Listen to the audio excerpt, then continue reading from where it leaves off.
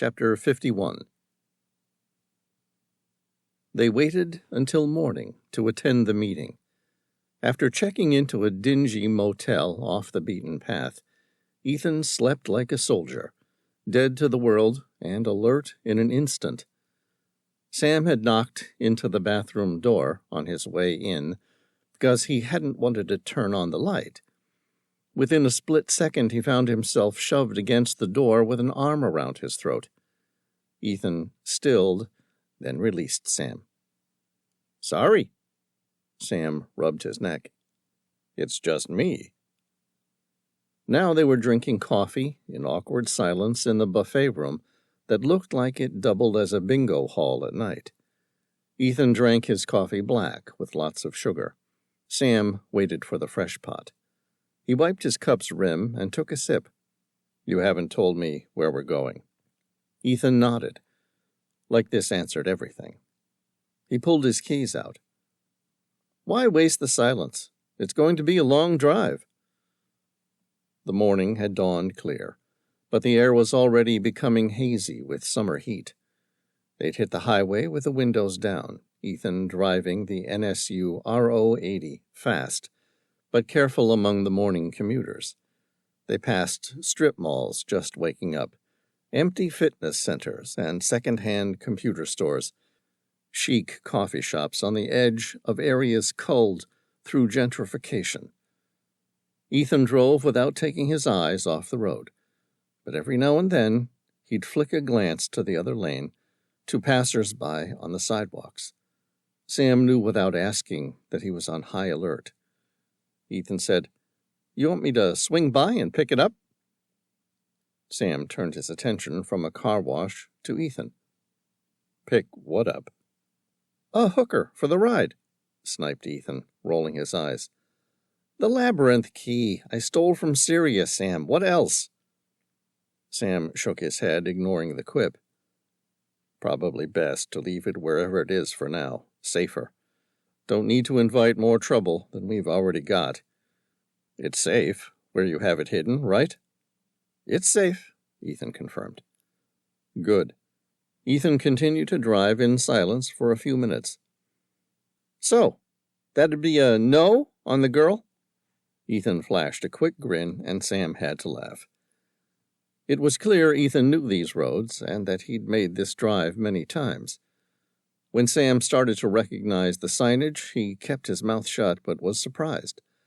When they crossed the Potomac and into Washington, D.C., Sam asked, "Capital Man?" Ethan glanced at him. "How do you know it's a man?" Sam considered. "Fair point." They drove in silence for a while, emerging from the suburbs and heading toward the center of town via a maze of streets that made Sam glad he wasn't driving for a change. He'd had enough of taking the wheel after yesterday. "It is, though." Ethan spoke as if revealing some kind of truth, the tone of someone who's made up his mind to trust. He'd been quiet the entire ride, and Sam wondered if that was what he'd been wrestling with. He wondered what Ethan had come from that made him wake up with karate moves in the middle of the night, and that taking enemy fire came easier than having faith in his fellow man. He'd lost Sam, though. "It is what?" "A man." Ethan kept his eyes on the road and made a careful turn across traffic. He shot Sam a glance from the corner of his eye as they stalled at a light. "You've actually almost met him." He tapped the wheel and cruised forward as the light changed. "Josh Rowe. He was there that morning, back in Rhyolite." Sam swallowed and shifted his body weight, somehow uncomfortable in the seat. "Any chance he might recognize me?" "Not a chance in hell." Sam's eyes narrowed. "You're sure?" "Certain. He left as soon as the shooting started." "Smart man." Ethan laughed. "Yeah, I'm the idiot that stayed." Sam said, "And how exactly do you know that your friend is connected to the collector?" "Josh knows everyone." Ethan shrugged, checking street signs and the rearview mirror. "He's a lawyer," Ethan said, as though that explained everything. He caught Sam's face as they swung into a wide boulevard, and Sam began to recognize the corporate, slick side of town. "He's a good man," Ethan hastily added. "Don't worry. He's just got a colorful past." Sam nodded dubiously. Didn't they all? "In what way?" Ethan sighed, relenting, but didn't take his eyes from the road as he said, "Josh got involved with a drug lord from the Black Muerte cartel." Sam raised his eyebrows, but said nothing. Ethan's brow furrowed in loyalty. "Don't," he said. "I know what you're thinking, but it's not like that. He got involved with the cartel because his little sister developed a drug habit. They hooked her in because she was pretty and lonely, and, well, people can do some really stupid things sometimes." "It happens," Sam acknowledged, his voice level, non-committal and not judging. Ethan took one hand off the wheel to run it through his buzz cut and fix his collar. "In this case, it turned into a habit she couldn't afford." His voice turned bitter, and Sam wasn't entirely sure who the rancor was for. "It always does, doesn't it? In the end, she ended up having to work for them to pay her bills, and once that happened, they owned her." He shifted his shoulders, but his meaning was clear. Sam faced him head on. "Is she still hooked?" Ethan sounded surprised. "On heroin? No. She got clean." There was more pride in his voice than his friend's kid sister warranted, Sam thought. "But just because she stopped using doesn't mean she can leave when she wants. They've got her now. She knows too much, and she's useful to them. She's had to be to survive." He glanced at Sam as if begging him to understand. "That's how Josh got involved with working for them. He can keep tabs on his sister. Maybe help her out. He's a lawyer, always good to have in your back pocket if you're on the wrong side of the law. And he's good at his job. Makes himself useful, works the angles to get them to owe him favors. Make himself indispensable. He's hoping he'll be able to get her out one of these days. Pull enough strings, and maybe you get somewhere, right?" "Yeah, he sounds like a decent guy." Ethan rounded on him in fury. "Yeah, and since when were you a saint? Mr. Harvard or wherever the hell you went to school on Daddy's dime. You think that people just step into life without mud on their shoes?" Sam raised his brows. "I'm going to pretend I didn't hear that." Ethan's fury morphed to sullenness. "You do what you want. I'm not going to pretend I didn't say it." Sam held up his hands. "Hey, I'm not trying to judge. I've known my share of men in dire straits." Hell, he'd been in dire straits. "Family is family and friends are friends. And I did mean it, you know. It sounds like a more noble cause than just winning cases to get rich and buy new cars." "He's good at that, too." Ethan grinned, despite himself. "And if you can say one thing about the cartel, they do pay well." Sam grinned, too, and the mood lightened. "Maybe you and I should apply. We've got the dispatch arm taken care of already." Ethan sounded surprised to laugh with him. When he spoke again, it was a little easier. Sam felt he'd taken the chance to be vulnerable, and it had paid off. He hoped the other man would trust him a little more easily in the future. Trust streamlined things, so he'd take it. They were going to need all the help they could get. "Nah, I don't think it's a good idea. But I'm thinking there might be a vacancy soon." At Sam's raised brow, he shrugged. "See, that's why I figured there was some connection to your collector or whatever.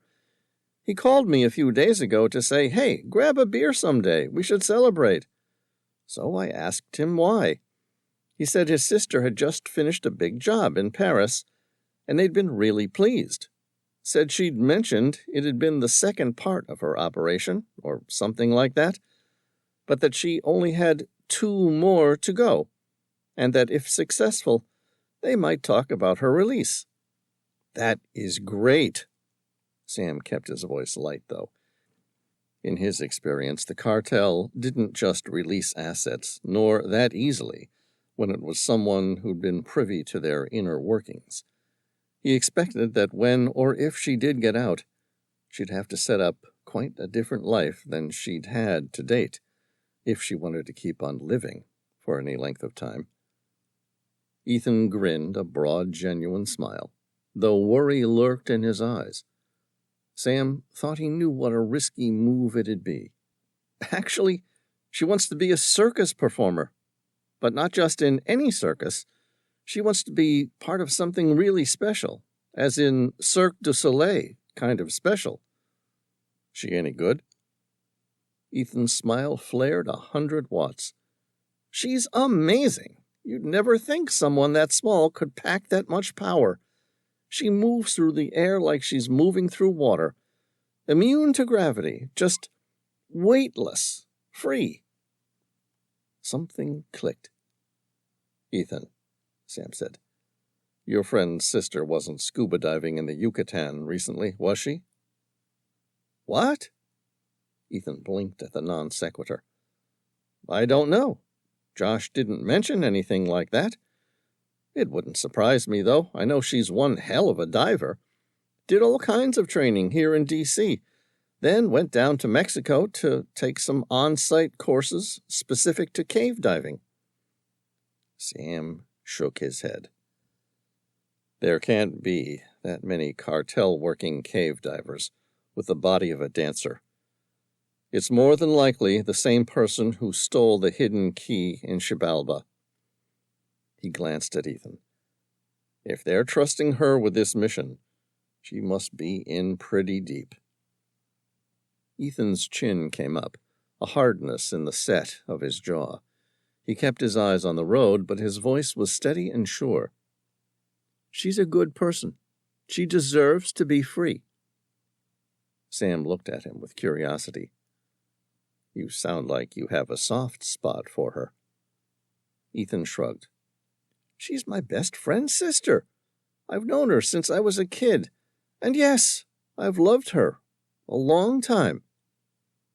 Childhood sweethearts, eh? Ethan shook his head.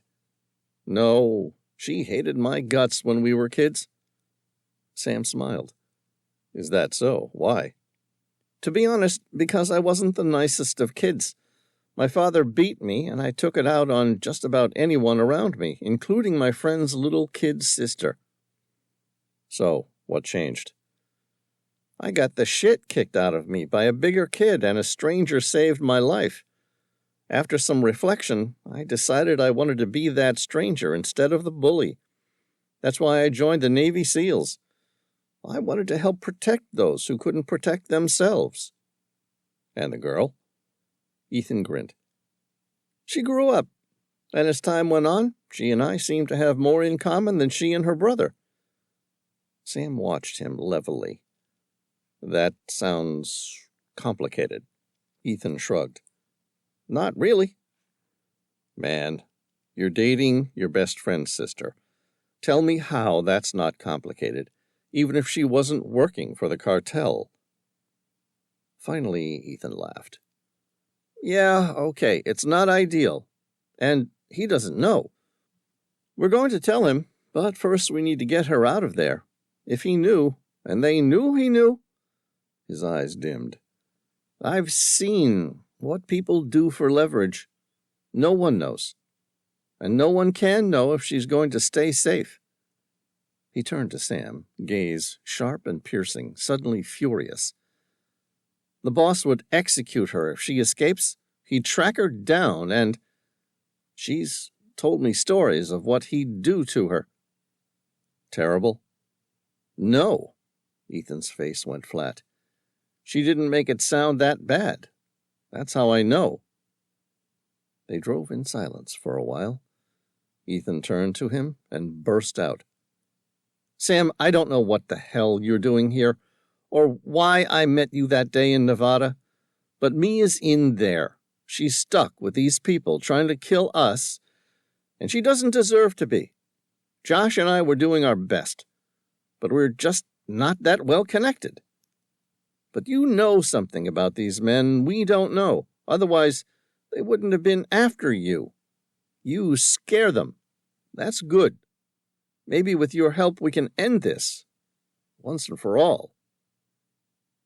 Sam watched the gleaming buildings spin by. "Let me ask you something. The cartel boss, what does he look like? Do you know?" Ethan shook his head. "Nothing, really. Mia just said he goes by the name of—" "Carlos Gonzalez?" Ethan turned to him, surprised. "Yeah, actually. How did you know?" Sam's mouth tightened in the memory of vengeance as something clicked into place that had been missing for 15 years. "Because Carlo Gonzalez ordered President Harris killed after he discovered that I had found one of the Labyrinth Keys." Chapter 52. Sam watched as they passed through the city center and headed toward a bustling, chic neighborhood full of activists in Crocs and secretaries in suits, everyone glued to their phones. The summer air fanned his hair through the crack in the window. Now Sam raised his brows as Ethan slowed down and cruised for a parking spot. "We've been trolling these streets for 20 minutes, Ethan." He glanced at the clock, the sun that was now noticeably higher in the sky. "You sure this is where Josh wanted to meet us?" The sidewalk was packed with morning commuters and tourists, eager to experience the nation's capital, and they weren't budging an inch. "Yep," Ethan replied, as he peered out the window, then slowed to a stop as a sedan in front of them flashed its taillights, preparing to pull away from the curb. "There's no way anyone is going to pay attention to a few more people here. The worst that could happen is that someone's going to think we're meeting with a man on his morning coffee break." Sam had to admit that there was a good chance they wouldn't be noticed in the crowd. His stomach growled, and he wondered if they'd get some breakfast. Ethan raised a hand out the window to signal a dump truck waiting behind him, and slid into the parking spot with his badass car like a pro. He slapped his pockets as the engine died, checked the console, then glanced at Sam. "You got money for the meter." Sam hopped out of the car and shut the door gently. He dug in his pockets and pulled out some change. He slid the quarters into the meter, and the little ticker swung to half an hour. Sam shook his head. $2 of quarters for 30 minutes. He hoped this meeting was going to be quick. "Next one's on you, man," he said, putting his remaining change back in his pocket. "You ready to go?" Ethan was already on the street.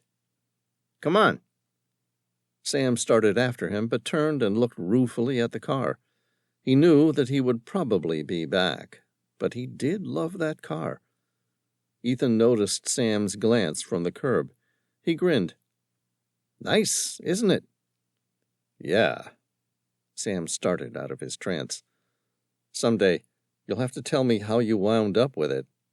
So, anyway, what about this friend of yours? Where is he?" Ethan pointed across the street toward a busy Cuban cafe. Quaint iron tables outside the cafe were packed with tourists, and Sam couldn't see anyone who looked familiar. Sam squinted, but still saw no one. Ethan raised an arm in a wave, and finally Sam saw one of the men sitting alone raise a hand in acknowledgement. He put a finger in the book he was reading and sipped his coffee with a grin. Sam started walking, then stalled when he felt Ethan's grip on his elbow. He turned. "Keep your eyes open," Ethan said, glancing around. "We have no way of knowing what we're getting into." That was for damn sure. Sam nodded and straightened his shoulders and let Ethan take the lead as they crossed the street. Ethan grinned as they reached the table. "Starting early?" Josh laughed and toasted him with his coffee cup. "Busy morning, my man. Cracked 10 skulls already, and it's not even noon." Sam watched unnoticed as the two men caught up. Ethan's friend Josh wasn't that tall of a man, even seated, but he carried himself with the assurance of someone used to getting out of sticky situations one way or another. It was a good quality in a lawyer, even if it did make him feel a bit slippery. Then again, Sam reflected, slippery was probably a good quality to have when you were trying to double-cross the most powerful cartel in North America to rescue your sister. He extended his hand with a polite smile. "Hey, you must be Josh. I'm Sam." "I know who you are." Josh interrupted his introduction with another grin and shook his hand firmly. "Ethan told me." He gestured at the table and snagged a chair from nearby. "Mind if we use this?" The chair shrieked as he pulled it close. "Knew I was coming, but couldn't get the chair before now?" Sam ignored his annoyance and took the offered seat. "So, you know why we're here." Josh turned his gaze to Sam. It was the sharp, assertive gaze of a politician or a playground bully. Sam was generally unbothered by anyone else, but he couldn't help but feel dirty as Josh inspected him. It put him on guard, and he wondered what the hell Ethan had gotten them into. But if this man had information about the keys and how to get them, then it was a necessary evil. Lots of things were necessary evils. Just as Sam was about to say something, Josh steepled his hands and leaned back in his seat. "Yeah, I know why you're here." Sam wondered why Ethan had suddenly gone so quiet. "And?" "It's impossible." Sam fought to keep himself under control. He wanted to punch this slick man in the face. "It's impossible. You like to waste people's time, don't you?" He shook his head. "You're a lawyer. You're paid by the hour. Of course you like to waste people's time." He slapped the table and prepared to stand. "We're done here, if that's the best you can offer." "I've been told that you're in the business of doing the impossible." Josh regarded him calmly over the styrofoam cup. Stuck halfway to his feet, Sam looked over at Ethan. Ethan nodded. Sam realized that Josh was just messing with him, gauging him. "That is my business, yes." Sam sat back down, tugging at his pants.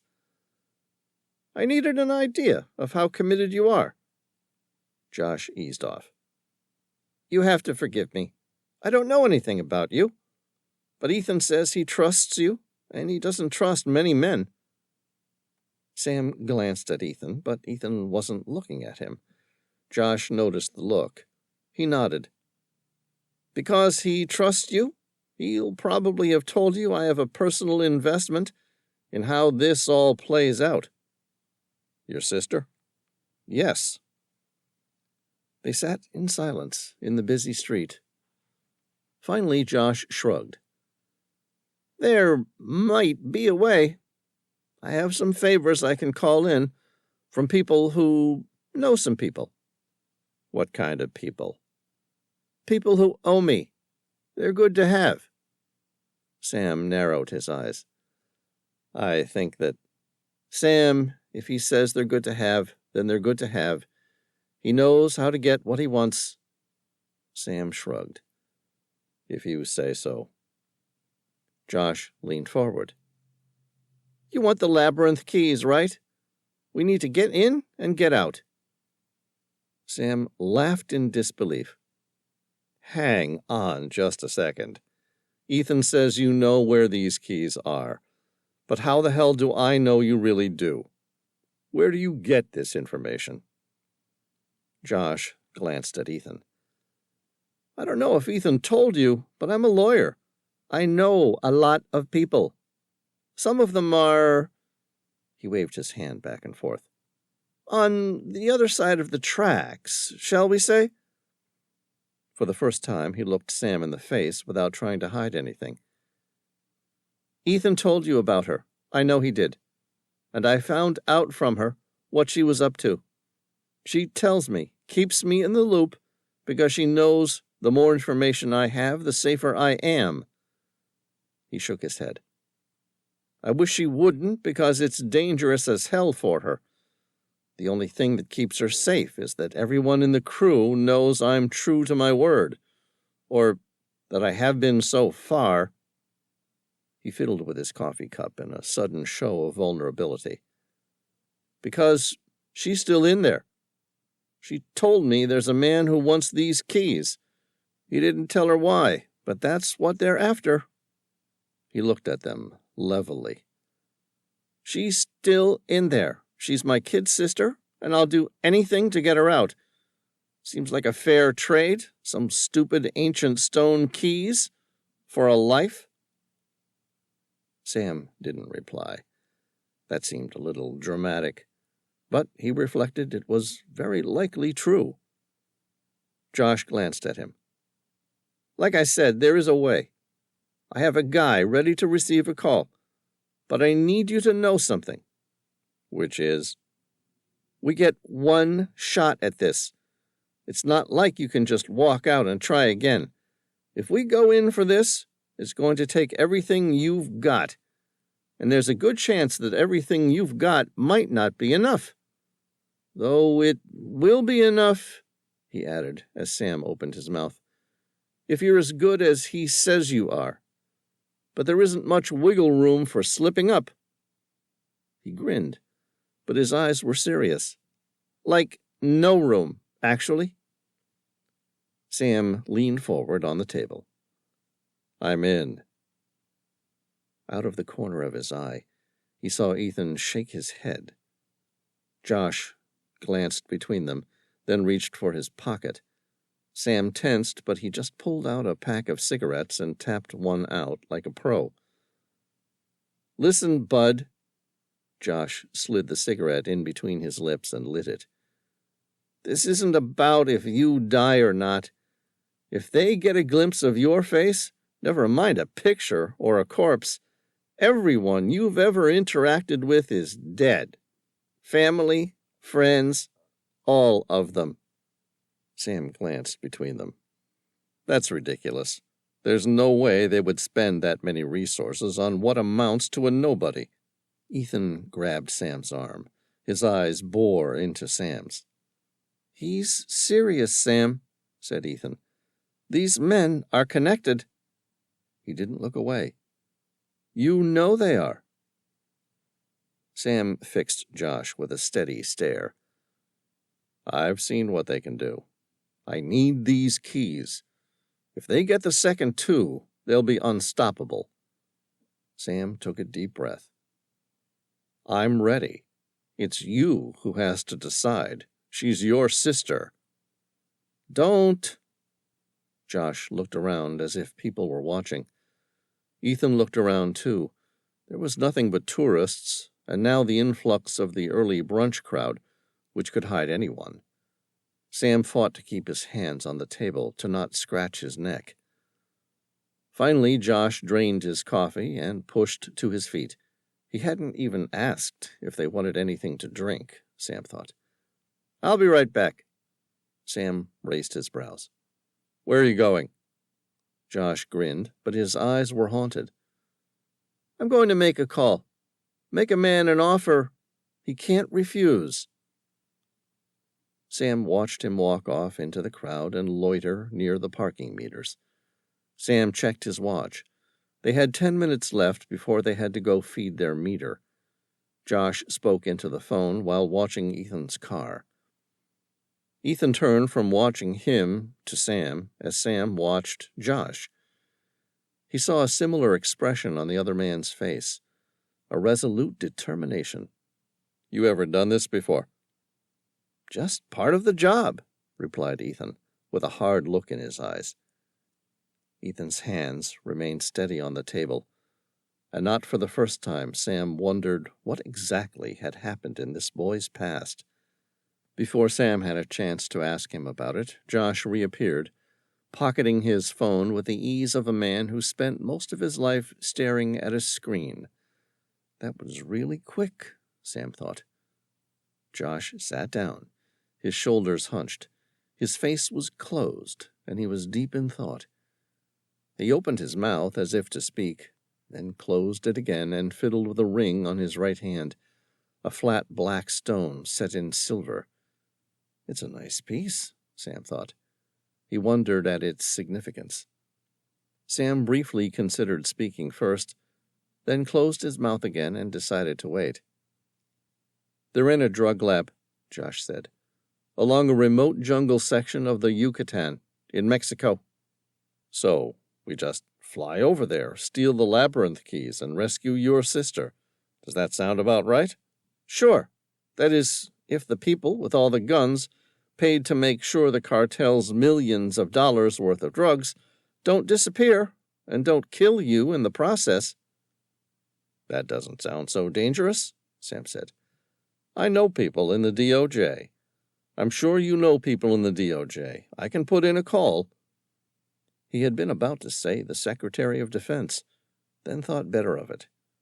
No use putting all his cards on the table just yet. He still didn't know how much Ethan had shared. "We'll get the feds to back us. We can bust down a drug lab easy. They want to bring down the cartel just as much as us." "No, not the feds." Josh's eyes were wild, and then he got himself under icy control. "If the cartel gets one whiff that this is an outside job, it's going to be worse. So much worse, you don't even want to think about it." Ethan broke in with a steady stare. "He's right, Sam. If they think the government is involved, it becomes an issue of national security." Sam slapped the table. "It already is an issue of national security." He threw up his hands. "We've got the firepower of the biggest army on the planet on our side, and you don't want to use them? Not with her life on the line?" "What firepower?" The two men spoke together, and glares sliced around the table in tense silence. What Josh hadn't said, would never say, because he was a macho man who wanted Sam to think he'd made his peace with it, was that if the feds got involved, they'd kill his sister for sure. He was probably right. Standoff. Finally, Josh raised his hands, almost in apology, and looked Sam straight in the face. "It's in the Lakandan jungle," he said, and Sam realized why he was reluctant now. His heart sank. The remote location meant two things. The cartel had enough money and enough motivation to put the drug lab in the middle of nowhere. That meant that they had some serious resources lying around. Second, if they pursued them, it wasn't like they could lure them to some public location where they might easily get the jump on them. No. Here, Sam's team would be walking in blindly, entering the cartel's home territory without any real chance of recon. No, this wasn't going to be easy. Sam glanced again at Josh, and was struck by the cautious hope in his eyes beneath the bravado, beneath the fear. He glanced at Ethan, confirming his suspicions. Josh didn't give a shit about the American population or protecting the president. The only reason Josh was helping them was to rescue his own sister. Sam stood up. His chair shrieked. "Let's do it." Josh stood, startled, and Ethan did the same. Sam reached out his hand to the lawyer, who took it after a moment, his eyes full of gratitude. Sam grinned at him, trying to be reassuring. When he looked at Ethan, the thanks in his eyes, the faith, made him stronger. Maybe it would be okay. They'd be walking into a death trap, but maybe, just maybe, they'd pull off the impossible. Chapter 53. On board the USS George Washington, Gulf of Mexico. The Bell-Boeing V-22 Osprey sat in the middle of the liftoff pad in all its magnificent beauty.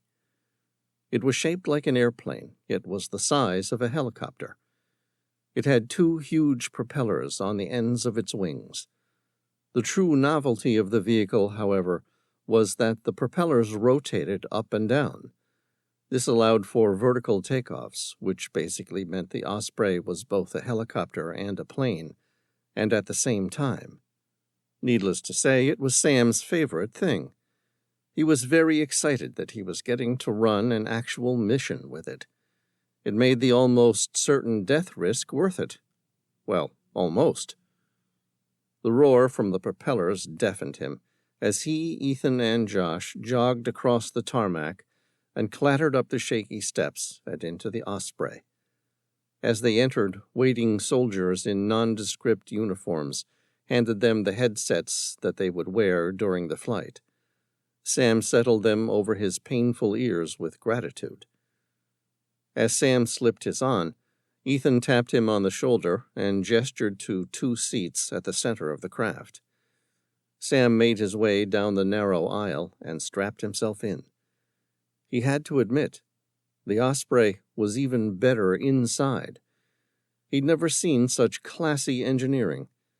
The seat belts were designed so that they would never break during a crash, yet could be released instantly with a click of a button.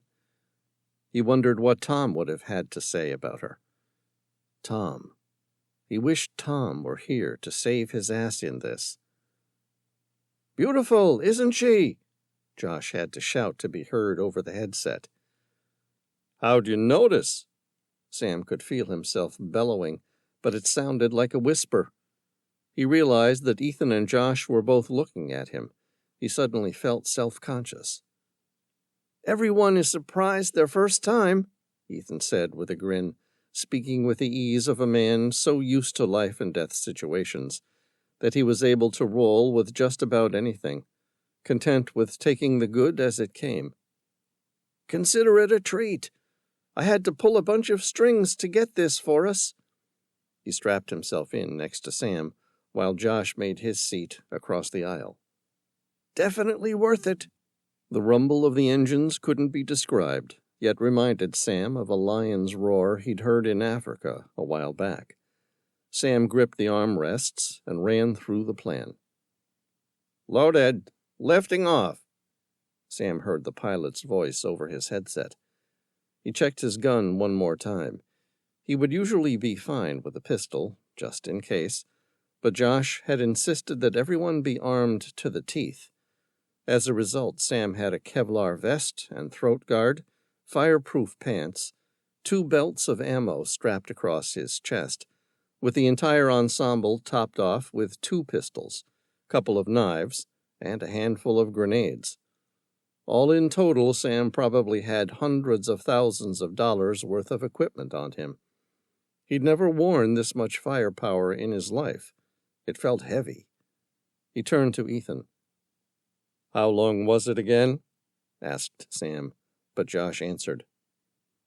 "Ride's going to be 4 hours, but we'll be notified when we hit airspace over jungle." He braced his elbows on his knees and leaned toward the 2 men who were putting their lives on the line with him. "When we get that far, the pilot's going to shut off the engines and glide in until we hit X Factor." He glanced at Ethan. "What about landing?" "If the pilot has to, he'll turn the engines back on, but this guy's good. I've seen him coast to a stop on a dime in the desert. We all took bets." He flipped his lighter. "Hopefully, that'll catch them unaware." Sam nodded. It was smart to make sure that no one could hear them when they flew in. He looked out the window. Finally, the base had faded into the trees, and all he could see was green below.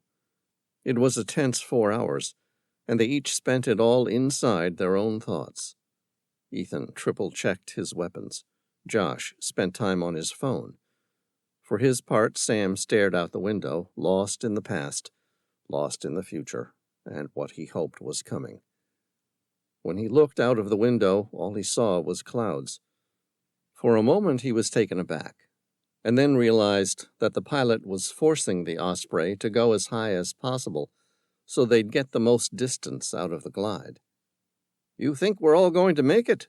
asked Ethan unexpectedly. What can we do besides believe it? Josh shot back. Sam agreed with a wry grin. They couldn't do anything besides trust themselves. He nodded at Josh. She's his sister, trapped in a life of terror and lies. He glanced at Ethan. She's your friend.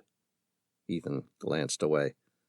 And I'm trying to stop criminals from unlocking ancient secrets that will let them take over the world. He spread his hands. If those aren't good reasons, I don't know what are. We're all the best at what we do. Sam sent Ethan a reassuring smile. We'll make it out, trust me. Ethan nodded, but Sam could see that he was still nervous. Sam remembered what he had learned from his Marine training. Being brave, especially in a military setting, didn't mean you didn't feel fear. It meant that even in the face of fear, you could operate perfectly, and Sam was confident Ethan would perform. Start gliding sequence. The pilot's voice shook Sam out of his trance. They glanced at him. Sam held up his hands. Let's run through the plan. We glide in. Team A covers the doorways. Team B comes in toward the inside. Josh nodded. Mia says there's a room they've set up to store their hoard. Gonzalez likes to go in there and preen. She says that's where the keys will be. Guarded? Mia said there's 2 men at all times, but sometimes they're in a good mood. He threw up his hands. Whatever that means. Now, Mia is going to be in there. She set up a meeting with Carlos. Ethan turned on him, stunned. You asshole! You put her in there? Straight in the line of fire? Josh threw up his hands, as if he wished it weren't so. You think I had a say? You've met her?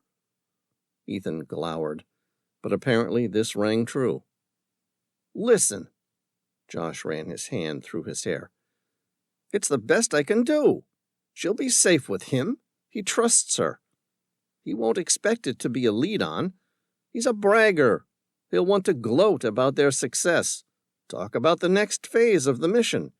She said she'll keep him there until we get past the guards. How the hell is she going to do that? Josh grinned. She's a smooth talker. Trust me. That's the least of our worries. How are we going to get in? My man on the inside is going to poison the morning brew. Nothing serious, but enough to knock out as many as he can. He's got others lined up who'll create a diversion. It's not going to get them totally out of the way, but should give us a chance to find and get in through the cracks, get to the treasure room, get the keys. He shrugged. Take as many of them out as we can. Get Mia. Get out. What happens to Carlos? We'll have to deal with him. Silence for a moment. Then the static interrupted, announcing their descent. They looked at each other. And the entrance? Ethan cocked his weapon. We've all got silencers, don't we? Let's use them. Chapter 54.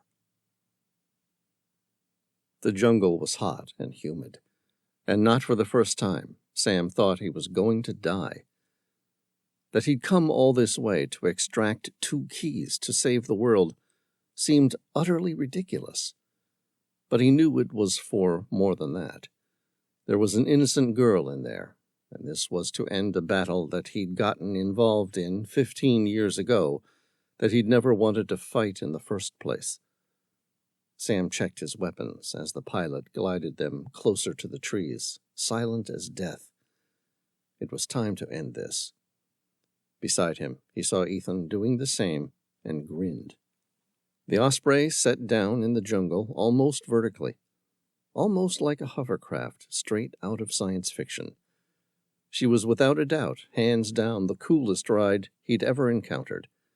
He turned to Ethan as they unbuckled.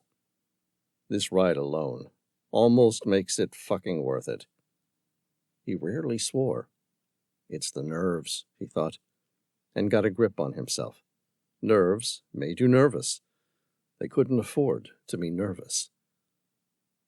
He pulled himself deep into his mind and set the controls. They'd already made it out. It was already finished. Carlos dead, the cartel beaten, Mia rescued, the keys regained. It was a visualization technique he'd developed back in the army, almost like a copy and paste of reality. He never really knew if it worked, but it helped ground him, and it made him feel centered, focused. In his mind, Sam released the keys as the plane touched down. Ethan gave him the thumbs up, and they swarmed off the plane and down the shaky steps. It was completely silent, just jungle sounds and the soft metallic creak of their feet on the stairs. A sharp contrast to when they'd boarded back on board the USS George Washington. The dense jungle pressed in close, and Sam and Ethan both turned to Josh, who had the GPS map on his phone. He gestured forward, and they fell in line behind. Josh took point as discussed. In the off chance they were spotted, he could say he was coming to speak with the boss. He'd make something up, he'd said. But the plan wasn't to be spotted. They stuck to the shadows as they crept along. Sam didn't see any cameras, but it didn't mean there weren't any. They were banking on the fact that so few people knew of this location and the general remoteness of it to put the cartel at an advantage. They didn't expect attack. People who didn't expect to be attacked got lazy. Sam hoped to God they got lazy. Regardless, he knew going in that they couldn't leave anyone alive. They also couldn't be seen, couldn't be recognized.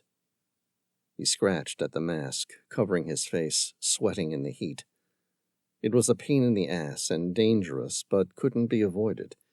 If it was true, and he knew it was true, that the cartel could track them down and make their lives miserably long or miserably short, then they couldn't take the chance of being recognized. "How far?" he whispered at Ethan's back, ahead of him. 200 yards. Ethan was deep within himself, on high alert, like a jungle cat stalking prey. Sam remembered that feeling of power himself. They continued on. The plan was for Josh to introduce them at the gate. They were collectors who had information about the last 2 keys. Once they were through, the team behind would take out the guards, and Josh's man on the inside would take care of the security cameras. Sam, Josh, and Ethan would head for the treasure room and take out the boss, where Mia was supposed to be detaining him. That was the plan, anyway. The bunker came into view, a squat, ominous building of cinder block and concrete and barbed wire fences. Cameras on the posts. It looked like a scene straight out of any military man's nightmare. An outpost in the middle of nowhere, packed with 100 border patrol hostiles just itching for action. They stopped to collect themselves. Josh looked at Ethan and Sam. They took a collective breath and stashed their weapons. "Ready?" Ethan didn't grin. "As we'll ever be, let's go." There wasn't much to add to that. Sam followed as the 2 men stepped out of the shadows and into plain sight. They were stopped immediately by the guard at the gate. "Who the hell are you?" Josh offered up his lawyer's smile. "Brought by some clients for the boss. This place is hell to find on a map, you know that, right? When he said it was easy to find, Jesus, never heard such bullshit." The guard glared. "Clients? For what? He's expecting you." Josh didn't back down. "The boss's business is the boss's business." He shrugged. "Sorry, man. I just follow orders. He said bring them here. Don't tell anyone. I haven't told anyone." The guard cocked his gun. "Consider me no one?" Josh held up his hands. "Listen, I don't want to get my asshole stitched or opened, okay? I just want to get these men to the boss so he's happy, making everybody happy." I set it up with Mia. She's been working a beat getting keys for Carlos. Don't ask me what they're for. I honestly don't know." He gestured to Sam and Ethan. "But they've been having a shit time finding the rest of them. Finally, she tracked down a source. These two know where the others are, but they won't talk to anyone but Carlos." The guard gestured the gun toward Ethan and Sam. "Why they in masks?" Ethan didn't waver. "Self-preservation. Faces get you killed. This is deeper than you know." The guard wavered. "Gotta check." He went for a radio. They waited, tense. This was Josh's man's time to shine. If he didn't come through... "Castro, men here for the boss. You know about it." "Cleared." A massive click, and the gate opened. "Send them through." The guard didn't seem convinced. He put down the radio, but continued to glare suspiciously. "How do I know?" There was a brief pfft, and then he slumped forward just a bit, and the one next to him jerked as if to go for his gun, and then he too slumped. Ethan caught the second while Josh caught the first, and Sam's hand came out of his pocket where he'd kept the pistol with the silencer out of sight. Josh propped the guard against the wall with a nail gun. "Man, this heat," he said. "Gotta be careful." He slipped the nail gun to Ethan, who slammed the long spikes into the other guard's dead palm and into the concrete wall. It wasn't too convincing, but they didn't need much time. At least, he hoped they didn't. They just had to get inside. They left the gate open behind them. Sam, Ethan, and Josh slipped inside. The bunker was armed to the teeth. It looked like a demented version of Sam's high school, with small rooms, all branching off a main corridor. He smelled coffee and disinfectant, and wondered if Josh's contact had succeeded in poisoning the brew. If not, they were going to need every piece of ammo they brought with them. Now that they were in, they had no idea where to go. Mia had promised to get in and keep Carlos in the treasure room, but she hadn't given them the map like she'd promised. They didn't know if this meant the whole plan had gone to shit already, or she didn't want to blow her cover. They were supposed to get a guide, but that apparently hadn't worked out either. Sam checked his watch. They were 5 minutes late. He didn't know how long Mia would be able to detain the boss. They didn't have time to figure it out. Ethan took point.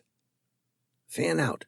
Shoot if you have to, meaning if you think they're going to run." They nodded. Sam gripped his pistol, touching the ammo on his vest. Ethan turned, and without warning kicked open the nearest door, gun in hand, hot and ready. Beyond his shoulder, Sam saw what looked like a break room. He swung around wildly and spied a camera. "Take it out?" Ethan sliced his hand through the air. Sam took out the camera. The men in the break room looked like mules, just there shooting the shit over coffee in the morning and doing their best to wake up from a night of hard partying the day before. Sam thought they were either mules or chefs. None of them looked too important, and they certainly looked terrified at the sight of the gun.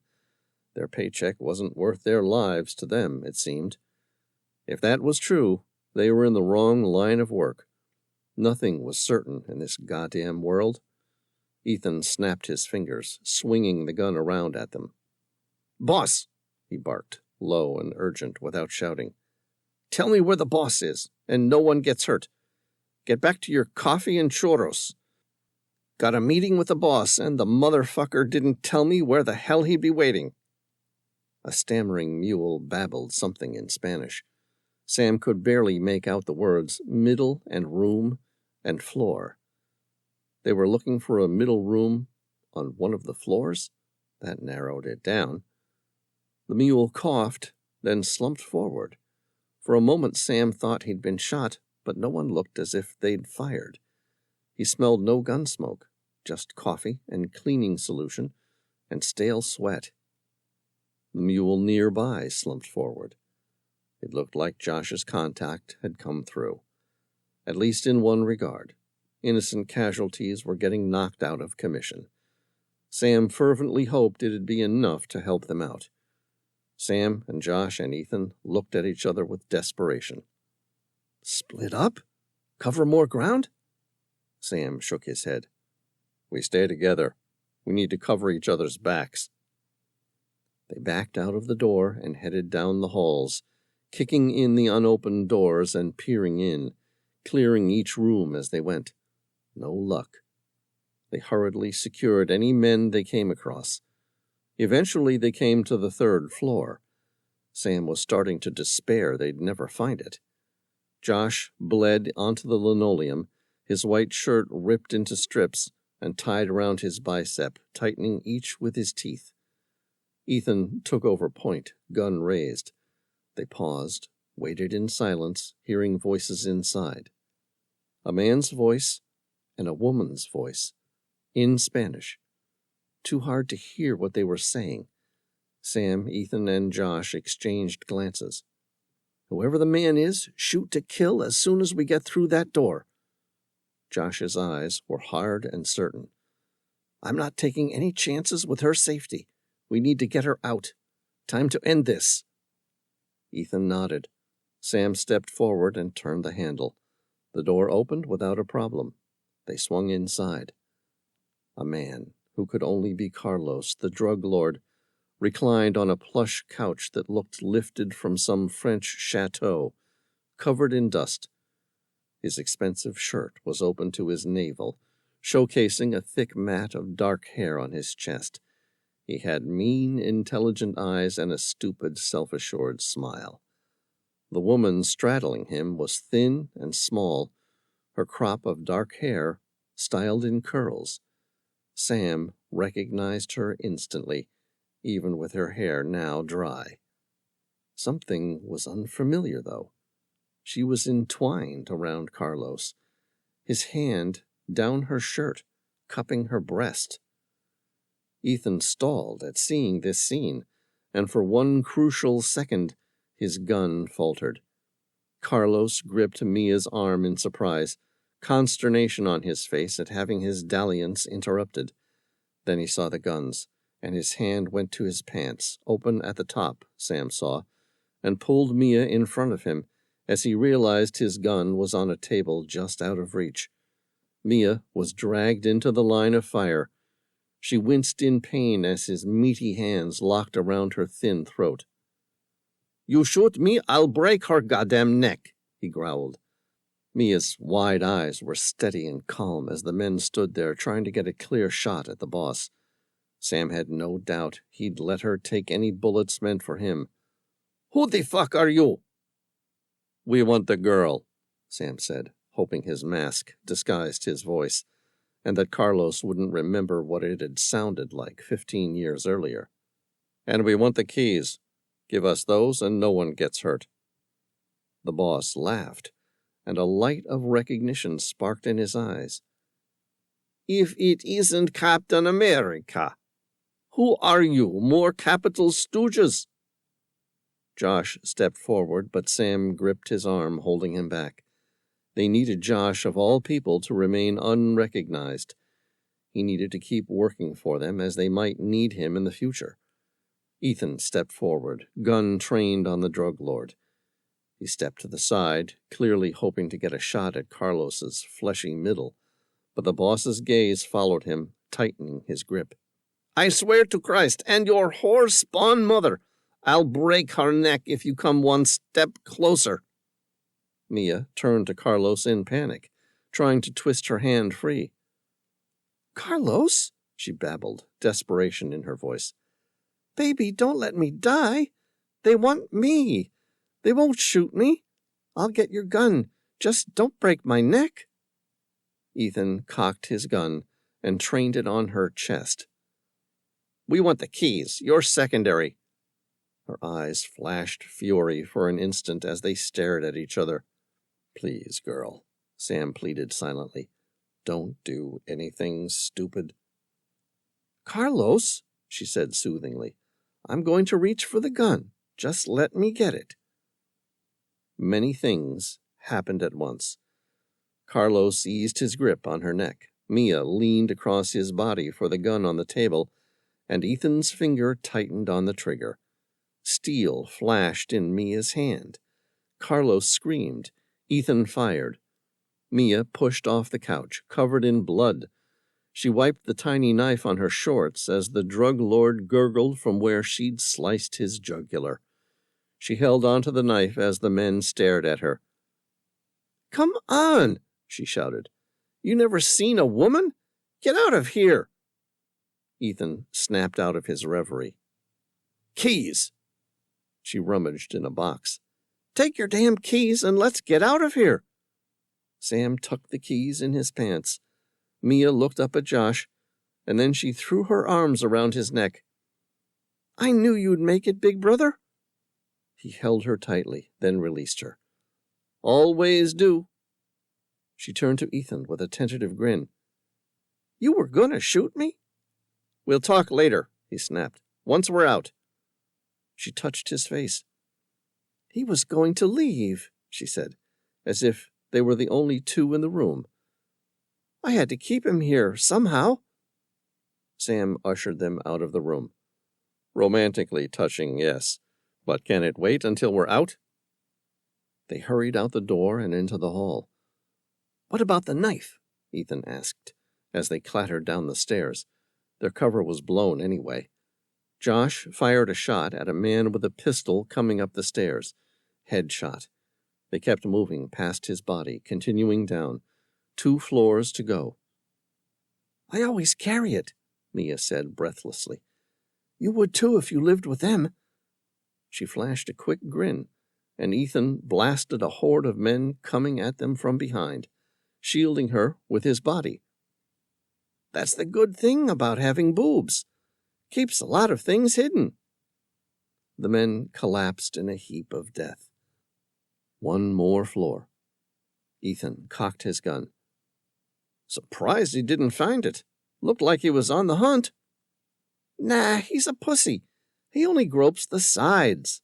She grinned. Josh panted after her, gripping his arm in pain.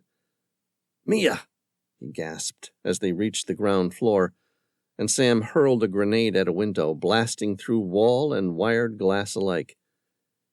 You don't have boobs? She turned on him, knife to his belly as they climbed through the window. Say that again and you won't have any balls. There was no sign of the osprey. They sprinted for the trees anyway as the men on the walls opened fire. Now what? Mia yelled. Get to the... Sam's instructions were drowned out by the arrival of the craft as it landed vertically. It was as if they'd planned this mission right down to the last second. The stairs descended, they ran up, and the door closed behind them as enemy fire peppered the hull. By the time the men got close enough to make any kind of difference, the doors were closed, and they were pushing off again, straight up into the canopy, straight up into the sky. Chapter 55. Sam stared at the 2 labyrinth keys. They were housed in a purpose-built metallic suitcase. His eyes drifted out the large windshield and across the shimmering waters of the Gulf of Mexico far below. Ethan said, I'll pick up the Syrian key from where I have it hidden. A quick stop in Rhyolite, then off to Egypt. Last stop, Strabo's Labyrinth. The corners of Sam's lips curled upward, offering up the slightest of grins. Why? What do you think we'll find there? Ethan frowned. Is that where you buried the last labyrinth key? Sam tilted his head to the side, but remained silent. All those years ago, Ethan persisted, you and I buried something. I glimpsed the sign of the labyrinth key. Isn't that what we buried there? Sam shook his head. Goodness, no. I knew something like that was way too valuable to bury. My labyrinth key has been stored in a bank's private vault under a name that can't be traced back to me, and as an item that in no way could ever have been connected to the labyrinth key." "Then what did we bury?" Ethan's forehead furrowed in puzzlement. He cursed. "I mean, what sort of secret have I kept all these years, if not the location of the last labyrinth key?" Sam smiled. "Secrets, which are going to come out soon, but not yet. If anything, they're even more dangerous now." Ethan asked, "Will I ever learn the truth?" Sam's eyes aimlessly drifted across the ocean before landing hard on Ethan's firm gaze. "If we reach Strabo's labyrinth and get out alive, I promise you we'll go back to Rhyolite together and bring to life secrets that have been buried for far too long. Or, possibly, not long enough." Ethan locked eyes with him, his jaw set firm. "Agreed. I'll go with you to Egypt and help you reach the ancient library beneath Strabo's labyrinth, and then I'm going to hold you to that." Sam grinned. "Please make sure that you do." Chapter 56. Nile River, Egypt. The motor yacht formed a dark silhouette along the river. At a length of 108 feet, with a width of 45 feet, it was shaped more like a bullet than a traditional yacht. She had a long black hull and narrow beam, tapering to a razor-sharp prow. The trailing whitewash, a stark contrast against the near black river against the night sky, was the only demonstration of the vessel's unique combination of raw power. The twin Rolls-Royce 28,000 horsepower MTU diesel engines and twin ZF gearboxes, which projected the force of the combined 56,000 horsepower into 4 HT-1000 Hamilton jet water jets, and did so all but silently. This massive power was married to her unique hull, which used a series of hydraulic actuators to alter her shape in order to achieve the greatest speed and stability under any type of sea conditions. She was able to lift out of the water and into an aquaplane at speeds of 60 knots, making her the fastest motor yacht of her size in the world. Now she sliced up the river that had seen the birth and death of a civilization thousands of years before, like a silent angel of vengeance, like a river god herself. The Nile sliced through the desert like a snake, a dark thread scaled by the wind rippling its obsidian surface. Sam felt more than heard the power humming under him, and knew he was home. There was something about the unique thrum of the Tehillah that comforted Sam in a way that nothing else did. He'd worked his whole life for this sense of release.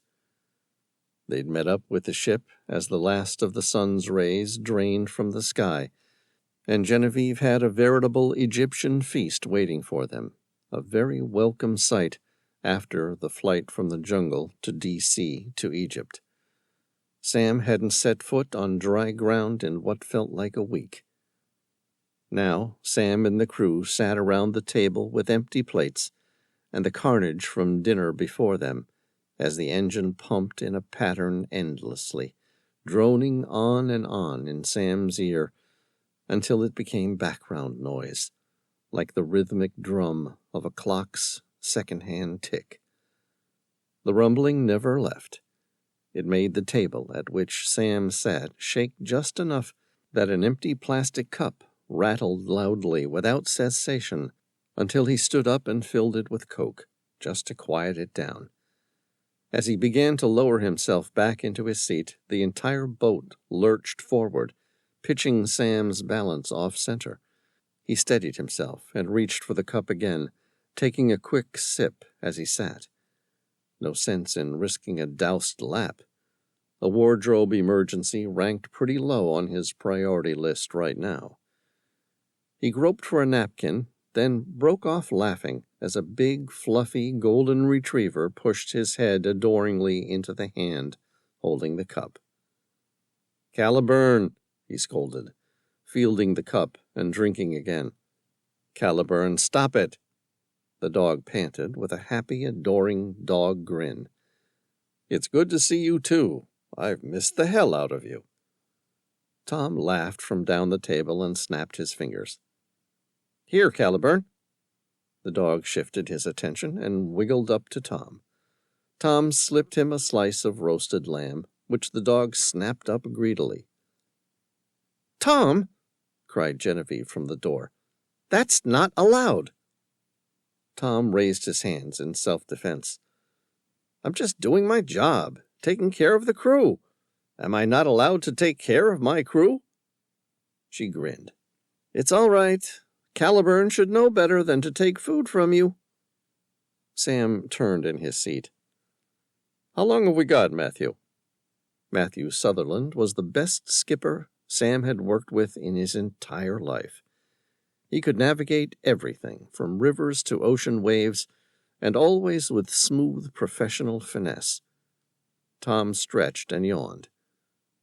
"Matthew says that we'll be there in less than 2 hours, if all goes according to plan." Genevieve set a bottle of ouzo in front of them, along with a set of tiny glasses. 2 hours, yes," she said as she poured. "But there may be some delays as we get closer to the temple. The Nile might start out in the north as a really big tributary system, so there aren't any issues up there with boat traffic." She shrugged. "But as we navigate farther south, it gets tighter and tighter.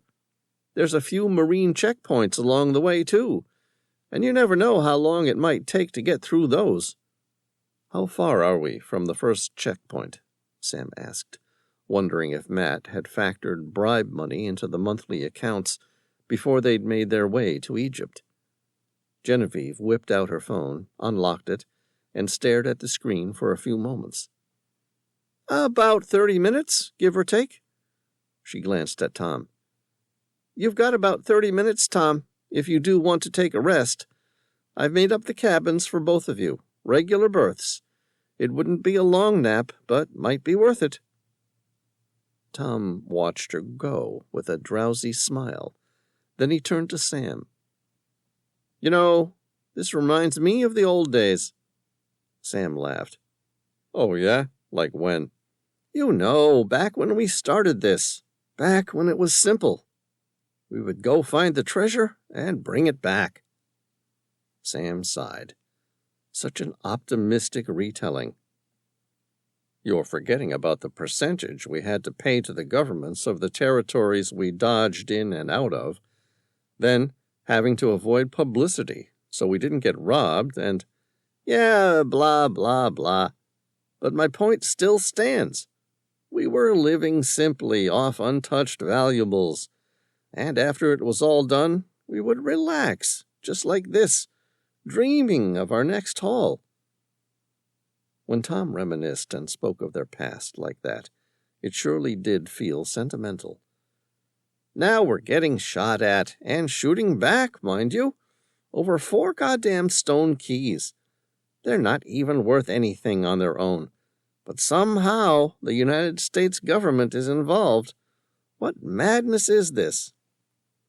Tom threw up his hands as the yacht bumped through another patch of rough water. Tom and Sam exchanged a glance, their way of talking things through, although via vibe versus verbal, and a method they'd perfected over years of missions, milestones, and occasional mishaps together. That said it all. Sam said, "I would say it is pretty important madness. You know the stakes." Tom shook his head. "I don't know about that." "We're not new to it anyways," Sam said. "Now you find it the right time to complain?" Ethan opened the door and sat down next to Sam.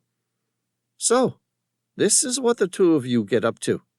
Drinking and eating and traveling by luxury yacht?" Sam snagged a glass and poured Ethan some ouzo. Ethan toasted him and drained the bitter drink. Hey, you might have the best air transportation the military can provide, but you have to admit, we travel in style. He suddenly felt a prickle at the back of his neck and turned around to see Josh standing in the door, too. When Sam made eye contact with Josh, he looked away timidly and innocently, but Ethan met Sam's gaze evenly, as expected from a SEAL, Sam thought. They certainly were taught to show no weakness. Gaze still unbroken, Ethan's raspy voice sounded. Yeah, you can talk all you want about the boat, but it's just all right.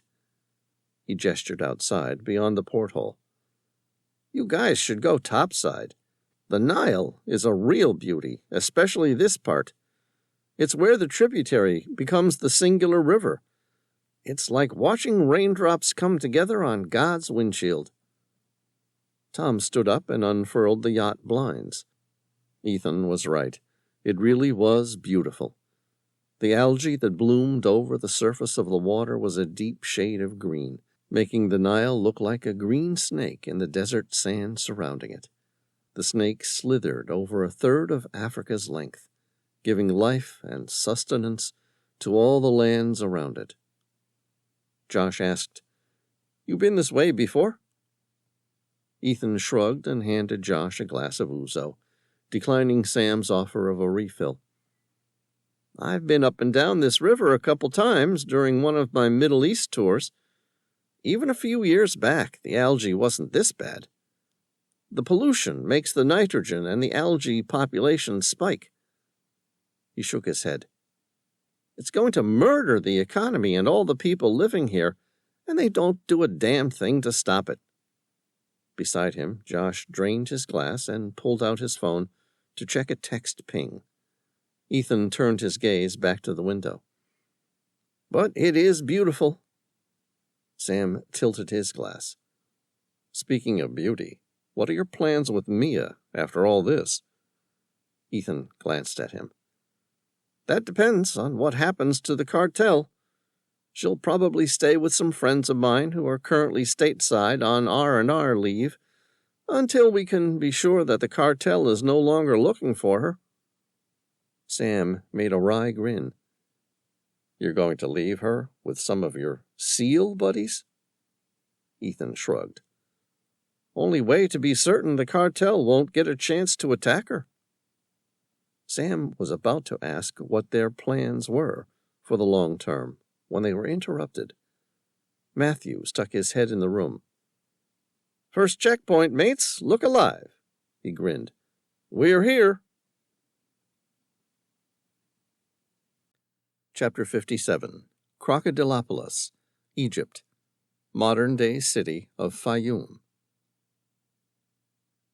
Egyptian cities were some of the most beautiful, vibrant places Sam had ever been.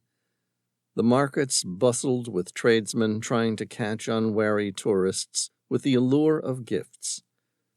Sam, Tom, and Ethan sat at a street-side cafe and drank some rose spritzers and tried to stay out of the sun. Sam loosened his collar, feeling the sweat track down his neck. This heat makes Georgia feel like Norway, he said as he finished the last of his soda and realizing it didn't help. Ethan waved away a grimy child, forcefully selling roses for exorbitant prices. Don't worry, the sun's setting right now. It'll get cold soon. Sam glanced over into the street. Above on the window panes of the buildings, Sam could see a red light slowly creeping down the glass and stone. He was sure that the Egyptian sunset would be very beautiful from a good view. It was the kind of light that artists dreamed of, the kind of light that had a physical weight, like you were swimming in it. Speaking of that, Tom turned his attention to Sam. Sam, do you even know where we're going? I swear I've seen this street before. I think we circled a couple times now. They were looking for a hotel. Sam had decided it was better not to stay on the ship in case they were being tailed. There was no reason to bring his crew into this. Sam flicked his glass. A little rusty on my Arabic, Tom. Ethan, this would be a good time to... Ethan laughed. "A little rusty on my Egyptian, Sam." He reached over to summon the waiter. "We'll get back on the streets and find it." The waiter leaned down with the check, and Ethan handed it to Sam. "Sorry, you'll have to get the tab." Sam dug in his pocket. Of course he would. Tom pushed to his feet and cracked his back. With his height, he shaded his eye against the sun and pointed across the street. "Wait, isn't that it?" Sam looked up. Tom was pointing to an obscure sign that was clustered among the endless red and green storefronts. The sign read, "Armenzia Quality Hotel," in somewhat sketchy letters. Sam and Ethan glanced at each other. "There's no way," Ethan said incredulously. Sam agreed, but how many hotels in Egypt were called Armenzia? He grinned in sympathy. "He's a big lout, but we keep him around for a reason. Let's just go check it out." The trio pushed their way out into the street, fighting through flower vendors and beggars and workers on their way home. Tom was the one who reached the storefront first and pushed. The door opened with an old ding, and Sam peeked inside. "Hello," he called. Inside, there was an old Egyptian man sitting behind a counter. He didn't even look up when Sam called. "I'm Sam." Before Sam could finish, the man nodded and fished out a key from behind the counter. The tag read 34. The man pointed upstairs. Sam looked back at the group and only saw uneasy faces looking back. "I guess this is it." With that, Sam walked down the hallway, lugging his bags behind him, until he finally came to room number 34. Sam put the key to the door and turned. The hinge squeaked, but the door didn't move. "Is there a problem?" Ethan asked from behind Sam. Sam grit his teeth and pushed his annoyance. They were all tired, and they were all on edge. Sam heaved again. With a final budge from Sam's tired shoulder, the door squeaked open, and the men made their way inside. Surprisingly, for a motel on the edge of an empty street, the room wasn't bad. The sheets looked clean, and the lighting, when Tom flicked the switch, was bright, yet atmospheric. Moths immediately flocked to the glow in the evening light. Ethan went straight to the bed and stretched out. "Wake me up when it's time, guys." Tom and Sam looked at each other. They waited until Ethan's eyes were closed, and then Tom walked forward and shook Ethan on the shoulder. "Hey, Ethan, it's time to get up." Ethan's eyes snapped open. "What the hell?" Tom shrugged and glanced at Sam. Sam knew that Tom was already thinking what he was thinking, but he wasn't sure about Ethan. Before Sam had a chance to explain, Tom stepped in. "We'll explore the pyramid after nightfall, but we want to get in place." He wiggled his fingers. "I'm sure you don't want to do it when the Ra's glaring down on you." Ethan frowned. "Ra?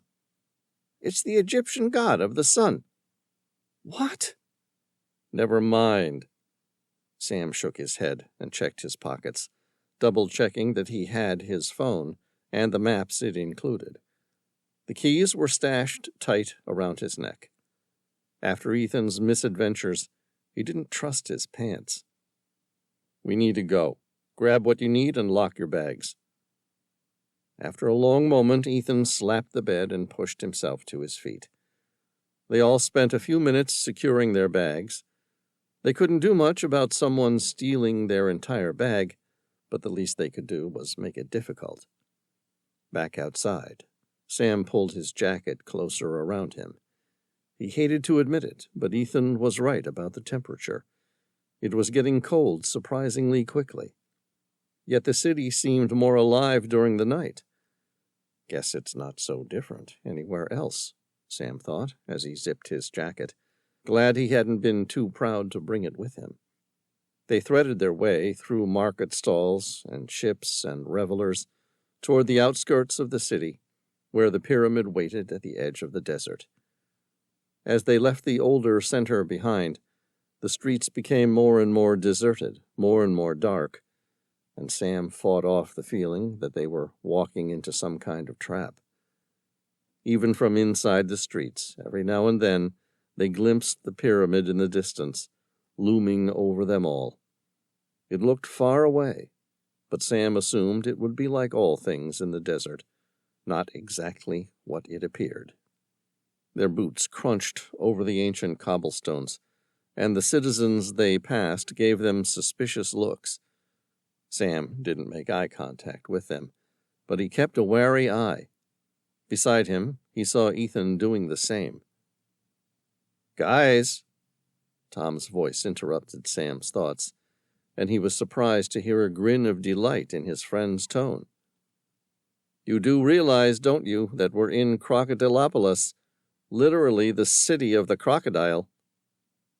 Sam and Ethan exchanged a wry grin. "No," Ethan responded, deadpan. "You're shitting me. That's why it's called this?"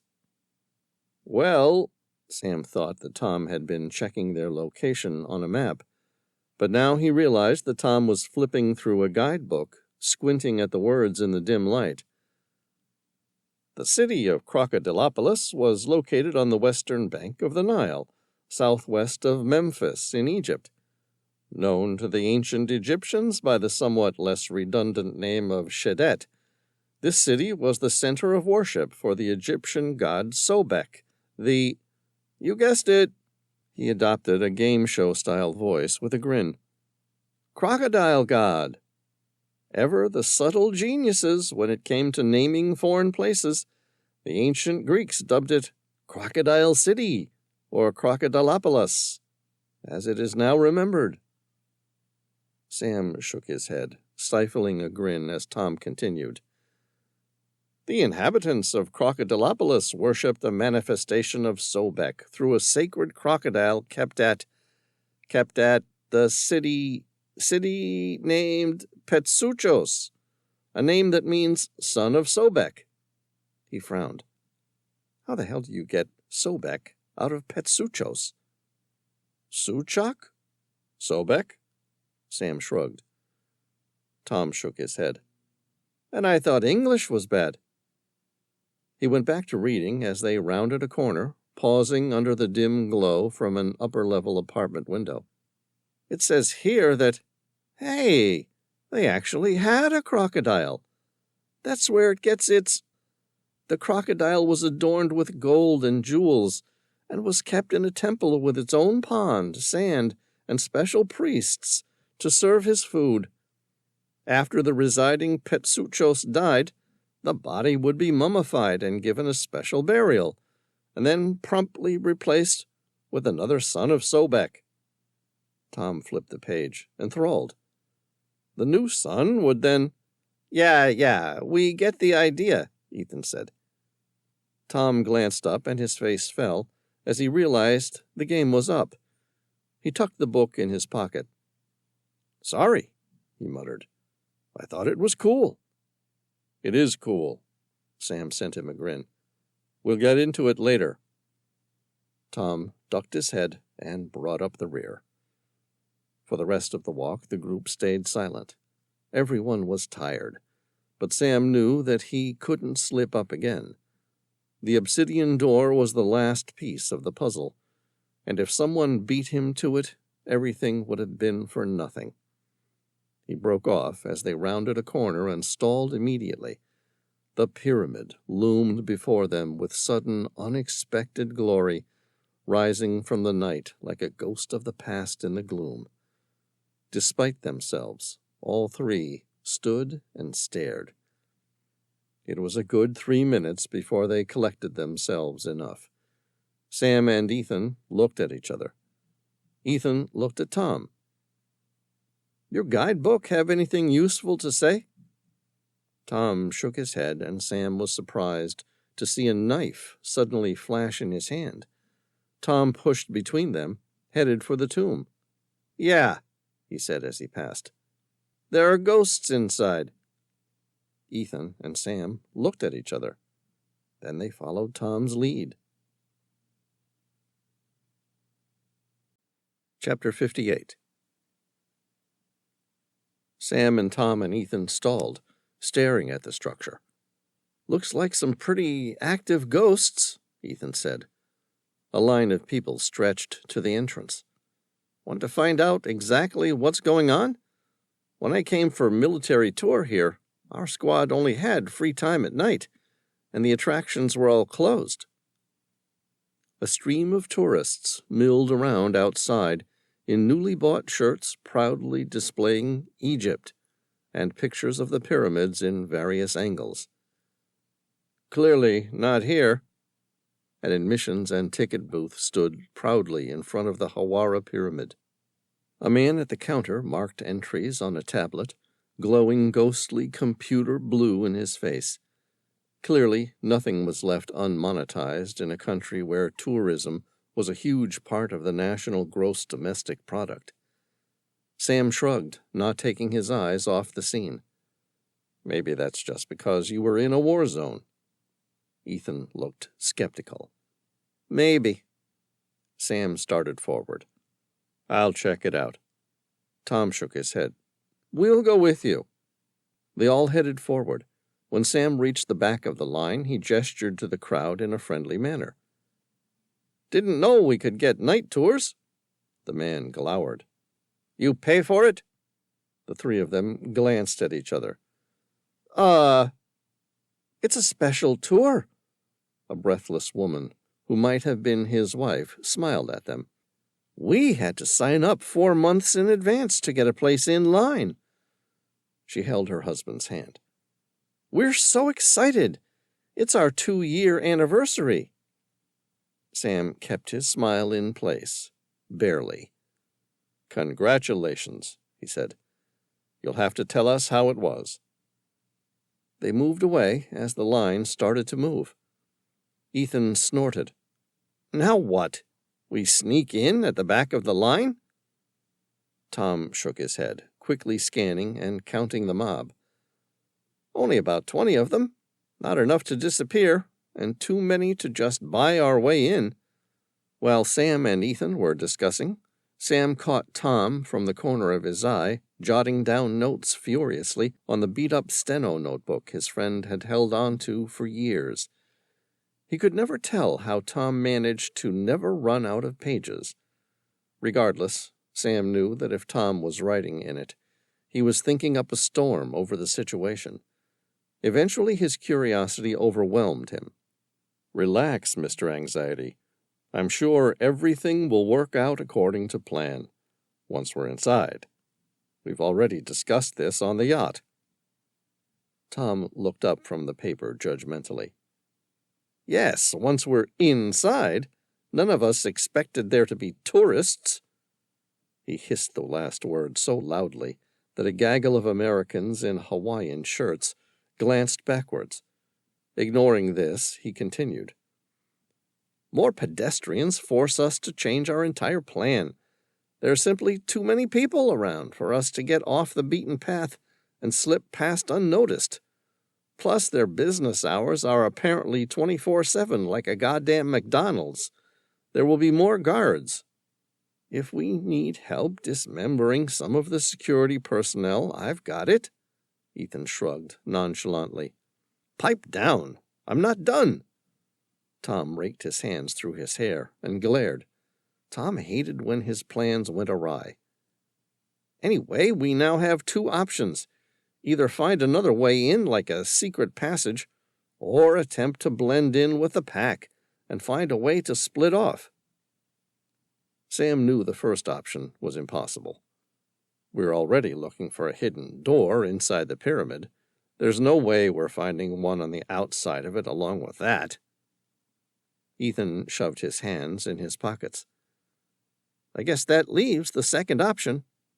Question: how the hell are we going to get in if this thing has been booked for months?" He looked the crowd over. Surprisingly, Ethan grinned. "Give me 5 minutes."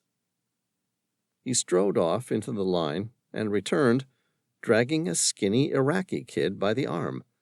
The kid was grinning ear to ear. Ethan introduced him as Ali. Ollie's willing to give up his place in line. He and a friend run a business on the side. Sam shook his head in admiration. Scalpers? Man, you are good. Ethan shrugged modestly. Spot scammers? A mile away. All part of the job. He turned to the skinny kid. Okay, Ollie, name your price.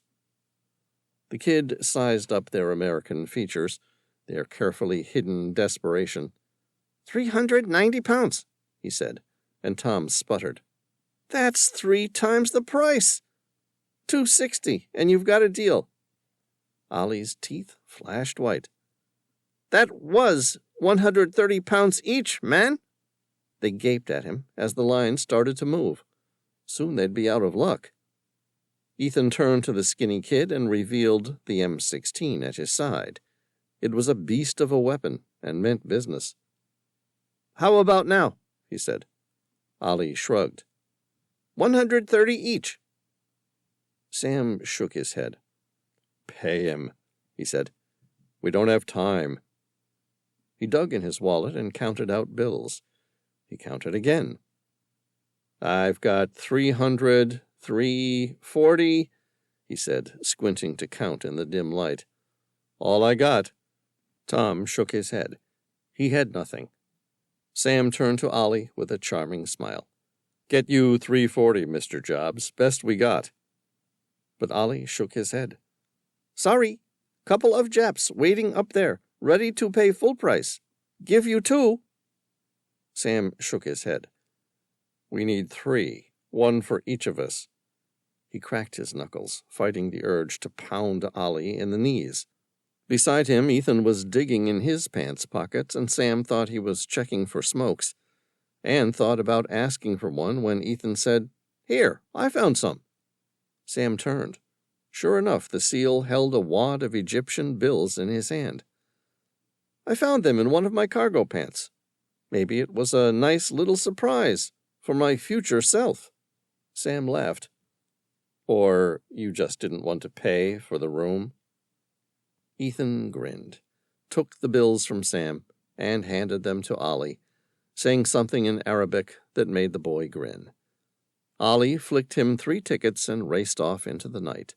The bills had already disappeared. Christ! Tom surveyed the group, mind working. Okay, entry accomplished. Second question. Are we inconspicuous enough to enter without attracting attention? Sam surveyed the group and felt his heart sink. Tom wore a tank top and camo tactical pants, which would have been relatively ordinary if his backpack wasn't a full military-style pack. Meanwhile, Ethan sported an unusually large hip of his jeans under his black T-shirt that read U.S. Navy in conspicuous yellow lettering. We're going to need a wardrobe change, Tom noted. Sam inspected the admissions kiosk with his eyes for anything of help. To the right sat a dejected, sand-dusted plastic box filled to its brim with clothes. Bingo, Sam said. In no time, all 3 looked like ordinary citizens, save for Tom's huge stature. His T-shirt was at least a size too small for him, and made Tom look like a bodybuilder. But at least he wouldn't get noticed as anything out of the ordinary. For now, at least. Sam grinned and took a photo with his phone. Tom battered away the flash. The hell are you doing, Reilly? Sam pocketed his phone. Evidence for Genevieve of just how handsome you can be. Ethan laughed, and Sam wondered if he was thinking of Mia. They pushed themselves to the middle of the line to blend in among the crowd. Tom turned to Sam and Ethan with instructions. Okay, from what I remember, the tour guide will probably give us maps, so we can explore the places that aren't listed in it. They wouldn't put details about the private areas in it. Ethan shook his head. How the hell do you know all this? Tom glared at him. I do my research. Just because we were coming at night doesn't mean you shouldn't be prepared for all contingencies. As he said this, a stout, dark-skinned man with fair hair waddled up to the tour group and began to speak. "Everyone, please listen. I will be tour guide for you this evening. Follow me." He then yawned and walked off for the tour group to be left trying to collect themselves and follow the guide. The three men looked at each other. "Let's just get us some space." Ethan pushed through the crowd, and they soon found themselves at the front of the horde, eyes set straight on getting as close to the tour guide as possible, for now. Sam, Ethan, and Tom followed the tour for half an hour, inspecting every rocky cavern they entered and the fake sarcophagi lined up along the walls under thin glass displays lit by hot floodlights. As the guide droned on and on, often overrun by the continuous clicking sound of cameras, Sam leaned into Tom. "Now that we're inside, you think we could get a hand? Think we could get a map?" Ethan shook his head. "What good is a map? We're looking for something that's not on a map, aren't we?" Without replying, Tom strode up to the guide and tapped him on the shoulder. "What do you want?" the man said in broken English. "Do you have a map?" They clearly did. The man sighed, rummaged around his paunch, and dug up a crumpled sheet of paper from his fanny pack. He threw it at Tom. "Here."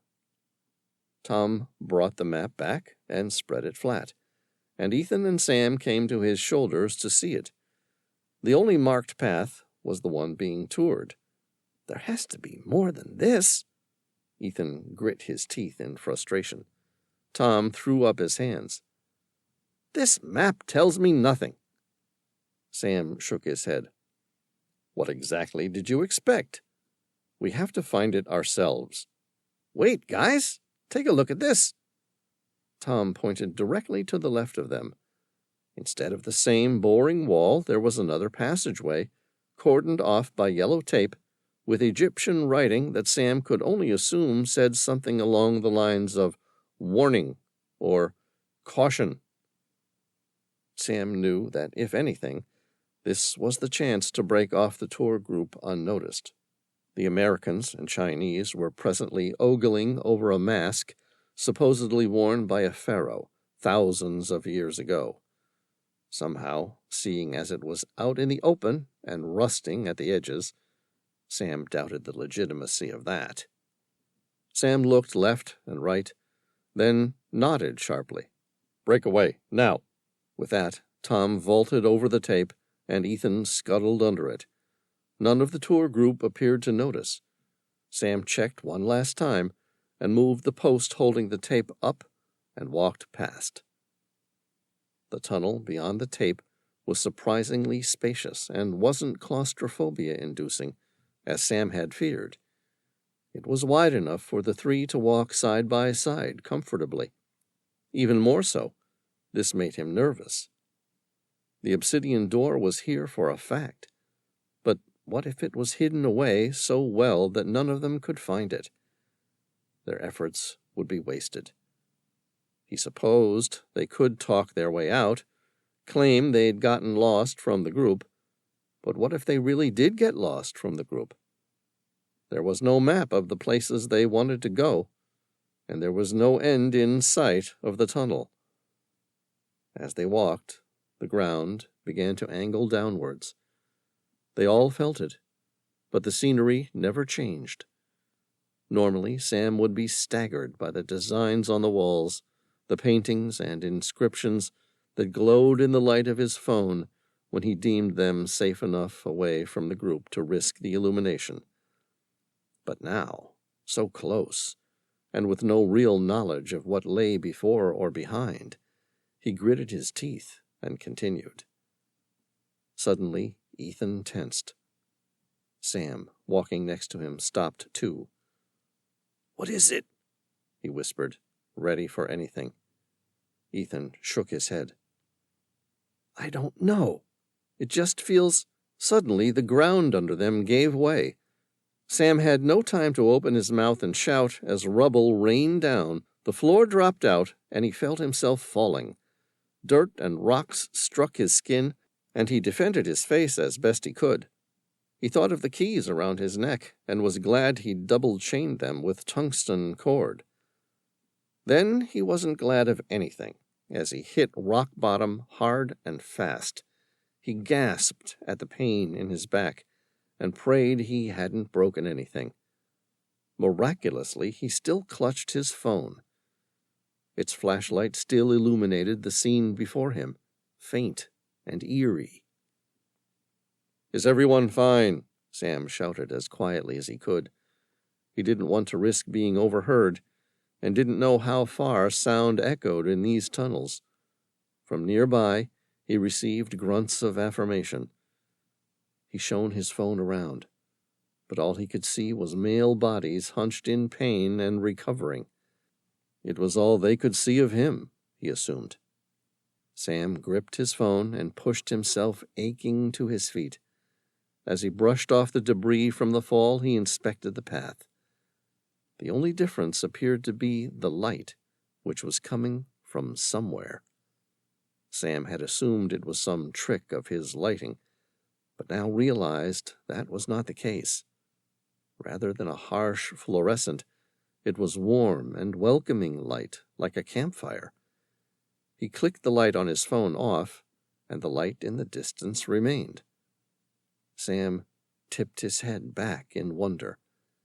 The ceiling was inscribed with ornate hieroglyphics, some of which Sam could translate. They bore the stamp of weather and time, of soot and dust. Sam shivered with a sudden feeling that the past was here, and it was real. Other men had stood in these halls, other men with lives like his. Kings and robbers had breathed this same air. Wow! With the echo, Sam couldn't be sure who had made the sound, but he thought it was Tom. As Tom and Ethan collected themselves and dusted their clothes off, Sam swung his light down to inspect the walls. Unlike last time in the caves of China, there were no secret passageways hidden into the walls. Sam wrestled with himself. Which way to go? There was no way to know, and all he did know was that this was a maze, which didn't help at all. He steadied his shoulders and glanced at the others. Rock, paper, scissors. They put their fists in the circle and hit. Ethan won, and jerked his head down the passage Sam himself would have chosen. "This way," he said. There was no hope but to keep trekking. The tunnel continued on a downward slope, and the three checked the ground for any more trap doors, thanks to the unusual ambient light. "We've got to be getting close to something." Ethan wiped his sweaty brow, and Sam didn't correct him, even as he felt the uncertainty in his stomach. He squinted forward, but it did seem that Ethan was right. There seemed to be a solid wall some distance away from them, where the ambient light stopped. Tom pushed past, and Ethan and Sam followed him, grinning at each other, their pace renewed and their strength restored. Tom walked fast to the wall, his footsteps getting quieter as he fell away from sight. "You guys want to check this out?" he called. There was nothing at the wall except for another inscription. "Are these hieroglyphics?" Ethan asked. "I still can't tell the difference." Tom squinted at it and ran his fingers over the engravings. "No," he answered. "It's just a diagram, and it's depicting something important." "What?" "Looks like a picture of them burying something in some kind of tunnel." He turned to Sam. "Didn't you say this place had been a mine at some point?" "They built one nearby, yeah, why?" Tom leaned forward. "It looks like this is—" In Sam's head, everything clicked suddenly. He looked at Tom, whose face was lit up with inspiration as well. "Oh, my God. It's genius." Ethan folded his arms. "What's genius?" Sam turned to him, tracing the drawing. "This place used to be a mine, just some utilitarian space that no one thinks twice about, right? And what are mines vulnerable to? What are we next to?" Ethan's mind worked. "Water? A river?" He frowned. "You're saying he buried the entrance in the river? But how?" Sam tapped the stone, feeling 1,000-year-old grit beneath his sweaty fingers. He used the mine shaft to hide the excavation of the library labyrinth. No one would ask questions. They just assumed people would be doing the pharaoh's orders. How would he ensure they wouldn't talk? Ethan shook his head. "Never mind." Sam spread his hands. So they build the labyrinth disguised as the mine. But he knew there had to be a way to hide it permanently. So, man, this guy was smart. So he designed it, positioned it originally just before the second cataracts in the Nile. "The second what?" "Cataracts. They're like small waterfalls, navigable waterfalls." Sam shook his head impatiently. "We passed through them last night. Once he had the library dug out and they'd excavated what they needed from the mine, he just dumped tons of granite into the water, causing a backflow." Tom's appreciative smile spread across his face. "Wow, wow, wow! They'd all just think their ruler was bettering the city, being smart. You make a backflow like that, you widen the river, making the cataracts more navigable by large boats, increasing trade ability for the whatever they'd just mined." He shook his head in utter admiration. "And in the process, it flooded the entrance to the library passageway, burying it forever." Sam said, "All right, let's go find the obsidian door." Chapter 59.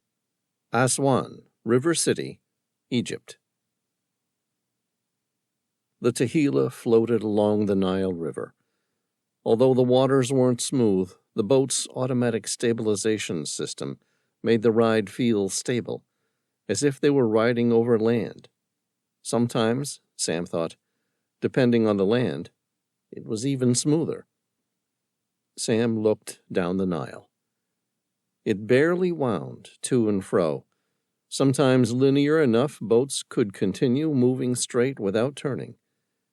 He breathed in the air of the Nile. It smelled full and slightly musty with a tinge of the algae brimming on the surface. His eyes squinted. About a mile down he could make out the cataracts.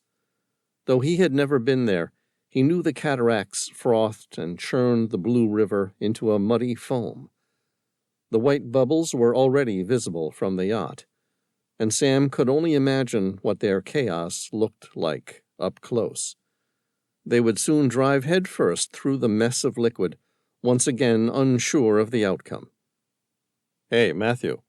Sam turned and sought the skipper, finding him at the wheel. Sam made his way over. "We're going to have to go past the cataracts," he called against the wind of their passing, watching his footing around lines and cleats. "Are you sure Tehillah can handle it?" Matthew, standing amidships, hands clasping the glossy, padded wheel, shook his head. "Look," he said, "the Tehillah might be able to survive it, but she will take a beating and for no reason. No, better to take the FC 580. A puzzled grin came across Sam's face. "The FC 580? "We picked it up during the last maintenance overhaul," Matthew said, retreating back into the cockpit, and Sam followed, stepping over the small metal steps entirely. They passed the steering and went all the way to the back of the yacht, ignoring Sam's friend's inquiries about their intentions. Matthew stopped randomly at the floor of the stern. "Right here. You're going to be using this to get through as fast as possible." As he spoke, Matthew crouched to an unassuming hook in the floorboards. He pulled it, and an entire trap door opened, revealing a hole filled to the brim with rubber. Sam was still confused. "It's just rubber." "Not just any rubber. Watch this." The captain pressed a button on the rubber. Almost instantly it expanded, popping out of its home under the boat. Little by little the form revealed itself, a rubber boat. Ethan's cold voice startled the two. "I know that boat. We used it all the time during marine amphibious training." He walked up with calculated steps.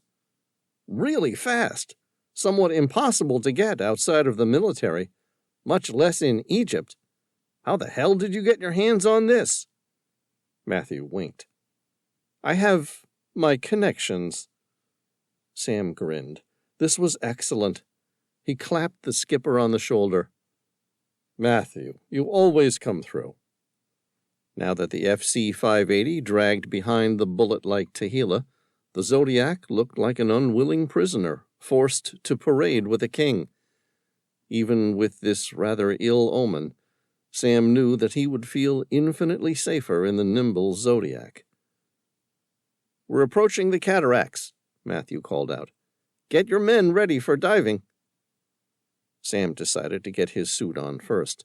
That way he could pilot the Zodiac while the other two got theirs on to save time.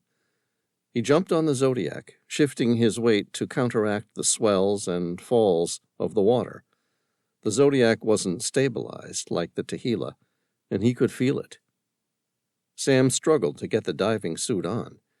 He forgot how difficult it was to get a quality suit on sometimes. Having no success, he flung the suit onto the deck of the Tehila and hauled himself up after it. Putting the suit on here was a little bit easier, but it still took Sam a solid 5 minutes to finish securing the connections. Satisfied with his setup, Sam opened the door that led below decks. "Ethan," he called. "Tom, hurry up, we're here." There was no response. "Ethan!" he shouted again. Failing to get even a call back, Sam went below decks. In the cramped space below, he found Ethan and Tom fast asleep. Tom was lying on the chair, jacket huddled up as a makeshift pillow against the wall, and Ethan was just collapsed on the floor. Sam smiled. They'd all had a long night. "Hey, wake up," he said gently. Ethan jerked awake, and Tom rolled over, grumbling. He flung an arm over his face. "We're here?" he mumbled. "We're here," said Sam more loudly. "We need to dive, now." Ethan stood up, the discipline of the watch deep in his DNA, used to the Navy SEAL call times. Tom was a little bit less disciplined, but wasn't a complete slob. In moments, Sam succeeded in getting both of them to deck, where they stood blinking and looking more excited. "Ah," said Matthew when he saw the trio.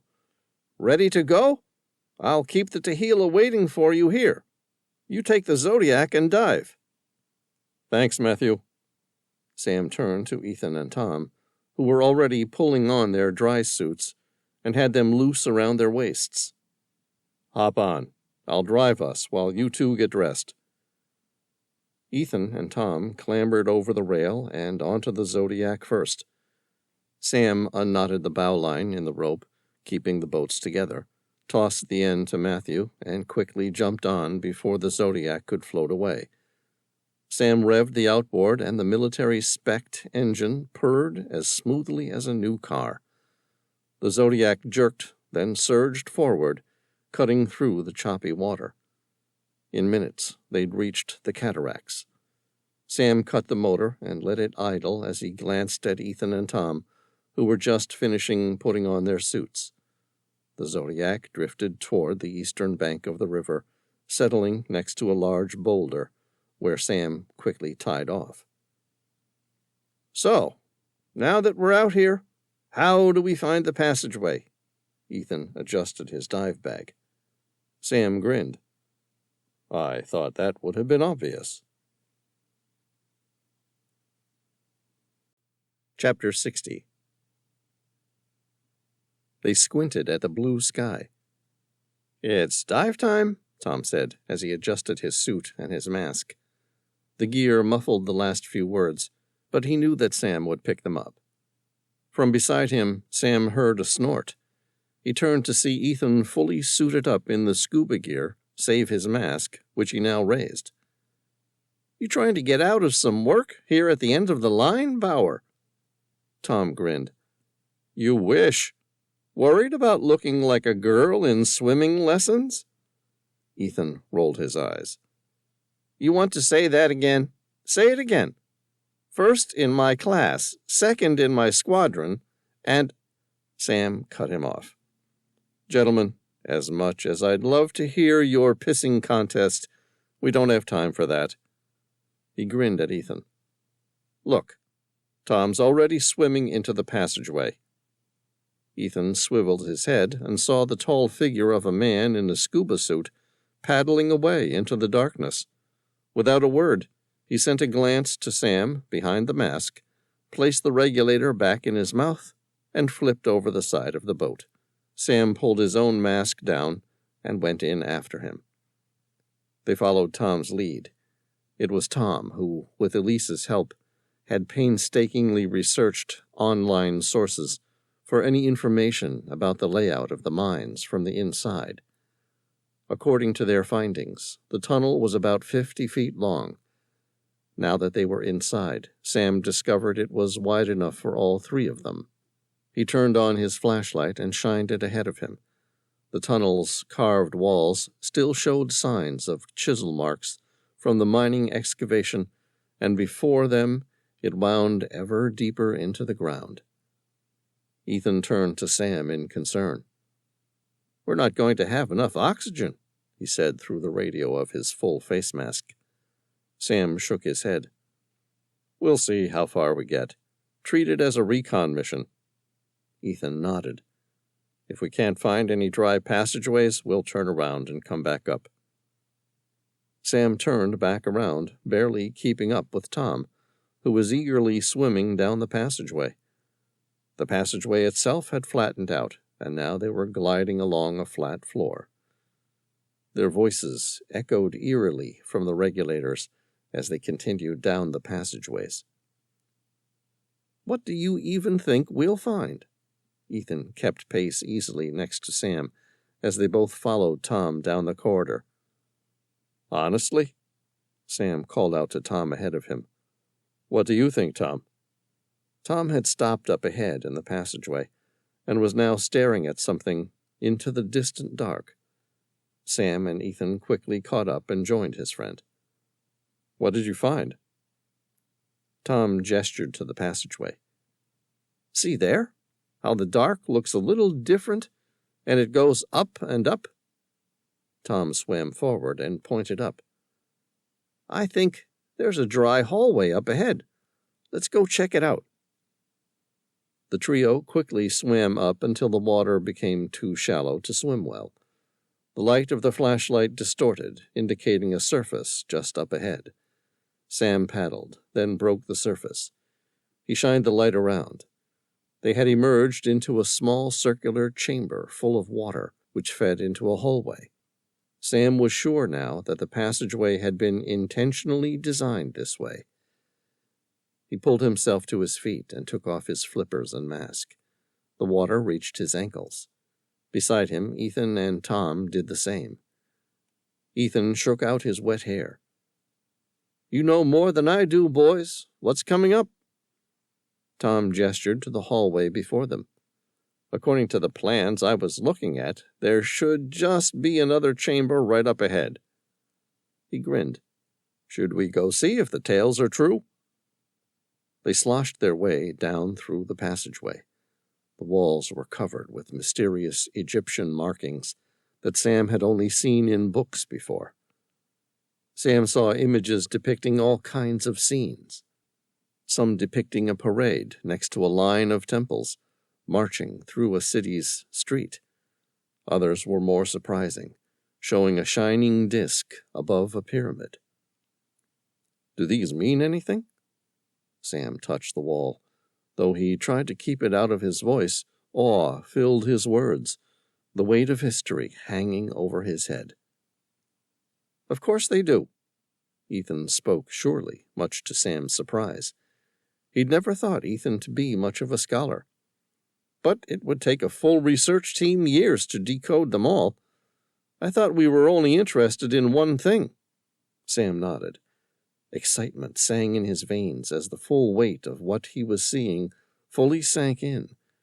This was the gateway of the ancient library of the pharaohs that had been lost to the centuries. What else would he find within these walls? Sam shook his head. As much as he wanted to take their time and study everything on these walls, the ancient history and artistry they depicted, everything else would have to wait. They were confronted with a short horizontal passage. They tipped their heads back and stared. Ethan pointed. "There," he said, his flashlight sweeping the damp stone and the symbols. "That." Faintly visible in the roof was an opening, with barely enough room for a man. Ethan grinned in triumph. "That's it!"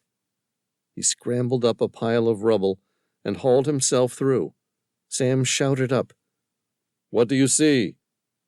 Ethan's legs dangled and his voice echoed as he reported back. "Empty passage at a right angle to the one you're in now," he said. "It's got wooden doors, another passage parallel to, and it's filled with mud and stone. It's not just random, it's deliberate." His voice rose in excitement. "I think this is it. Why else would they go through all this trouble to—" But Sam shook his head. "It's a decoy. If you look around, you'll find another one, a second one in this roof.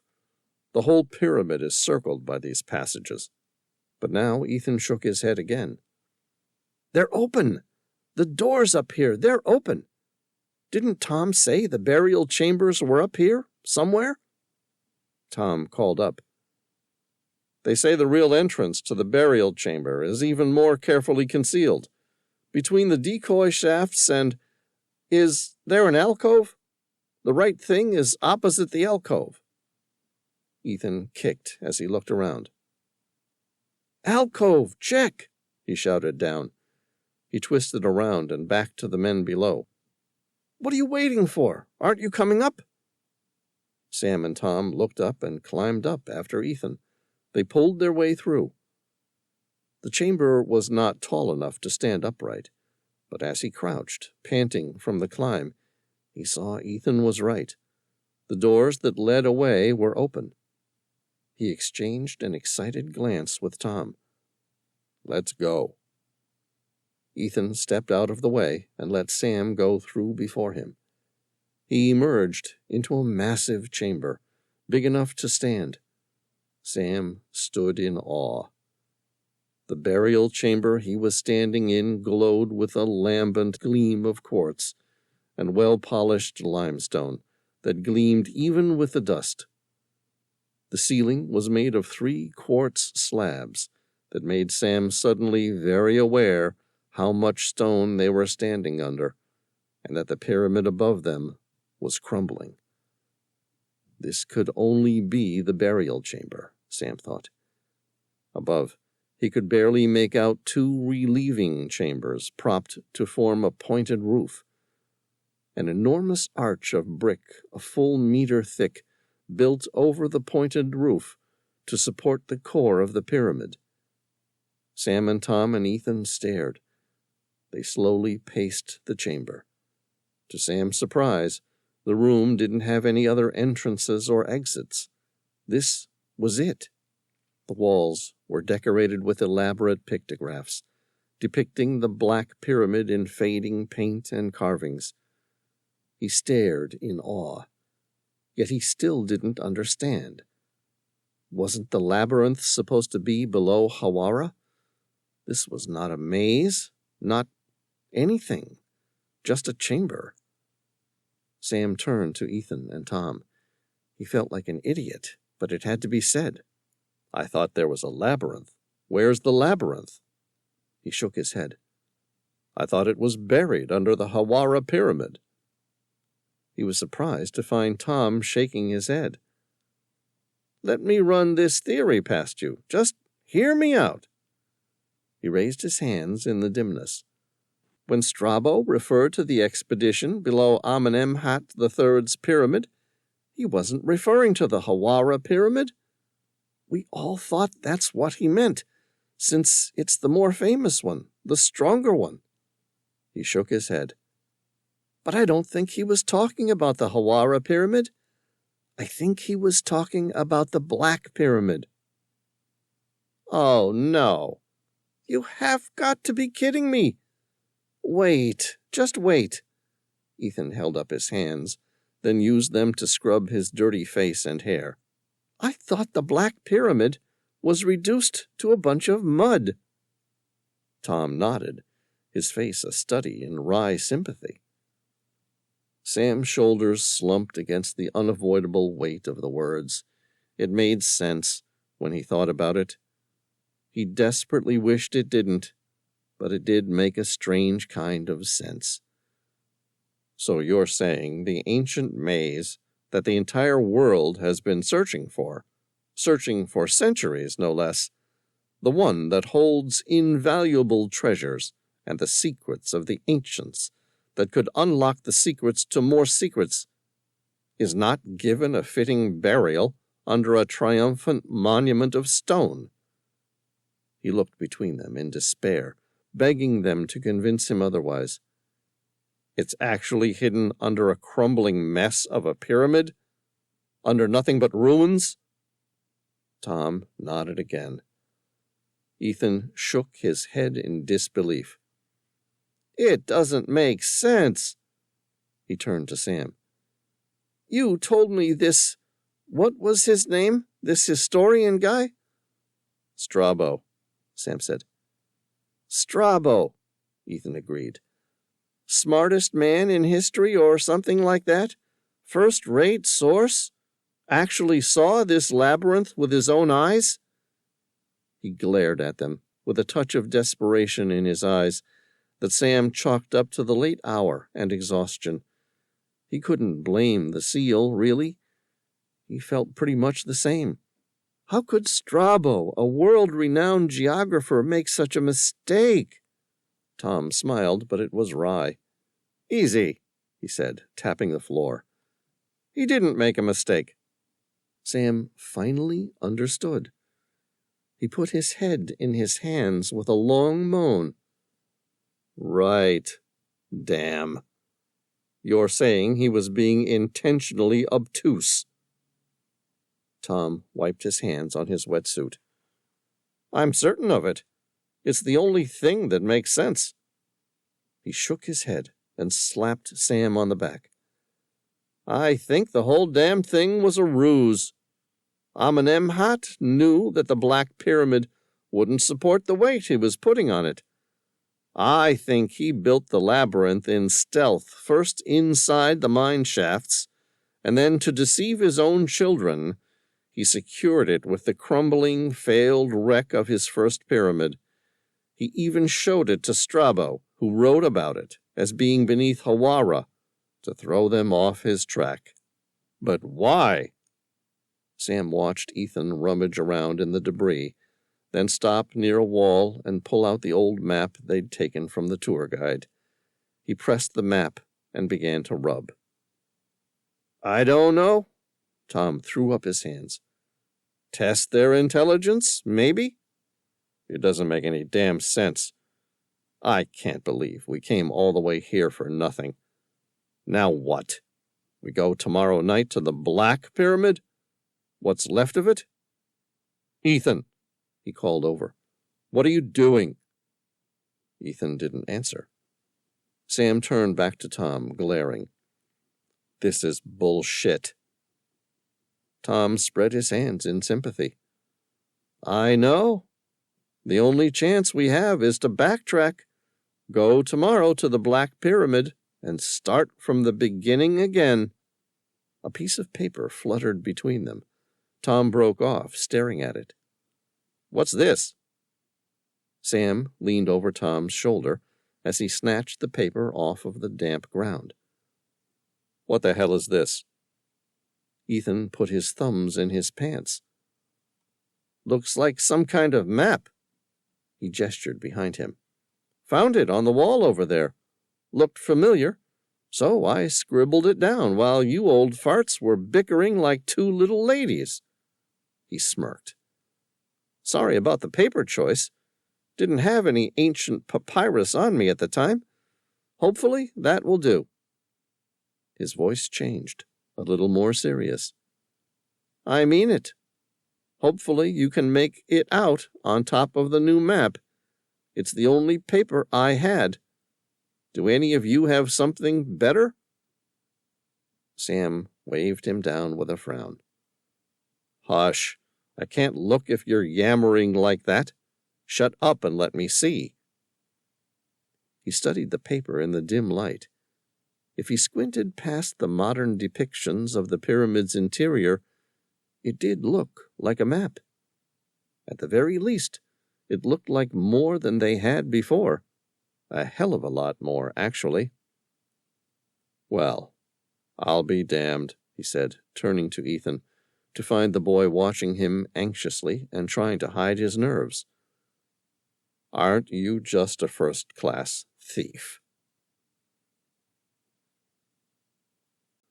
Chapter 61. Sam turned his attention to the map again, drawn to its secrets. Despite the dangers of handling it, he couldn't bring himself to stop. He couldn't wait to get it back to the Tehillah, where they could analyze it properly. He'd look at it then, with Elise's skills too, he consoled himself. But now, at least he deserved a peek. Sam held the map closer to the flashlight and studied it. It was intricate, but complex and frustratingly familiar. But still, Sam shook his head. "I feel like this whole thing was a waste of time. I feel like it should make sense, but—" He threw up his hands, trying to keep his voice low across the open water. "I can't really tell what this is leading to." His confidence was starting to fall. All the work they'd done to get inside the pyramid, the unexpected surprises that they'd suffered and overcome, was it really worth diving after this map? Merely a bunch of symbols on brown paper, or had this trip all been in vain? "Maybe we need to decipher it, like a code." Ethan took the map back and studied it in the light of the flashlight. He jerked his chin at them. Sam said, "Pass it over. To be honest, I feel like an expert in that. After looking through all these hieroglyphics and these pyramids, I think I have a rough idea of what this means." Ethan snorted. "Sure." Tom made a face at Ethan and took the map from Sam. He bent his big body over the tiny parchment. "Come on, isn't it obvious? This thing here means—" Finally, he gave up and shook his head. "You know what? Never mind. This isn't some sort of code. This looks like an awfully drawn map. You can't even tell what that is," Tom said, pointing to a cluster of circles at the center of the map. Giving up, Tom made his way back to the walls of the cave, reading through the thousands of symbols that decorated the stony confinements. Sam and Ethan kept staring, looking at it from the top, the bottom, upside down, and even tried shining the flashlight on it from different angles. Nothing happened. The map's secrets stayed hidden. Suddenly, the sound of an engine began to grow louder. It was definitely from outside the cave. Making eye contact with Tom, Sam knew exactly what was happening. "Looks like we've got company." Tom's eyes showed fear, but also determination as he quickly opened his backpack, withdrew a gun, and enclosed the rest of his belongings back in the bag. "Let's give them a welcome." "No." Sam pushed Tom's gun toward the floor. "None of us are prepared for a proper welcome party. Let's get out of here."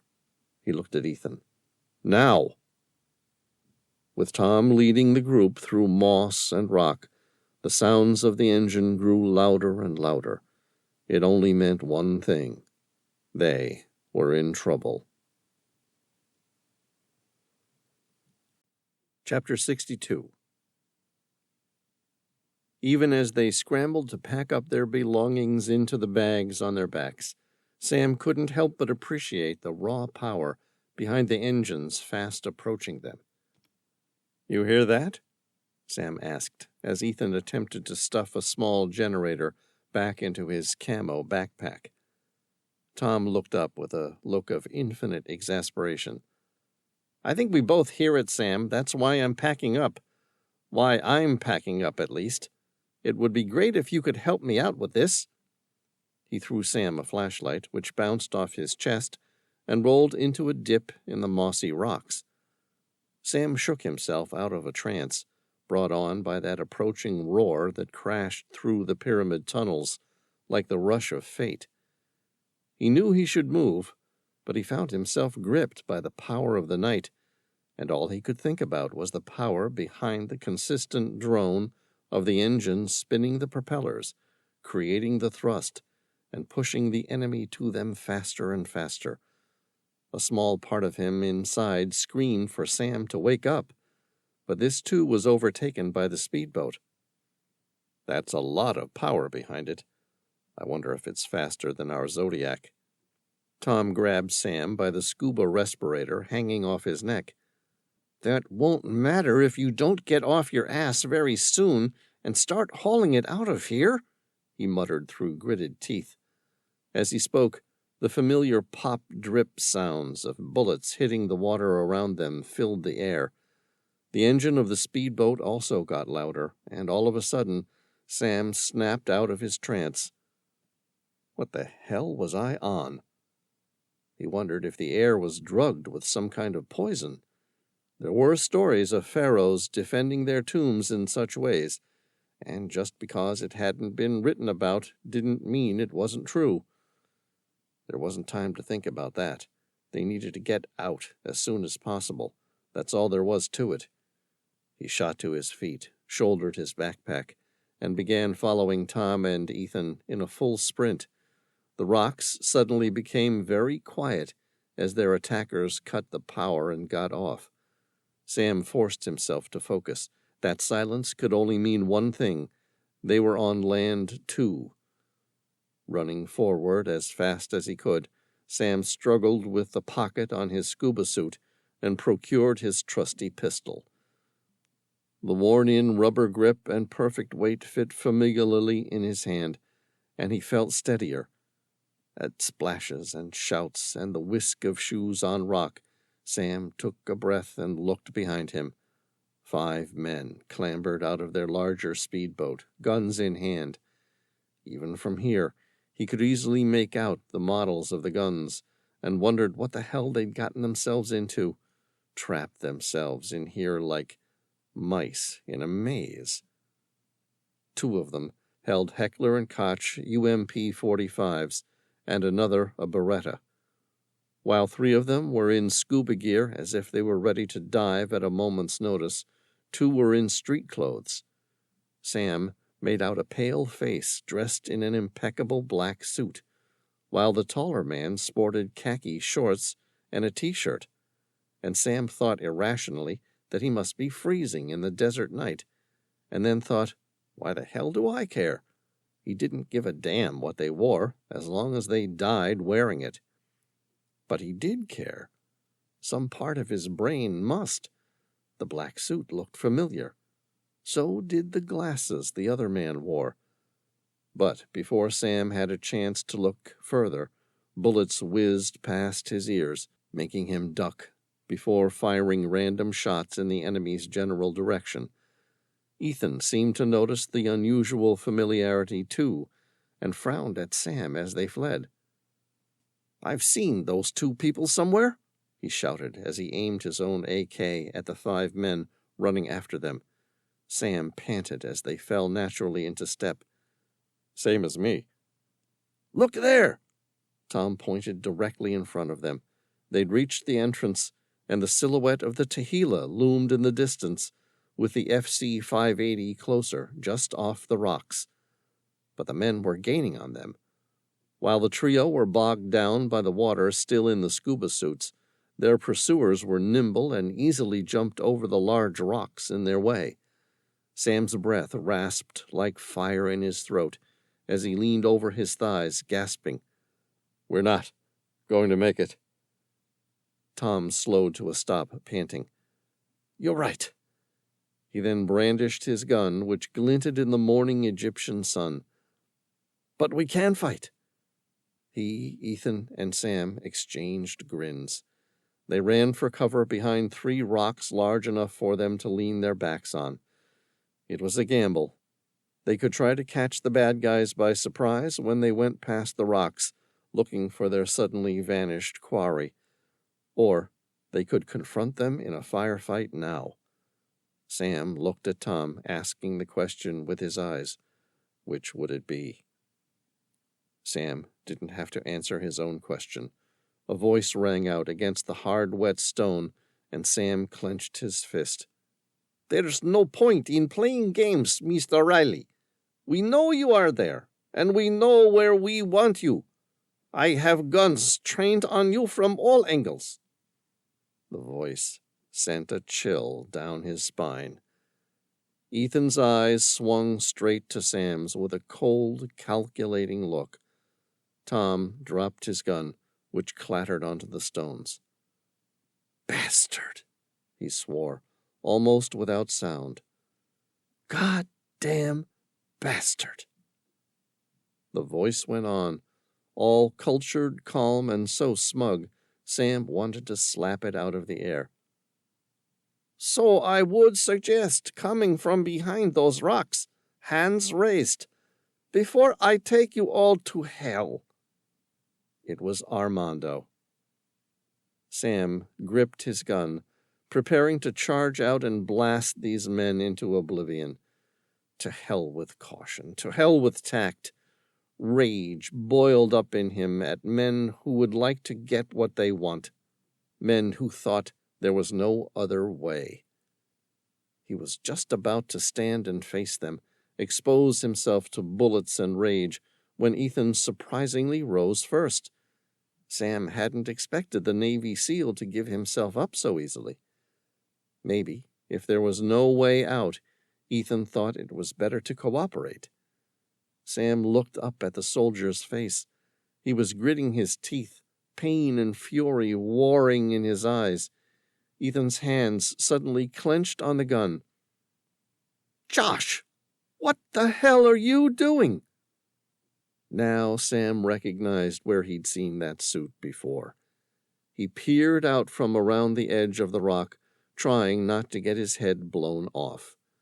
Josh stood with Armando and the 3 other men in black suits and rough homespun, the only thing linking them as a united force, the ruthlessness in their eyes and the deadliness of their weapons. In his hands he held printouts. Sam could only imagine they'd been taken from the Tehillah, a ship where the man had been welcomed as family. Sam's heart leapt. His crew, were they safe? What had this bastard done to them? Josh spread his hands. "I'm sorry, Ethan, but that was the deal. They would never have let Mia go if I hadn't cooperated with them." His grin crooked. "You do want what's best for her, don't you?" He gestured at Sam and Tom. "Come on. They promised to let you come back with us, start a life with them. Just give us the keys." "Just like you promised," Ethan stood his ground. "What about them?" His gritted teeth made the words a low growl. "What about Mia? Was she in on this too?" At that, Josh had the grace to look contrite. "No, she didn't know anything about this." A glimmer of fury sparked. "When were you going to tell me you were fucking my sister?" Ethan's knuckles tightened on the gun. "None of your business." It was a voice Sam had never heard the seal use, no matter how angry or commanding he got in other situations. "You fucking crook! I thought we were friends." Josh stood there in the tuxedo and dress pants, fidgeting and wiping his sweat-beaded forehead with a handkerchief. Somehow the water splashing back and forth into the speedboat had completely ignored the lawyer's clothes. Josh gave a crooked smile, holding hard to the arrogance and the cruelty that had helped him survive and climb. "Family? Over friends?" he said. Armando grinned and took off his sunglasses to reveal eyes frozen over and cold as ice. "Ethan, is it? Pleasure to meet you, Ethan." He gestured to Josh. "Please don't hold it against him. Your friend has talent. I couldn't have done it without him, really. He was the best mole I've ever had work for me in the cartel. Relayed your every single move, every moment." The new drug lord gave a wet slap to Josh's back. He stepped away from it. "And without him, your Mia would still be in Carlos's clutches." He grinned lecherously, out of place on his distinguished features. "I lost a rival and gained a cartel. You lost a friend, but gained a lady-love." He shrugged. "All of these seem fair trades, yes?" Sam saw Tom glance at their zodiac out of the corner of his eye and shook his head. As close as it was, it would still be suicide. Tom glared and shouted around the rock. "So, what are you going to do with the map?" Now Sam could see Tom's hand reaching for the gun he had dropped earlier. Instantly, he knew what their plan would be. Tom would delay Armando and his goons long enough for Ethan and Sam to reach for their guns. Then they would all fire, making a mad kamikaze dash for the Zodiac in the process. Was it risky as hell? Sure, but Sam thought it was a hell of a lot better than working as a slave to the Black Muerte. "And that's a lot of money I can use for goals. My goals, of course." Armando finished his winding speech and grinned. "Josh here was kind enough to draw up the contract." Ethan snorted. "Oh, yeah?" He glared at his friend. "Better check it for holes. Bet it's as tight as a damn Swiss cheese." Armando laughed. "Oh, the American expressions. Always so amusing." He bowed, gallant. "It was a pleasure to see you again, Mr. Reilly. It was a good day when we struck up our correspondence. I always knew you would be most helpful." "Glad to be of service," Tom shouted with a glare. Ethan saw him tense to make his move and shook his head. Before Sam could stop him, he poked his head beyond the rock outcropping, putting himself directly in the line of fire. He slowly raised his hands. "Truce!" he called, echoing across the water. "Truce!" He held Josh's eyes. "You can have them. Just let me come with you. I've got the map." He held up a piece of paper in the growing dawn. Sam sputtered. "Ethan, what the hell are you—" But Ethan wasn't looking at him. He just kept waving the piece of paper that Sam knew wasn't the map, because he was holding the map. And he and Tom shared a glance, and that's when he saw Ethan beckon at them behind his back, where he was holding his gun at his belt. All he had to do was reach for it. Sam lunged forward to stop him, but Ethan brought his hands down and back, and then the gun was in them, and he was firing into the men before them with abandon, with rage, bullets hitting flesh and stone and water, with hisses and sizzles and pops. "Go!" he shouted, as the bullets rained back, and red opened in his arm, black in the dawn. And Sam dove for his own gun, heedless of the firing squad, got it up and shot from his stomach into the fray, as Ethan grunted with another hit and a gasp. And then Tom was there, boots scrabbling on the wet stone, and Ethan had tears running down his face, and Sam saw that clearly, and then his mind went blank.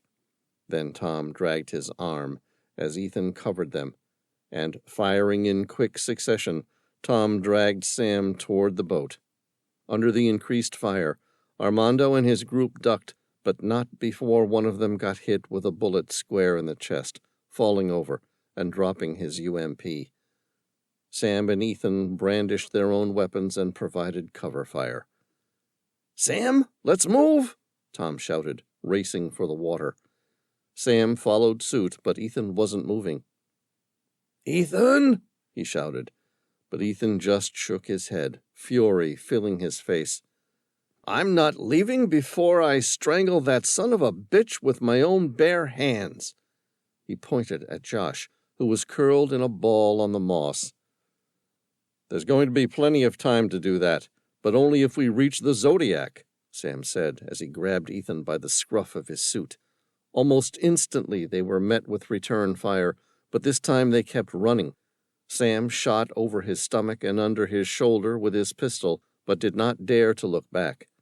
For all he knew, they could be right behind him. The Zodiac got bigger and bigger in his sight. "Almost there." He dared to look behind him.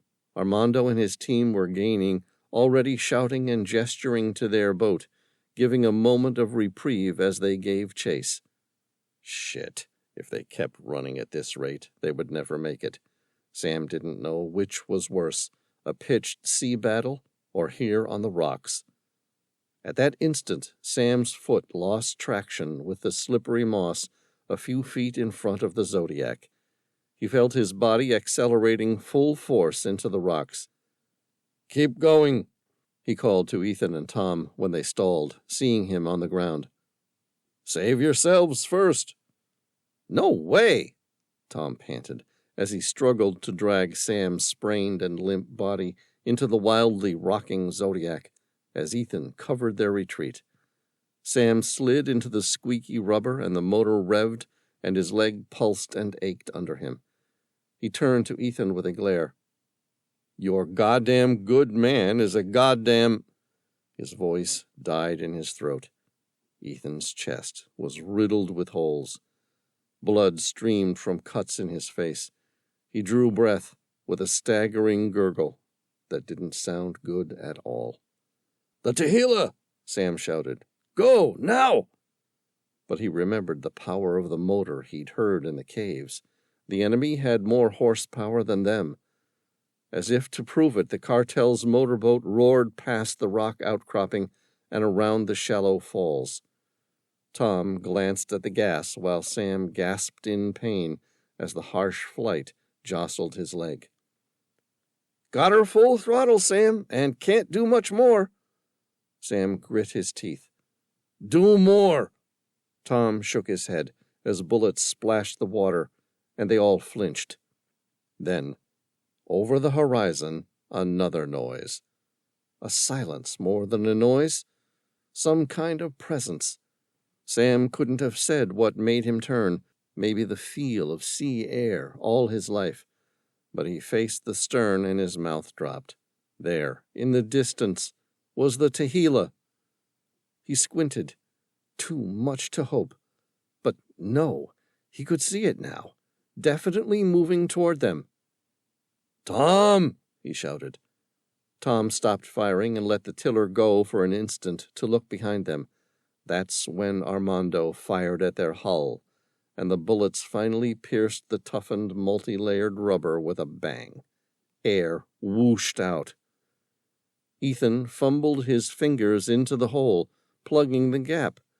Injured as he was, it was the best he could do. He still cradled his gun in his lap, but it seemed beyond his strength to use it. Armando and the cartel closed in fast as the Zodiac limped along toward the Tehillah, sputtering spray. The men got close enough to see their faces. Josh huddled in the boat with a gun in his hands, shooting. The next shot put another hole in their hull. Then he splattered backward, Ethan's gun was out and level. But now there were other guns. Suddenly the men in the oncoming boat jerked and shuddered and fell as fast as puppets whose strings have been cut. Sam spun as best he could in the slick rubber with his ruined leg. Genevieve stood at the rail of the Tehila, spray splashing in the rose-gray dawn.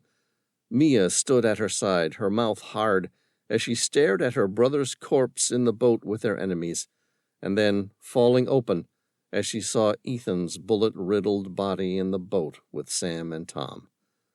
Genevieve waved. In one hand, she held a minigun with a barrel glowing orange from the raw power. "Morning!" she called, a little too cheerfully. "Fine day to be out on the water!" None of them replied, and sat there, catching their breath as the boat gurgled around them, the walls slowly deflating. Finally, Sam twisted towards her and managed to grab the rope she threw overboard, attached to a float. The boat sank faster as she dragged it through the water toward the ship, but it couldn't be helped. Another rope slapped down, and he heard Mia shout for a doctor, a medic, someone, as Ethan grabbed hold weakly. Sam could barely hold the rope, and he felt Tom's steady support from below as he was lifted into the air for the deck. There he found Genevieve, Mia, Elise, Matthew Sutherland, and the approaching sound of Egyptian police sirens drawn to the sound of shooting.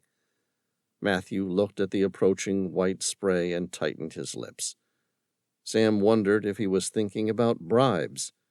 Just another day on the job. Sam realized he was still clutching the map.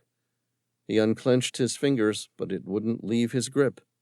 "Morning," he said weakly, before collapsing onto the deck, and everything went black. Chapter 63. Dashur Necropolis, Egypt.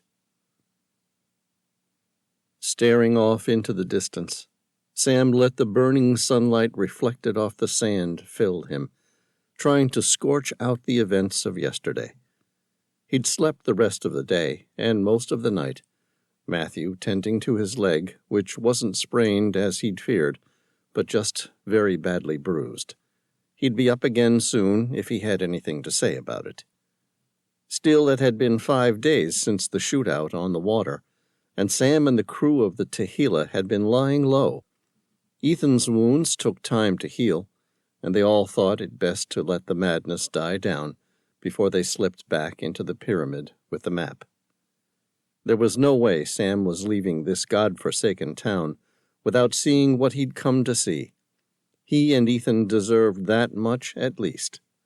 The last he'd seen of Ethan the night before was a brief glimpse of him in the galley looking for a drink with Mia seated at the table, and a low murmur of voices between them. Sam, going for water, had passed by, and made do with the filtered water from his faucet instead. Whatever they talked about was their business, though he hoped it got resolved without bloodshed this time. Sam leaned back on his elbows and winced as it twinged his leg. His time at the necropolis had been a long and wild experience, no doubt about that.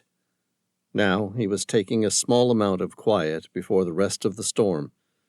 He hadn't told anyone where he was going or that he was going, and he was sure he was going to catch hell for it from Tom. But he needed to be off the boat, and he needed to clear his head to prepare for what was to come. As he stared at the mounds of tombs and small pyramids, he could make out the Egyptian masterpieces that somehow endured for centuries. Located conveniently on the west bank of the Nile, it was the perfect location, he thought. The pharaoh had chosen well. Not too close to the river, but not too far, just about right. As the red sun gilded the tops of the dunes and distant pyramids, the rippled steel roofs of shack houses and stores, Sam reflected on how history is passed down. He wondered if the Egyptians had known when they had buried their dead and prepared them for a life in the afterlife full of all the bounty of this world, that they would one day be a source of historic and artistic interest centuries later. He bet they wouldn't have. But anyone who believed that much in the afterlife had to have some interest in legacy after all. His eyes were particularly drawn to a lumpy mound of brown dirt, looking like a failed attempt at a sharp, five-sided pyramid. To his knowledge, it was only towards late 2600 BC, after the Great Pyramid of Giza was built, when the Egyptians finally discovered the trick to building sturdy structures that had sharp edges. This only meant that this mound was built around 2613 BC and was one of their tests. Nonetheless, the mound was surrounded by a handful of tourists walking around on a mixture of sand and clay. Sam remembered reading about this. He tried to remember as he stared at the structure, willing the name into his mind. What was it? Dashur? No, they were in Dashur. Certainly not the Black Pyramid. Was that the name? Suddenly, the name of the mound hit him. The Bent Pyramid. Appropriate. Vaguely remembering the name from the map he had seen hours ago, he knew the name made sense. Sam could picture generations of ancient Egyptian architects pouring all of their knowledge in transition from step-sided pyramids to smooth-sided ones, and this was the result. These were the fumbling attempts that had led to such masterworks as the pyramids of Giza, wonders of the ancient world, a shining testament to humanity. So, this is what I was exploring, thought Sam. It looked much different in daylight. Clearly, the Bent Pyramid was not a success with its collapsing walls and dirty look, yet tourists seemed to still admire the ancient aesthetic and architectural value. It was one of the best preserved in the area, and something had to have worked.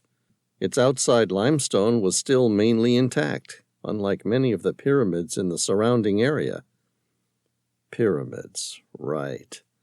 Remembering that there were 2 pyramids drawn on the map, he found the motivation to start moving. After all, he couldn't spend his entire day just staring off into space. Watching a tourist couple starting to walk north, Sam began to follow. Maybe they actually knew where they were going, which meant where he was going. Or at least he could ask them for some information on where exactly he was. Walking through the sandy ground, Sam's shoes began to slowly sink into the ground, making him more and more tired as he walked through. That was one of the miscalculations that had contributed to the collapse of the pyramid, he knew. Another was the weight of the blocks themselves. Their weight was not distributed evenly, and as the awkward weight proved to be too much for the unstable foundation, the massive stones had settled wrong, giving the pyramid its hunched shape and its name. What kind of idiot decides to build a structure on sand? Sam thought. But he knew who it was. If only he could remember. Anyway, he thought, the ancient Egyptians didn't have much choice. Most of the terrain was sand. It was remarkable they'd done what they'd done. And it seemed they'd learned from their mistakes, as the pyramids of Giza were many times as large, with perfectly cut blocks weighing 2 tons, and they'd been standing for thousands of years without a hint of collapse. Done with pulleys and ramps and mud and water and manpower. Sam shook his head and continued on. As his leg grew tired, Sam's mind offered up a fact like a bubble from the depths unbidden, unexpected, one he had heard from his tour guide days ago. It started with an S. I know it. He touched the side of the pyramid, hoping that there would be some sort of clue. His eyes fell onto the hieroglyphics carved on the side of the pyramid. It looked suspiciously like a snake. His mind clicked. It was Sneferu, King Sneferu, the ambitious pharaoh who supported mathematical and architectural endeavors under his financing and was actually in charge of the bent pyramid. There had to be another one nearby. Sam was sure of it. He was on the right track. Regaining his motivation to walk, he continued his journey northward, enjoying the sound of the rustling bushes, the trickling water in the Nile, and the clicks of the tourists in the background. Boats skimmed the surface of the blue water. Slowly, a red tip began to surface upward out of the ground in the distance. Getting excited, Sam picked up his pace. Was it the Red Pyramid? Sure enough, the famous structure towering at 341 feet and boasting a glorious red color stood majestically only a couple 100 feet away. Sneferu had learned from his mistakes with this smooth-sided edifice, a fitting monument to a king. Sam had seen enough pyramids in the past few days to get the full spectrum, and the Red Pyramid looked much more like what people expected to see when they heard the word pyramid.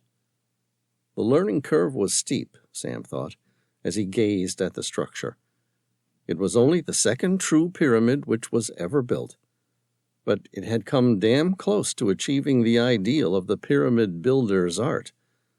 Or maybe, he thought, they'd been too tired to improve on it. But he doubted this. As he circled it now, there seemed very little to improve on. He knew that it was still the third tallest pyramid ever built, behind the two largest at Giza, and shook his head, impressed.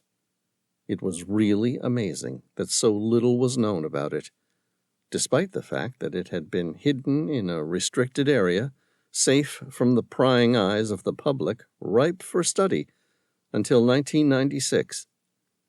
Sam suspected that the slightly greater distance of Dashur from Cairo, about 25 miles south of Giza, and 10 miles south of Saqqara, made it a bit more of a hassle for tourists and a bit less attractive for tour operators, especially since there weren't any tourist shops in the area for merchants to earn commissions. Sam looked at it now, and had to admit that this is what made it an especially attractive place to visit. There was a plaque outside, though, an impressive amount of signage for the area. He brushed the dirt off so he could get a better look. There seemed to be 3 rooms inside the pyramid, joined by a single corridor. Sam knew that the ancient Egyptians hadn't come up with the idea of the arch as a load-bearing mechanism in stone buildings. He was fairly certain that distinction went to the Greeks and the Romans, so when they did construct rooms in stone structures, they either used lots of stone pillars spaced close together to support the weight of the roof, like a forest of stone, a common sight in temples and one familiar to tourists, synonymous with ancient Egypt, or they used large slabs of stone to make corbelled ceilings. He'd read the term before, but he hadn't seen it close up, and he looked at it, interested. The one in the first chamber allowed the ceiling to reach 12 feet high, constructed by flat slabs of stone laid on top of each other, moving slowly in towards the center, the huge mass of stone above the room, keeping the ceiling from falling in on itself. He rubbed his thumb over scratches in the plastic plaque cover. Some hopeful tourist had inscribed their initials, eager for their own brush with immortality. There was a staircase which led up to a passageway to the final chamber, and Sam studied closely, wondering how much of this information he could use in navigating their descent into the Black Pyramid when Ethan was finally well enough to go. He didn't expect it to be easy. Thieves had been breaking into burial chambers even from the earliest days, so the passageways inside the pyramids had been deliberately made to be difficult to follow, with deep pits for unwary grave robbers to fall into, and stone blocks called portcullises, which could be lowered from the ceiling to block the path. Still, Sam knew that almost all of them were eventually ransacked and looted, and his heart stopped as it had before, at the thought that they'd come all this way to find nothing when they finally reached the heart of the maze. Sam squinted at the structure before him, marveling again at how time worked. The architect had been clever. Some archaeologists believed that the medium pyramid was the first attempt at building a smooth-sided pyramid, and that it may have collapsed when construction of the bent pyramid was already well underway. That would have clued the architect into its potential for instability, Sam thought, prompting his decision to hide the labyrinth under something that was already crumbling, as a way of keeping it safe from prying eyes, hopefully. He still wondered how he had expected his children to find it if they had to fight through a collapsed ruin to get there. But that was a question for another day. He could only deal with so much. The necropolis was worth it, Sam thought. Who knew I could ever be standing face to face with this? Wow sounded anticlimactic, but it was the best his tired brain could do. Now this, the Red Pyramid, was known to be the resting place of King Sneferu. It only made sense that it was. After all of his investments and dedication to the project, of course he would want to be buried there. His son, Cheops, had learned from his father's mistakes. He had constructed the Great Pyramid at Giza based on this design, but that rose almost 500 feet in the air, a testament to the ages. Sam shook his head, impressed as he always was at the powers of mankind.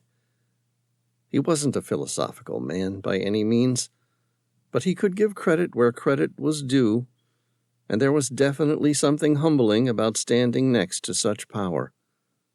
He thought about legacy.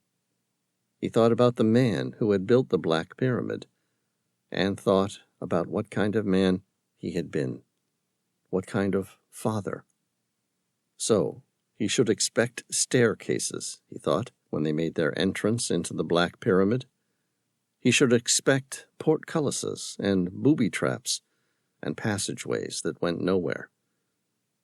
He brought out the map Ethan had copied from the hall onto the other map, but it didn't tell him much more in daylight than it had at night.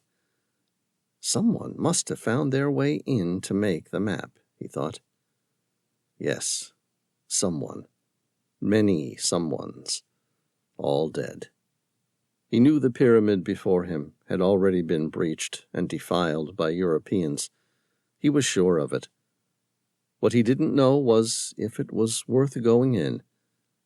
After all, rumors had it that there was already black graffiti on the insides of the walls, left behind by the finders of the pyramid, who wanted to leave their mark on the sacred structure. Those fools, Sam thought, shaking his head.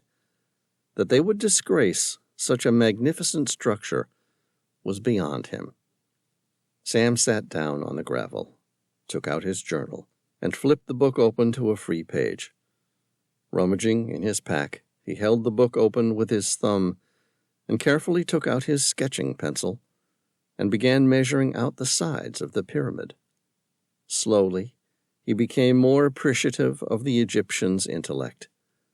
How did they make the rock line up so linearly? Sam wondered. He had heard tales of how advanced the Egyptians were in terms of mathematics and astronomy, but in the presence of these majestic structures, Sam could only stand in awe of the pure power of the Egyptians. Soaking in the energy that the Red Pyramid seemed to seep out to him, Sam started to sketch. Sam had no illusions about being an artist, but he did like to make records of his travels, and drawing was always something that had shut off the logical part of his brain. He wasn't as technically skilled as he'd like, but he was improving, and he'd found that drawing, with its reliance on measurement and perception, was as good a way as any to sharpen the skills of vision and sight. But Sam's hand never stopped, as it seemed to have a mind of its own. He was drawing the Red Pyramid, standing with the Nile flowing beautifully in the background. Labeling the land as Necropolis, Sam stopped to admire the page. Not bad, Sam thought, critically regarding the page. Good enough for now, anyway. Pulling out his headset, Sam leaned back on his hands and began to listen to music as he let the wind rustle his hair. Tonight. They would go tonight. Tomorrow at the latest. It might take Ethan quite a while to heal, and they couldn't wait that long. Not with the cartel on their ass.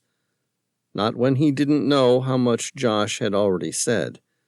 Not when he didn't know how much Mia knew, or where her loyalties truly lie. He knew Ethan trusted her, or had trusted her, but he trusted Josh, too. Love made people blind.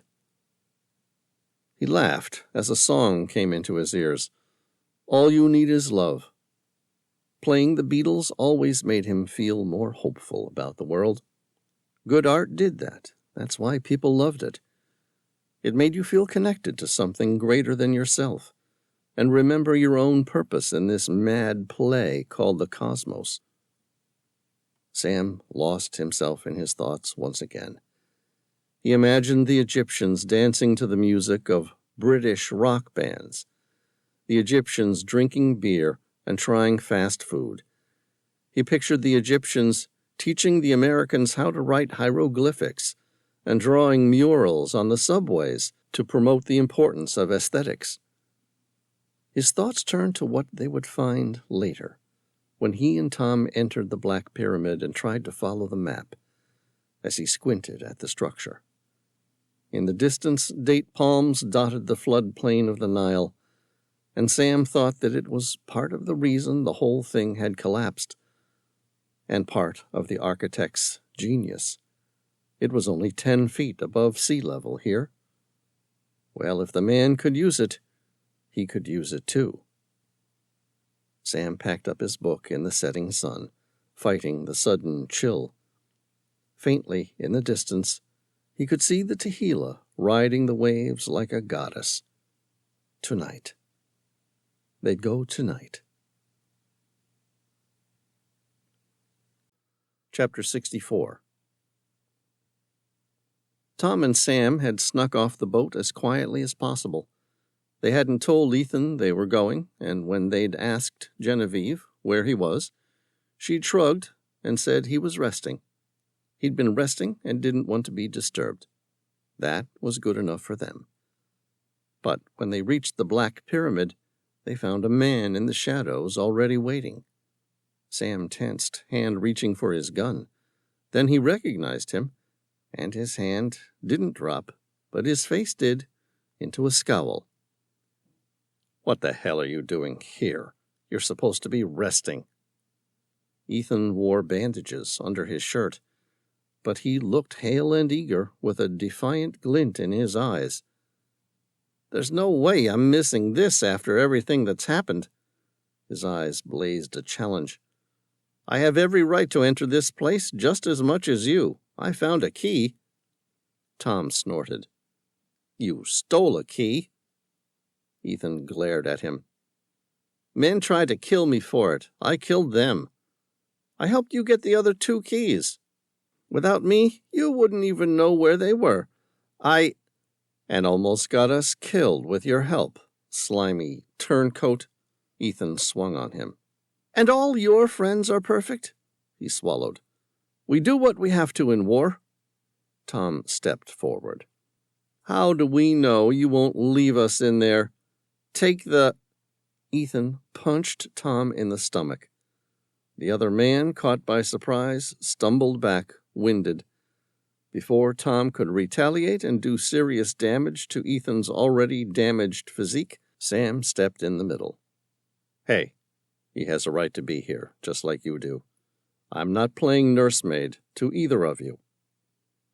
He turned a level gaze to Ethan. "I want you here.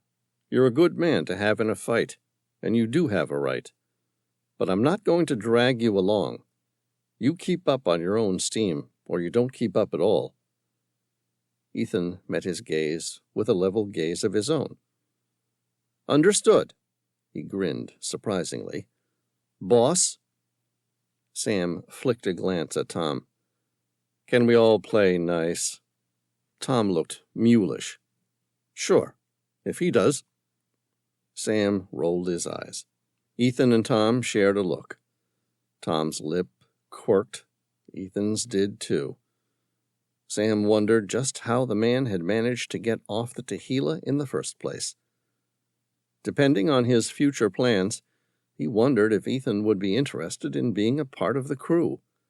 He was useful, and he was shrewd, and he was persuasive. All good things to have at your back. Sam grinned and faced the challenge ahead. One thing at a time. This one happened to be the military fence around the encampment. Sam and Tom had been planning to duck under and sneak in, but Ethan dragged them toward the manned gate entrance. "Got your back, boys," he said, and saluted the guard in impeccable SEAL fashion. "Been working while you were taking your sweet time?" As they passed, Ethan tossed the man a whole carton of cigarettes. Even Tom laughed. "What did you tell him?" Ethan fought a grin. "That we wanted to perform satanic sacrifices on holy ground to protect us from the demons that surround us, drawn by your ugly face." Sam laughed. "Sounds about right." The fence was a fair distance away from the structure itself, and it took them some time to cross the open ground under the moonlight. Sam fought the prickle of unease at the back of his neck. Glad Ethan had come with them after all. Always good to have another man in the fight, even if he was recovering from injury. The three men cautiously approached the entrance of the Black Pyramid as they took in the ancient monument that had withstood so much history. From afar, it was almost unrecognizable, blending in with the sandy desert landscape that surrounded it for miles around. To the casual tourist, it seemed like an old pile of rubble that had been decaying for years, unless you knew what to look for. No wonder it's called the Black Pyramid. It just looks sad, Tom observed as they crossed a narrow dirt path, approaching the massive structure. They called it mid-sized in the information, but it looked damn big close up. Sam whistled appreciatively, inhaled a lungful of dust, and doubled over coughing. "Don't die on us now, Sam," Tom said teasingly. Sam gave a small grin. They stopped in front of the entrance, which was a small hole covered in cobwebs. Limestone crumbled off the top of the entrance, and clay that once encased it was completely worn away. "Well, here it is." Ethan eyed the structure warily. "We came all the way for this." Tom shrugged good-naturedly. "Definitely not your dream pyramid, but she has curb appeal, I'd say." Sam stepped in front of them, crouched down to pass the low lintel. "Well, we definitely didn't come all this way just to talk by it." He glanced at them over his shoulder with a grin. "You coming?" The musky, distinct scent of ancient ruins wafted in the air as the men waddled inelegantly into the structure one by one. None of them were small men, and their entrance was ungainly, but they made it inside with nothing more untoward than heads full of cobwebs. The sun from outside dimmed fast once they'd entered, and Sam held up the glow of his flashlight to light their way. It was not as poetic as the torches of old, he thought, but it got the job done. The blue, sterile illumination threw their shadows huge and bent onto the walls, and it was dim, but it showed them enough. They'd found themselves in a narrow corridor, barely tall enough to stand in which the walls seemed to be pushing increasingly inward. Isn't this just cozy? Sam thought. Sam glanced at the others, but they seemed too awed by their surroundings to move forward. Just as well, he thought, as he'd done most of the research. Much good it might do him. Sam held up his flashlight and squinted, trying to make out any shapes or corridors, or booby traps in the darkness in front of him. So far, it seemed like a fairly straightforward aisle. Tom tapped his shoulder and gestured him forward with his chin. They went. Here and there, the men spotted hieroglyphs that weren't scratched off during pyramid looting raids, but they were so faded that it was impossible for Sam to decipher. For the first 15 minutes from the beginning of their entry into the pyramid, only one path seemed to exist that led deeper and deeper within the pyramid, in one big spiral towards the center. Sam had heard tales of false passageways constructed to fool tomb robbers, but that didn't seem to be the case here. They didn't see any alternate passageways at all. He desperately put all B-grade horror films from his head and the visions they brought of rocks sealing the passageways or someone flooding the entrance, trapping them underground like moles in a maze. The passageways grew wider as they traveled deeper into the pyramid, which, Sam remembered, had caused many structural problems. He hoped these had been fixed somewhat in the myriad renovations over the years, but it was not a big hope. The group walked in complete silence, everyone fully submerged in their own thoughts. Then Sam's flashlight began to flicker. "What?" He thumped it in his hand, but the light wouldn't turn on. He shook his head. "Second one today." "Here." Ethan reached out to him in the slowly dimming light as they stood in the ancient tombs in almost complete pitch black. "It's small, but it'll do for now." He gave Sam a rough grin. "Is it possible you were never a Boy Scout? Always come prepared." Sam took the small flashlight, and he took the lead. The single corridor didn't last long. Chapter 65. Sam peered down the stairs. Under the beam of his flashlight, the passageway was lit in a way that made it seem almost staged. Sam could tell that no one had been here in centuries. The first couple of steps were well designed, almost inviting, yet quickly disappeared into the shroud of darkness. "Hey, Tom, can you hand me another flashlight? This one doesn't do a damn thing." He held his hand behind his shoulder without looking, knowing that someone in the group would hand it to him. He felt the cold metal touch his fingertips, and suddenly shuddered at the unexpected chill. What's wrong with me? He wondered. He shrugged the feeling off as nerves, and pointed the flashlight into the depths. The staircase descended for a solid 300 feet, and appeared to turn at the end. Sam squinted, but he couldn't see more than that. "What's down there?" Tom asked. "Nothing much. I think it turns at the end, though," replied Sam. His mouth twisted up, but he kept his tone light. "How much do you want to bet there's some Egyptian trap inside?" "Only one way to find out." It was Ethan who hopped over next, surprising Sam. But he didn't know why he was surprised. It wasn't like Ethan had a history of caution, and he had a personal stake in the matter of discovery, just like Sam. The two men shared a grin, and Sam stepped down a few steps cautiously to give Ethan room. He crept down the stairs quietly, signaling the others to do the same. If one of the steps triggered anything, he wanted to hear it. "High alert," he whispered back, and felt Ethan nod behind him, grin forgotten, deadly serious. This was a war zone. This was war. They had gone about 500 feet, it felt like, without any incident, and no change in scenery. Sam hung hard to his mode of caution, but it wasn't easy the further they got, tense and jumpy, and wanting it to be done. He was just as eager to get to wherever the obsidian door was. Then he noticed something. "Hey!" He stalled in surprise, and Ethan almost bumped into him from behind. "There aren't any hieroglyphs here." Ethan stopped too. "Yeah," he said. "I was just about to say that too. I think I know why," chimed in Tom. If Sam had space to turn around, he would have. It was rare that Tom inferred, rather than just quoting some history textbook. "I think I read about this somewhere," Tom continued. "This must be more of a transitional tunnel rather than an official hallway.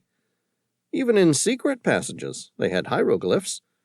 The only reason why they wouldn't here is because this must have been built quickly and secretly, probably only by a couple of workers." That made sense. The hallway must be at the bottom. Sam jumped down the last couple of steps and beamed his flashlight forward.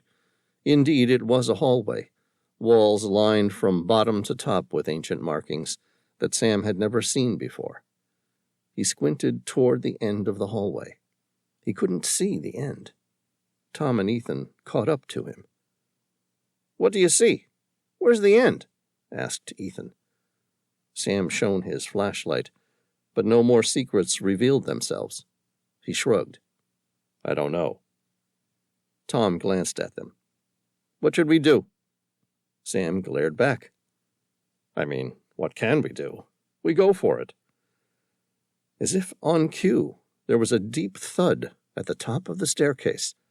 Tom, the last of the line, turned to jump up the stairs, but it was too late.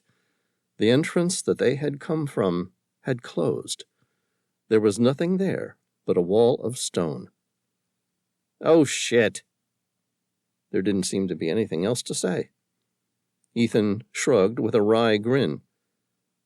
"I guess you're right," said Ethan. "Forward we go."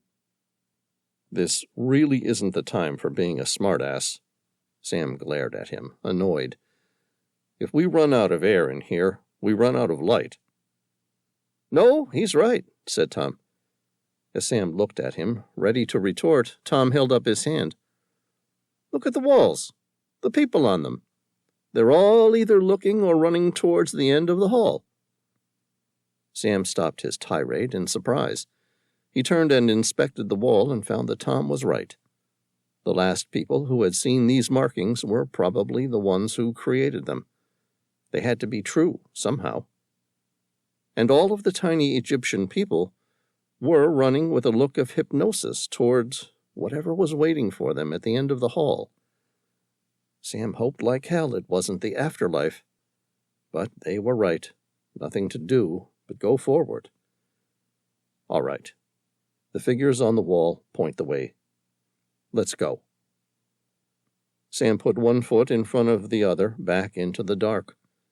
The hallway was wide enough to now fit the three of them side by side. They walked forward, Tom occasionally turning and seeing if anything had changed behind them. Nothing had. About 10 minutes later, the hallway showed no signs of stopping. Sam was contemplating running. They could all handle it. Well, maybe not Ethan. But he could stay behind and guard the rear, and at this point, it would probably save more energy than dying of asphyxiation under an ancient pyramid. Without thinking, he picked up his pace and began to walk faster, fast enough that his breath caught in his throat, and the others made sounds of surprise nearby. But they didn't comment, just matched their pace to his. Sam locked his eyes on the darkness, and soon he was jogging, the slow lope easier on his aching body than the pounding, quick walk. The others followed suit. The hall was filled with their panting breaths and footfalls. Wordless agreement pushed them on. He quickened his pace. The two next to him followed. The corridor narrowed, and Sam's breath caught. Were they close? And then, suddenly, it was there. The hallway stopped. Sam stopped. Sam didn't even feel tired. Before them, at the end of the hall, was a massive black door that gleamed faintly in the glow of the flashlight, like dark glass. The others stopped beside him. Ethan's ragged breathing cut through the silence, hitching on his wounds. But Sam knew he wouldn't have traded this for the world. He was a soldier. Sam reached out toward the door and realized that his hands were trembling. Normally, that would have surprised and annoyed him, but today it did neither. "Is that actually it?" Ethan's whisper broke his trance behind him. "I think it is." Tom's voice was hushed with awe. As he stood and looked at the fruits of their success, Sam felt the desire to laugh. He'd been so focused on getting the keys and finding the door, he had never imagined what he would do when he actually reached it. It didn't matter now. Idiot, he chided himself as he reached into his pocket and took out all of the keys he'd put there after opening the tomb. Didn't seem any point in keeping them separate or safe, since they were the only ones here. How many things can you do with a door? He weighed the 4 heavy keys in his palm and handed one each to Tom and Ethan. The surface of the door was smooth and blank, not carved, as he'd expected, not carved like the tomb. The keyholes sat in a diamond directly in the center, like a small flock of birds, or an alien symbol. It was eerie and unsettling, and Sam's blood hammered in his veins. It was a tight fit for all 3 of them in front of the door, but they managed. They each stood in front of the keyholes and held the keys in front of them, Sam having 1 key in each hand. "On 3?" Tom's voice was hushed with anticipation. "On 3. Sam took a breath, held it for 8 beats, and let it out to a count of 8. It was a trick one of his army buddies had taught him, a meditation secret from the East, a way to calm the mind, to link body and heart, and bypass the brain. He glanced into the obsidian. It was so reflective he could see his face in it, like a ghost. It almost seemed to invite him in to whatever otherworldly realm waited beyond its barrier. "Let's go, on 3. Their breathing quieted. 3. They stepped closer, shuffling in the dim light. 2. The keys entered the holes soundlessly. 1. The weight heavy in their hands. They turned the keys. With a deep rumble, the obsidian door slowly moved to the side. Sam briefly wondered how the door moved without any gears or motors, then threw the thought aside. They walked in. Chapter 66. Strabo's Labyrinth. A massive chamber spread before them. It was larger than Sam had ever imagined. He had heard tales of a mysterious underground complex of caverns and chambers, but this put them all to shame. Strabo had written that when one entered the sacred enclosure, one found a temple surrounded by columns, 40 on each side. He had written that the labyrinth had a roof made of a single stone that showcased carved panels, and that was richly adorned with excellent paintings.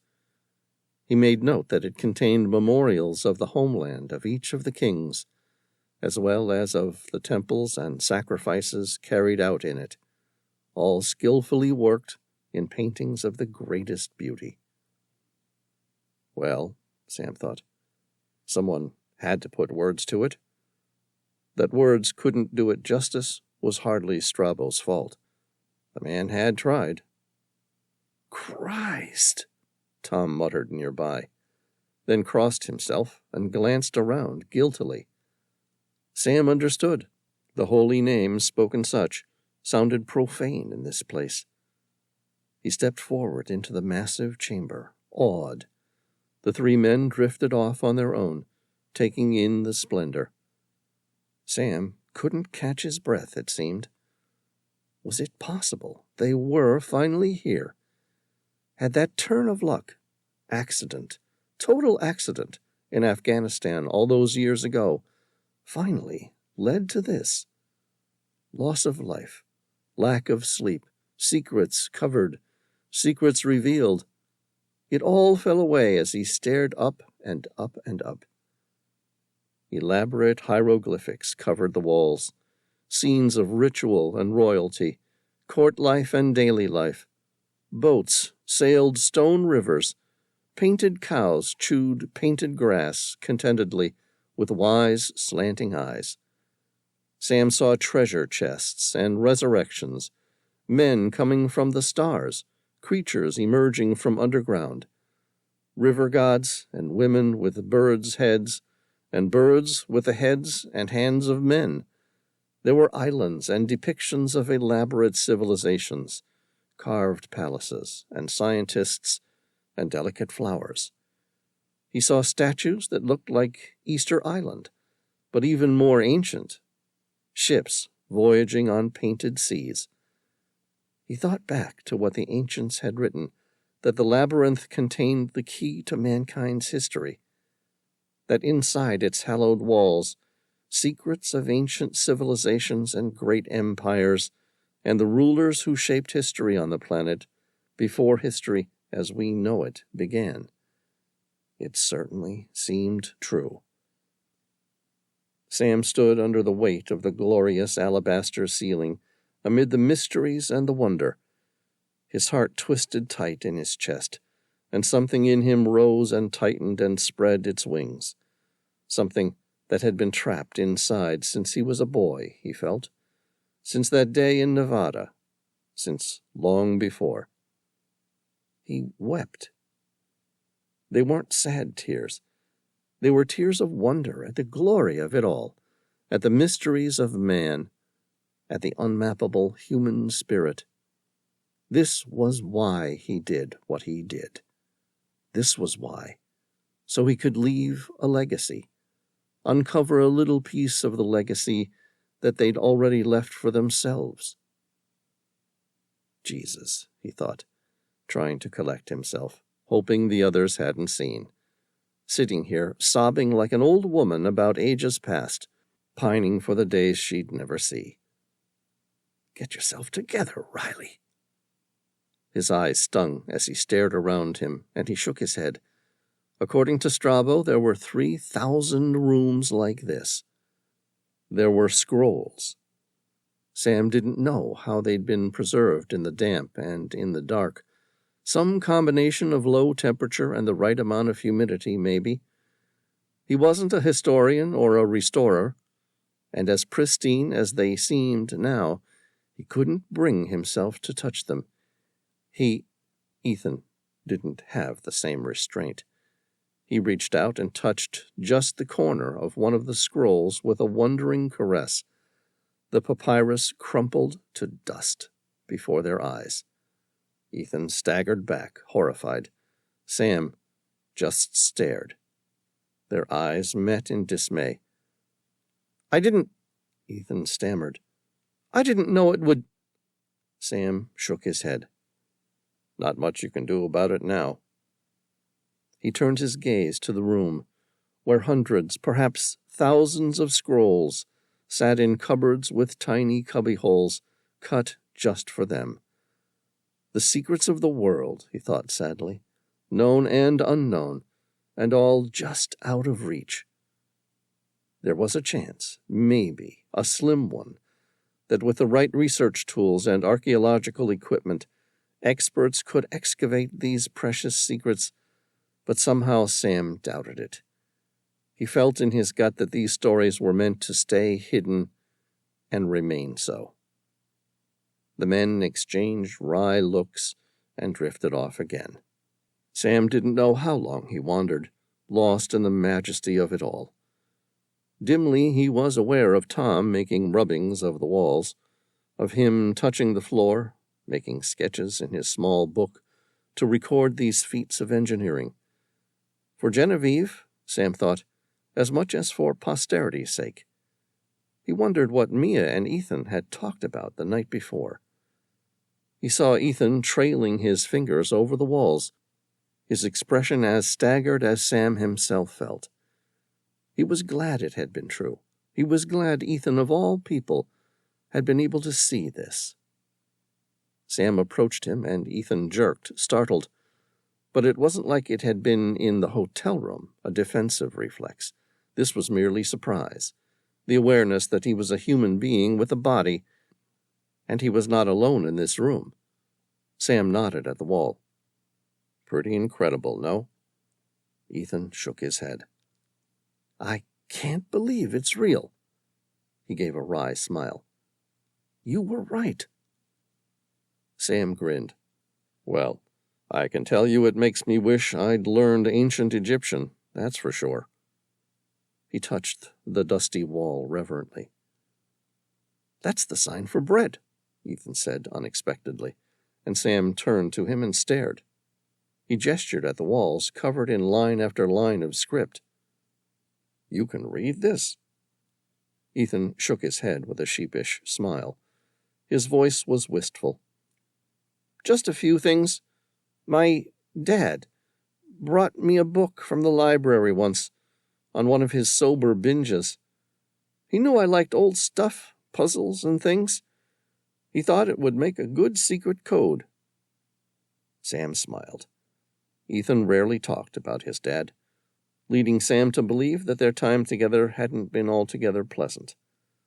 But he was glad the boy had happy memories, too, and that bitterness hadn't buried them completely.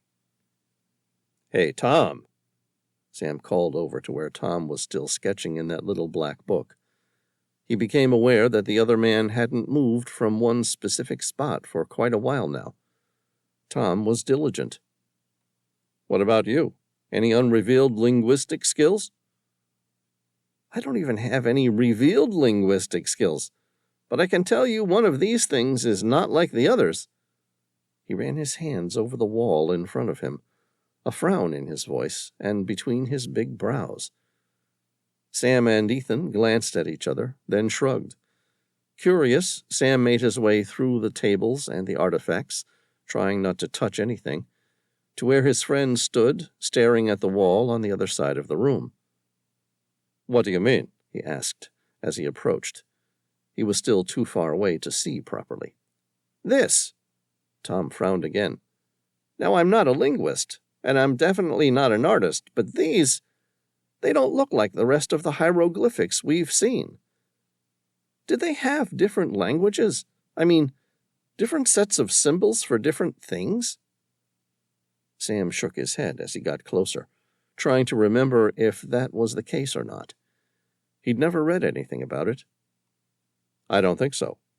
Ethan, he called, only to find the other man close by his shoulder. What about you? Do you know? I don't think so either. Then Ethan's grin quirked wry. But I'm not an expert either. Well, Tom shrugged, then I don't know what this is. Maybe it's graffiti, but I don't know how anyone would have ever gotten past those doors.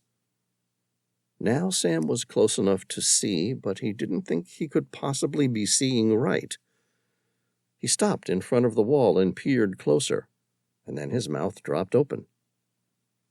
This isn't Egyptian, he whispered, trailing his hands across the dusty wall.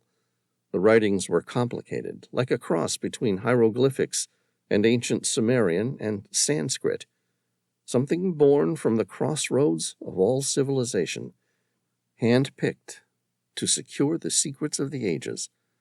The letters even felt powerful under his fingertips. This is the language of the master builders.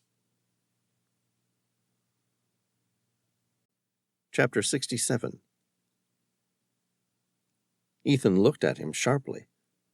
They're the ones who built this place, right? Sam couldn't take his eyes off the text. Right. Tom looked back at him. You're certain? Sam laughed. Yep. After 15 years, I've developed a pretty good understanding of the language. Not quite as good as Billy, but pretty good. Tom said, You want to bring Billy in on this? Dr. Billy Swan was the world's leading expert on the master builders, an extraordinary archaeologist, and a complex friend who seemed to hinder as much as impress Sam Reilly during his various expeditions over the years. She had also nearly married Tom years earlier. They had parted ways amicably, but there was still tension. Sam paused for a minute. Yeah, I'm going to have to. Look at the amount of work here. It could take years to decipher it all, and I'm not sure we have the time to waste. A moment later, Sam began reading a very specific piece of text. We came before. We will return. We have never left. Tom asked, What the heck does that even mean? Sam shrugged. Beats me. His eyes scanned the rest of the ancient inscription. The race to locate the obsidian chamber will be triggered. There will be a fight to decipher the cipher in the stars. The whole world will want to possess its awesome power. Destroy the macroscope for the good of mankind. I pray no one ever deciphers its ancient mysteries. Tom asked, Great. So now we need to find the obsidian chamber? It looks like it, Sam grinned. And destroy a macroscope?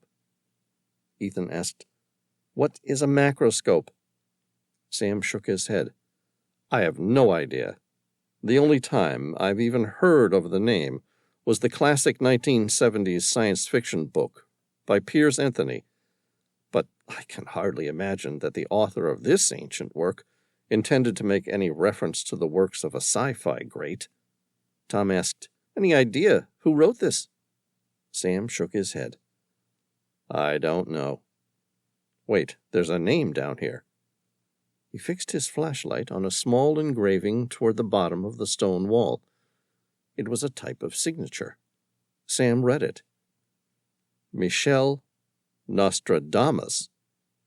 Good God, Sam said.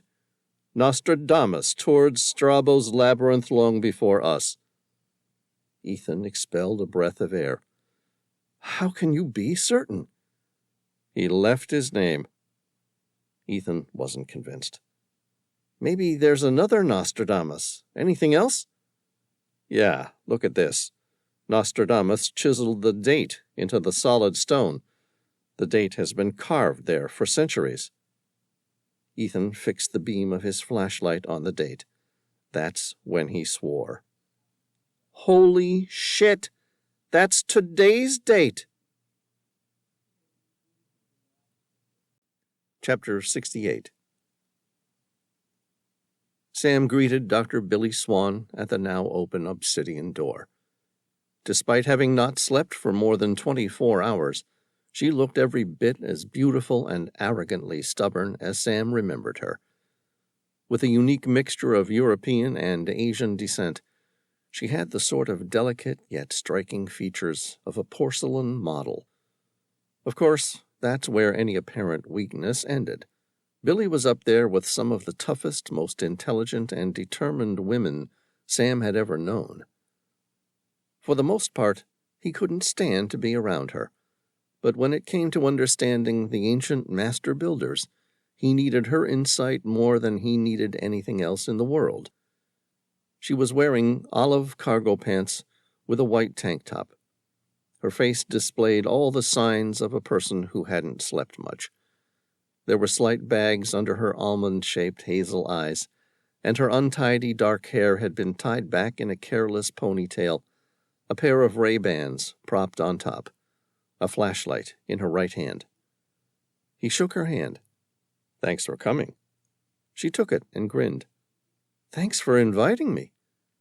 You've been on a flight all day. Do you want to rest? Her eyes were wide with wonder. Are you kidding me?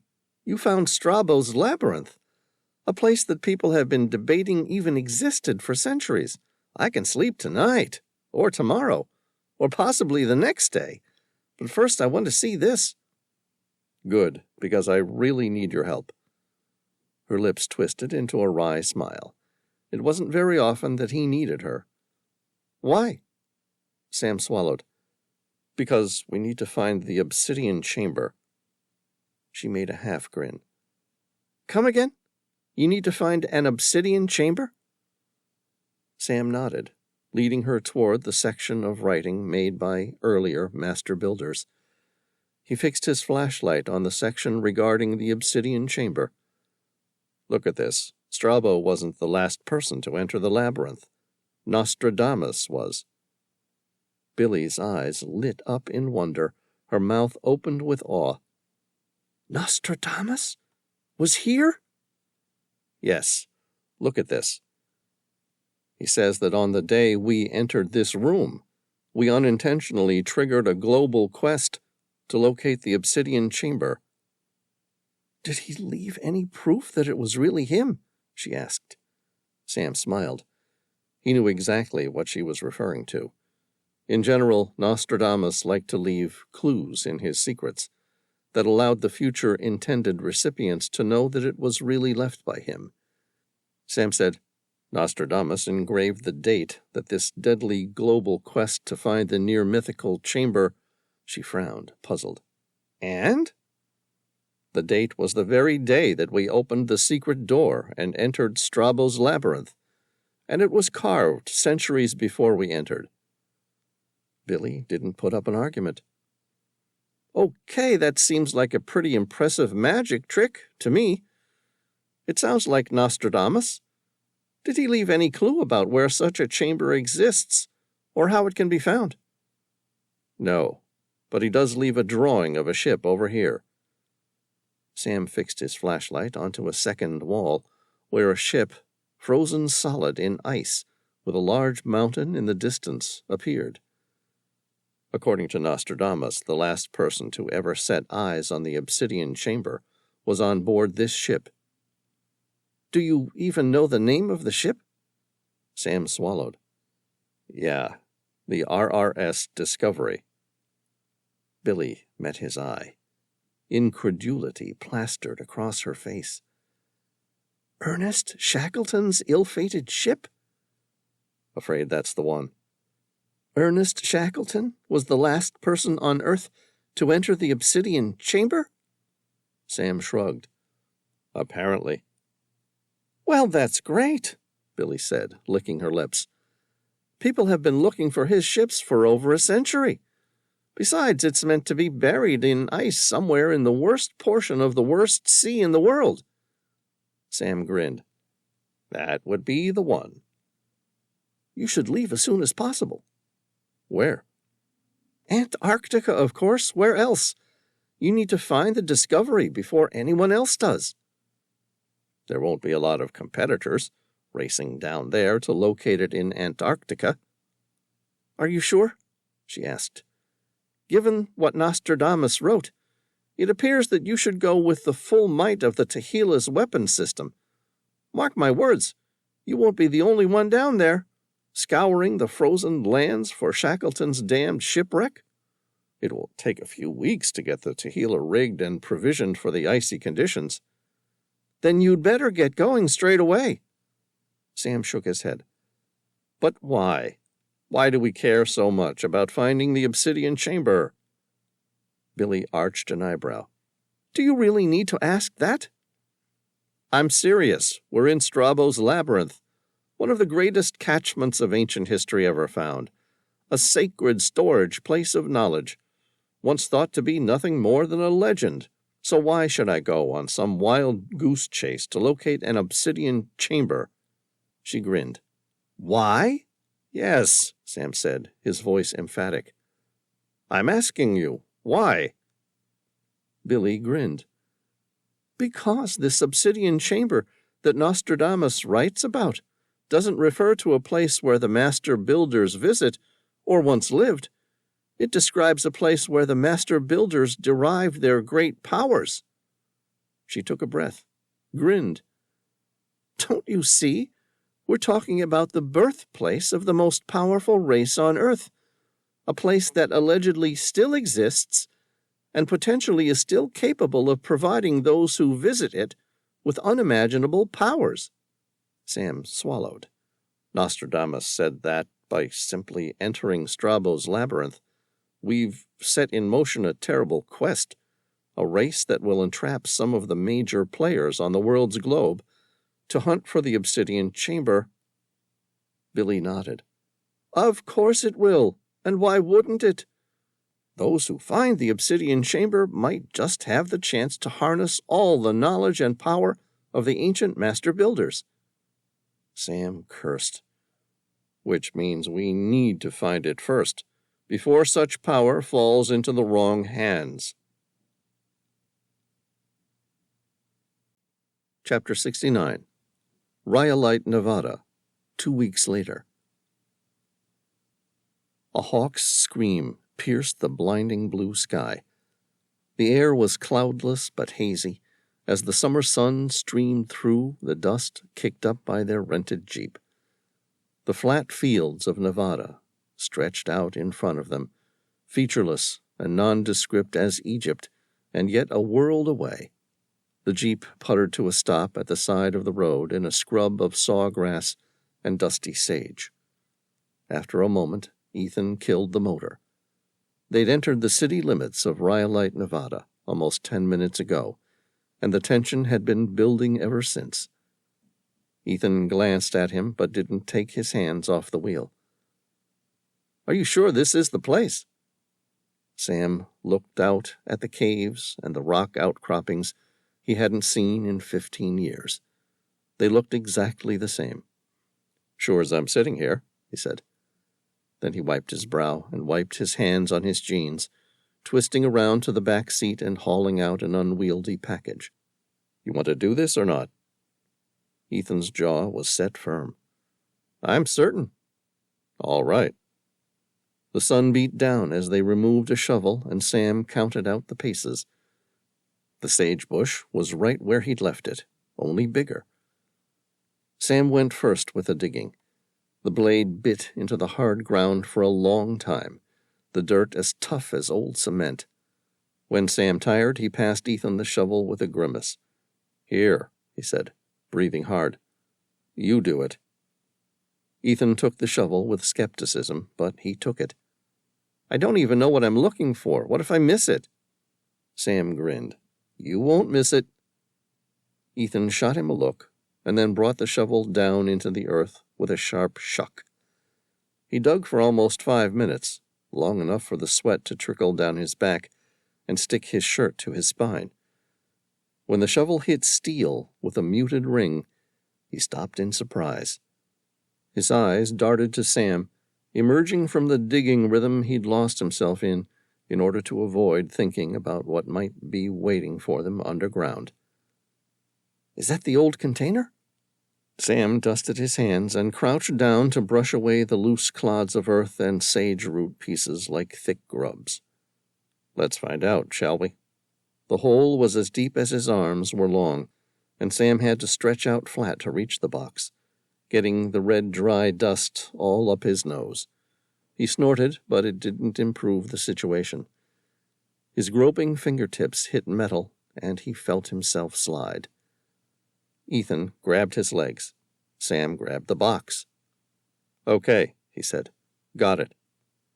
Ethan hauled him back by the heels, the dirt scraping his skin where his shirt rode up in transit, until Sam could wrench himself up by his elbows.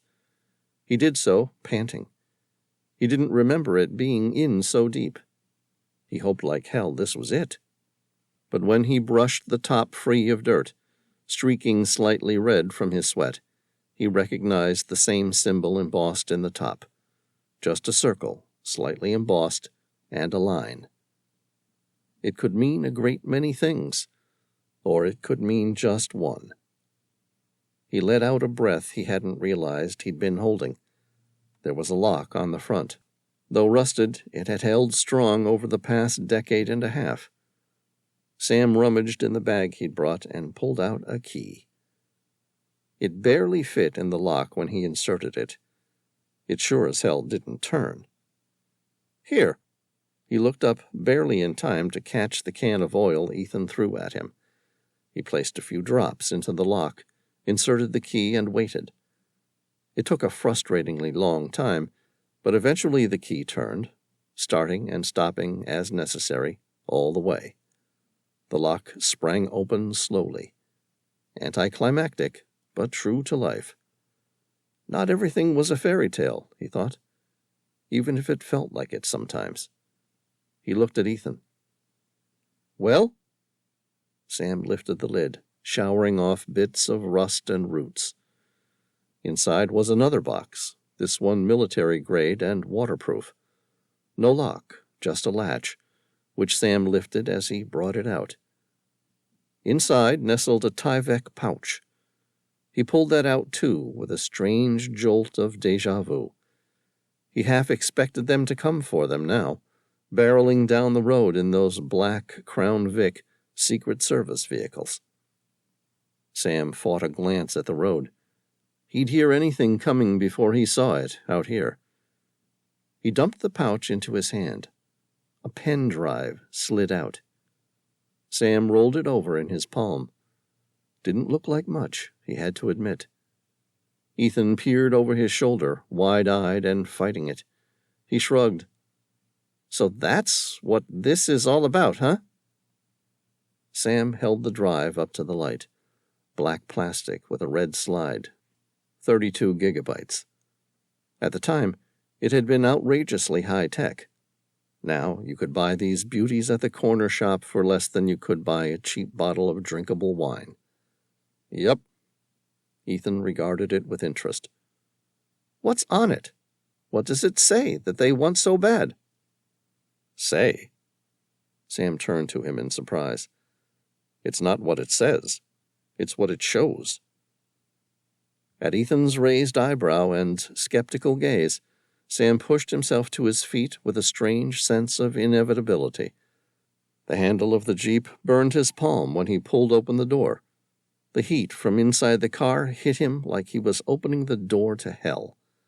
Sam slid inside and pulled his laptop out of the glove compartment, the coolest place he could think of. He wedged it behind the steering wheel and opened the screen. It booted up with a happy chime. Before he could think twice about it, he slid the drive into the slot.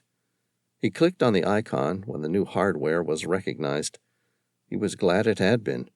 He hadn't been sure about that. 15 years old was ancient in terms of technology. The video app opened, and he turned the computer to face Ethan, who had slid into the passenger side and turned the air on full blast. "Here," he said, as his sweat chilled immediately in the breeze. "See for yourself." With an apprehensive look at Sam, Ethan set his jaw and took the computer as the video began to play. Chapter 70. Ethan's eyes narrowed in on the old surveillance footage. The video was primitive and had the same look some home movies had, but hard. This was as hard as it comes. It appeared to be filmed from a soldier's body cam. The unsteady video feed revealed the inside of what appeared to be a private Learjet, probably the best-maintained Learjet 23 at the time. What made it stand out even more was the unique emblem over leather seating along the fuselage. It was the seal of the President of the United States of America. "That's President Harris's Learjet 23. Sam nodded. "That's his bird." It was no secret that President Harris, once a decorated fighter pilot during the Vietnam War, had never truly relinquished his love of flying. He kept a private jet at Andrews Air Force Base, and if the secrets were to be believed, he took it out from time to time, with no one but his Secret Service agents on board. Once a pilot, always a pilot. It was also said that the president liked to use the private space to host secret meetings that he didn't want publicly recorded. It was also no secret what happened to President Harris on the flight that day. The video continued. A man in casual slacks and a white shirt sat straight and tense on one of the couches along the edge of the fuselage. Secret Service members in black, manned the walls, arms clenched tight at the ready. A glass of clear liquid sat on the table before them, water, judging from the bottle beside it. Papers spread out between him and an aide, with a rather stunned expression, scared and alert, like the thing he'd been warned about when taking this job, but had never believed would ever happen, had finally happened. Ethan looked at Sam.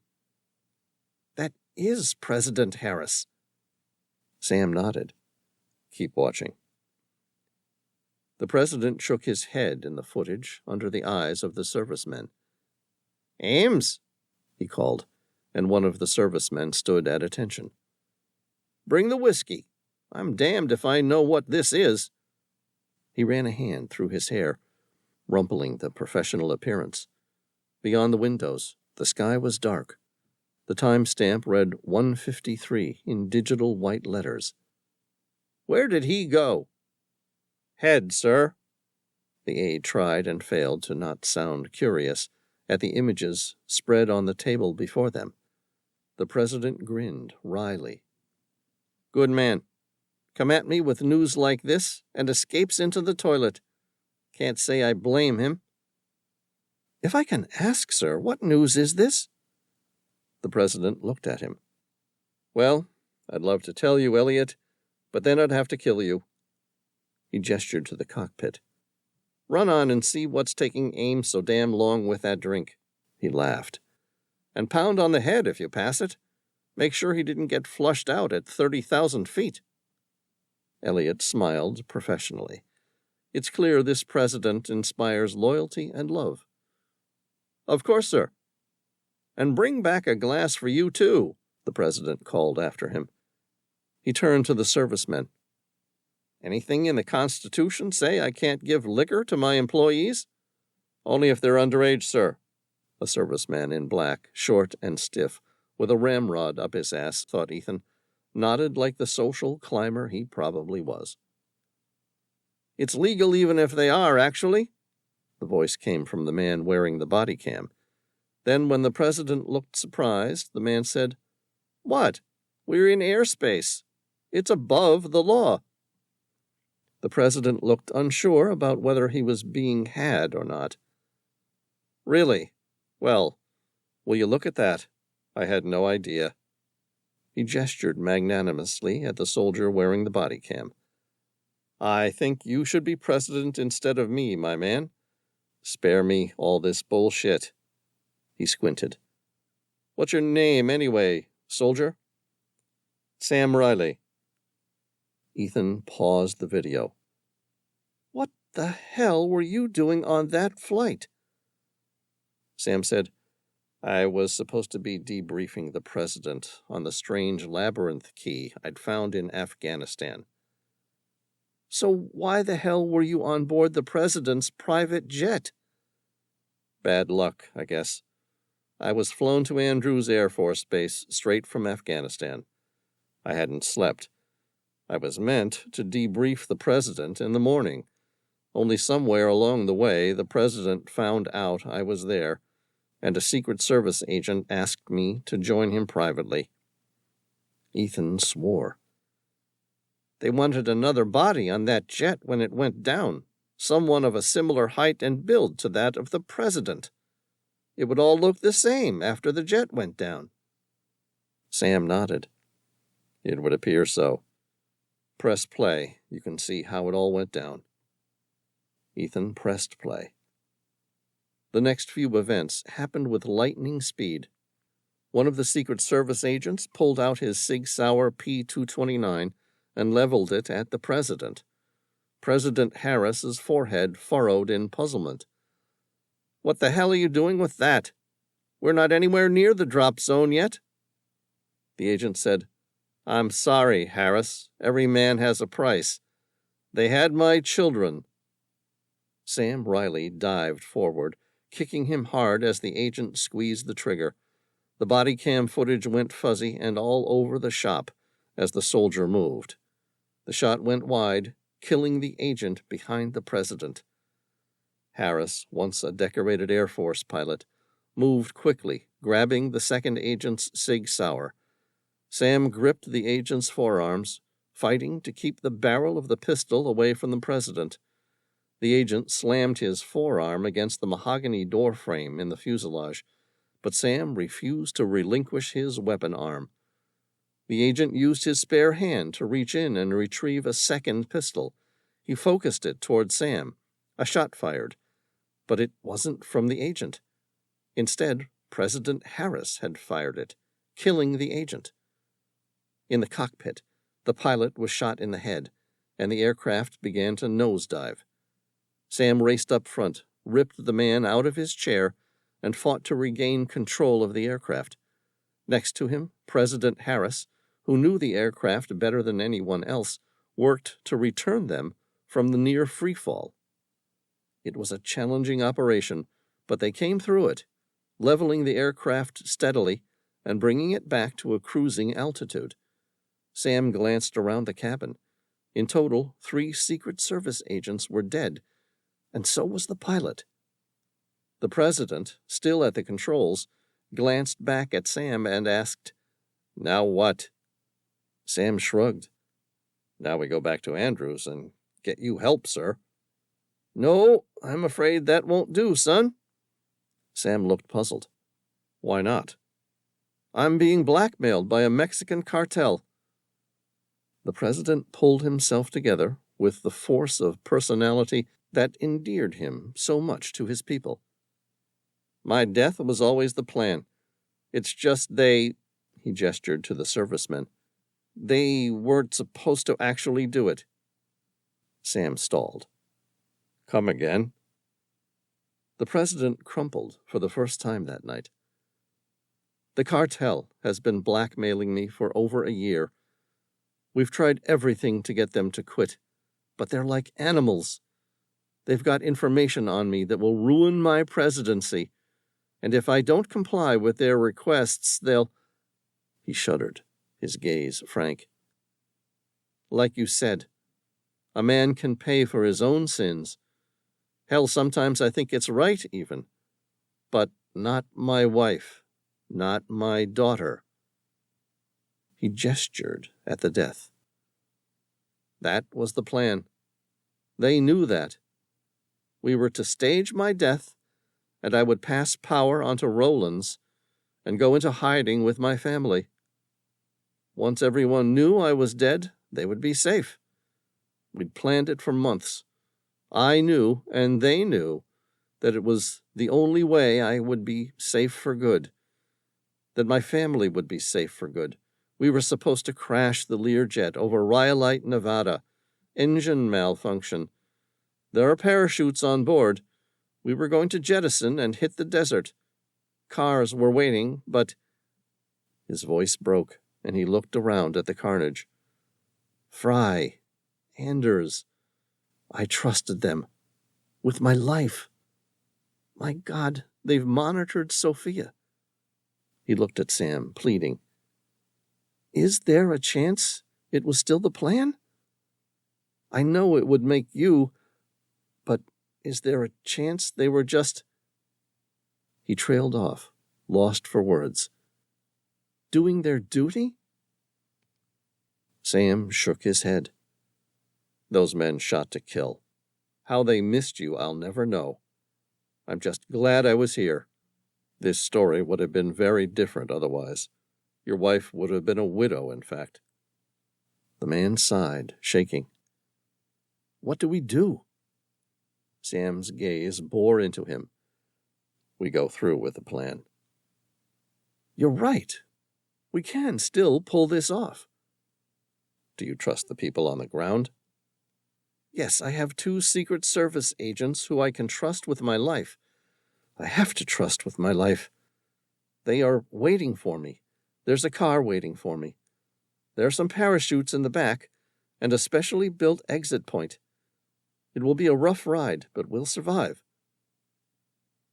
A few minutes later, the president set the aircraft on an irreparable nosedive, and Sam and the president jumped out through the exit point.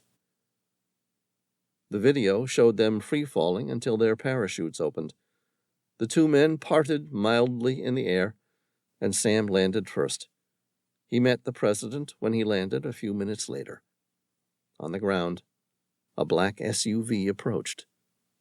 Ethan recognized that vehicle.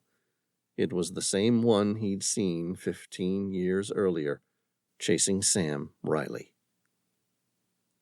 From the opposite direction, a young man riding a motorcycle approached. The president landed with the ease and grace of a seasoned paratrooper. The Chevrolet Suburban pulled up alongside the president. The camera moved toward the gathering as it appeared the younger Sam Reilly walked toward the group. The president was talking to two agents. There was already a hot discussion going on, but it was impossible to tell what was being said from the body cam footage. Sam Reilly reached the president, who introduced him to the two agents and said that he owed the man his life. A few seconds later, a young man on a motorcycle pulled up next to them. He couldn't have been more than 20. The rider said, "Whoa, are you guys all right? I just saw your parachutes. Did you just jump out of that plane before it crashed?" The president gave a curt nod to the two agents, and then to the rider said, "Yeah, that was us. We got really lucky." One of the agents got the message, drew his Sig Sauer, and shot the rider dead. On the body cam, Sam Reilly's voice protested. "Good God! That man was just checking to make sure we were all right. You didn't have to kill him." The president turned his palms skyward in supplication. "Hey, I wasn't happy about it either, but a lot of lives are at stake here. If the story gets out that I survived, a lot more people are going to pay with their lives." "There must have been a better way." Sam's voice was calm, cautionary. One of the agents whispered something into the president's ear. The president turned to Sam Reilly. "Are you wearing a body cam?" The digital video ended. Ethan asked, "What the hell did I just watch?" "You know what it was." "Yeah." Ethan looked out the window. "What happened in the end?" Sam shrugged. "Frank Rowlands got to be president. Harris's widow and daughter died tragically in a car accident. As far as anyone knows, they really died. Who knows? They might really be dead." He tapped the computer. "This is the only copy of this footage in the entire world. They'll be safe as long as it stays hidden." Ethan looked at him, his gaze unreadable. "Now I know about it." Sam met his gaze the same way. "Now you know." Ethan turned to him in earnest. "You didn't kill the president." "Kill President Harris? Are you kidding me? Of course I didn't kill him." "No. He died because you found that key. And the cartel, having discovered that a second labyrinth key had been discovered, went to kill Harris." Sam grinned. "You think President Harris is dead?" "Yeah. He died in a plane crash 15 years ago, the same day you and I first met." Sam shook his head. "No. President Harris survived, but he knew that so long as Carlos Gonzalez was still alive, the cartel would use his family to blackmail him. But, as you know, having served, no matter what happened, the President of the United States of America can never be placed in a position in which he needs to submit to the whims of another nation." "So," Ethan swore, "President Harris knew this. He needed to be dead." "Exactly. A plan was made to fake his death. The only problem was the cartel got wind of it, and instead of letting it play out fictionally, he tried to make it real. Thus, they nearly succeeded in killing President Harris for real." "Except you were there that day to talk about the Labyrinth Key." "Yes, I was there to talk about the Labyrinth Key. I realized what happened, and I saved the president's life." Ethan frowned. There's one thing I don't understand. Sam bit his lower lip, knowing where this was headed. Go on. If President Harris is still alive, who were those Secret Service agents sent to kill you? Sam expelled a deep breath. President Harris was a good man, but he needed to complete the ruse. You see, if anyone found out the truth, his family would be murdered. Realization dawned on Ethan. Those were President Harris's trusted Secret Service agents who tried to kill you. Sam nodded, the palms of his hands turning upward. I'm afraid so. I can't blame President Harris. After all, he needed to clean up loose ends. Sam steepled his fingers. After I left Rhyolite, I sent him a message explaining what I had done, and that his secret would be safe with me until the day I died, upon which a video depicting the truth would be revealed to the world. When that happened, it became paramount to Harris that I remain alive for a very long time. Epilogue. Washington, D.C. Inside Sam Reilly's father's D.C. apartment, Caliburn's ears perked behind his thick mane of golden hair, his brown doe eyes passively taking interest in Sam and Katerina's somewhat heated discussion. Sam sighed heavily. I'm sorry. I don't know how long I'm going to be away. At least a month, probably many more. Katerina nodded, taking his hand in hers and kissing his fingers. I've seen that look before, Sam. Sam pulled back just a little, enough to see her face and look her in the eye. What look? You're going after the obsidian chamber, aren't you? Sam nodded. I have to. You're going to give it everything you have? Sam grinned. You bet I will. I've been chasing this my whole adult life. Katerina asked, What about Caliburn? Sam looked at the golden retriever, who raised a benevolent eyebrow to let him know he was listening. My aunt can look after him while I'm away. What about the Tehillah? Sam shrugged. What about it? I thought the benefit of living on board a ship was that your house goes with you wherever you go. Sam's eyes narrowed. You think I should bring Caliburn? Yes, why not? Caliburn's not going to like where we're going. Why? Because Caliburn hates the cold. She kissed him on his lips, then pushed him away. Where are you going, Sam? Antarctica. Her lips curled upward into a wry smile. Antarctica? Whatever for? To find a ship that went missing during the early 20th century. She expelled a frustrated breath. All right, I'll bite. What does a missing 20th century vessel have to do with the obsidian chamber? Well, Sam said, rumor has it the leader of the expedition, a man named Ernest Shackleton, was the last one to physically see the obsidian chamber.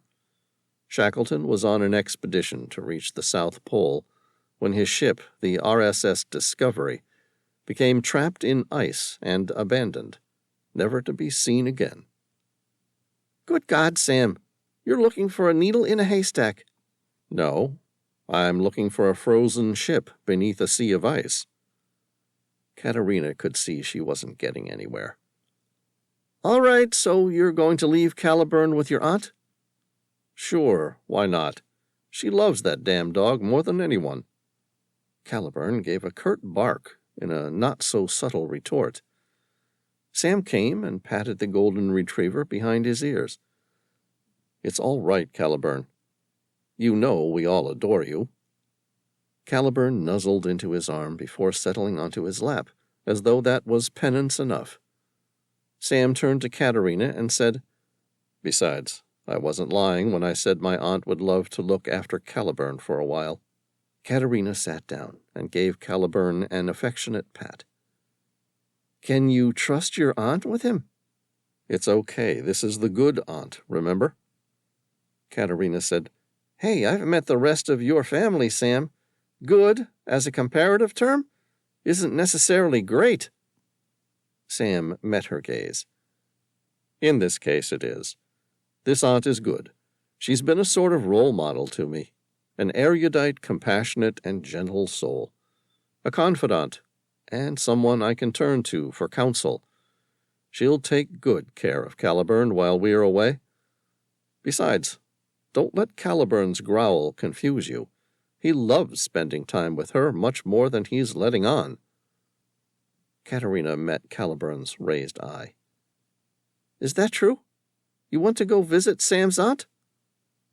Caliburn licked his lips and set his tail wagging happily, betraying his real emotions. Sam shrugged. My aunt tends to spoil him far more than our jobs allow for. Someone inserted a key and let themselves into the house.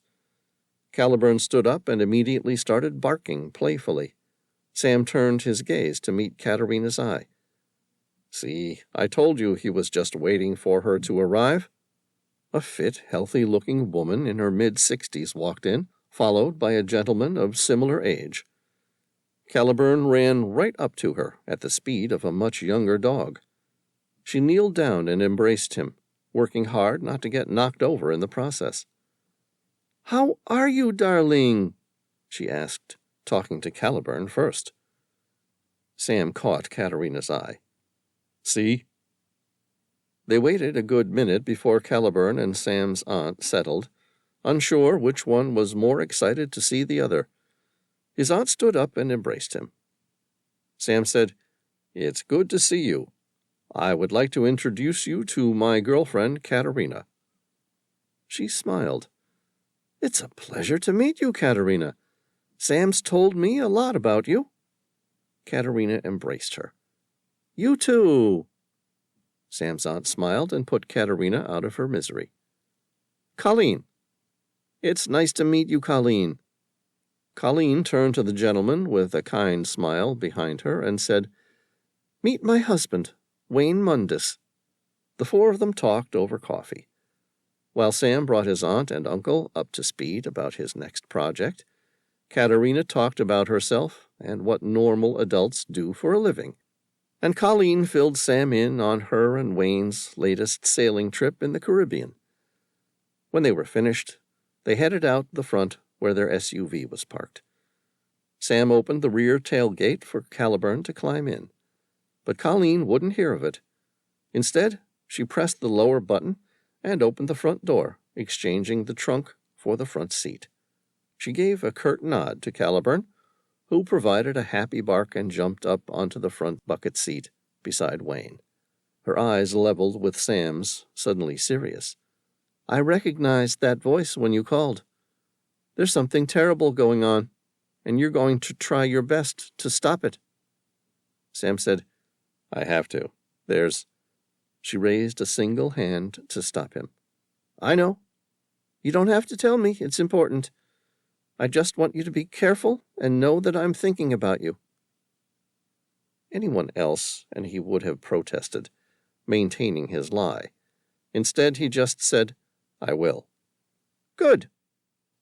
Then, her voice more cheerful, Colleen said, Now don't take too long, or I promise you we're not giving Caliburn back. Sam grinned. I'll try my best. He watched as they drove off. Wayne wound down the passenger window, and Caliburn comfortably nudged his head out into the wind as the SUV pulled out of the driveway. Sam wrapped his arms affectionately around Katerina's waist and watched them disappear down the road. She turned her head to look at him, parted her lips, and kissed him. When they stopped, everything was serious again. Katerina said, Now what? Sam swallowed. Now I have to beat the rest of the world to find it. Are you sure the rest of the world is looking? The lines in Sam's face suddenly darkened. They're looking for it all right, the same as we are. It contains secrets that will change everything about the world. from political alliances, world economics, and even the future of the human race. She nodded. All right, then we'd better make sure we find it first. We? Sam arched an eyebrow. Do you mean it? Yes. She kissed him again. His lips straightened into a hard line. You're sure? She grinned. Sam, I'm coming with you to find the obsidian chamber. I'm glad, Sam said, and he squeezed her hand. Because I believe we're close to finding it. Finding what? Answers. Her lips parted in a wry smile. Two? Everything. Sam grinned. We're on the verge of finally learning the truth about the origins of the master builders and why they're here. The end. This has been The Labyrinth Key, Sam Reilly, Book 19. Written by Christopher Cartwright. Narrated by David Gilmore. Copyright 2019 by Christopher Cartwright. Production copyright 2019 by Christopher Cartwright.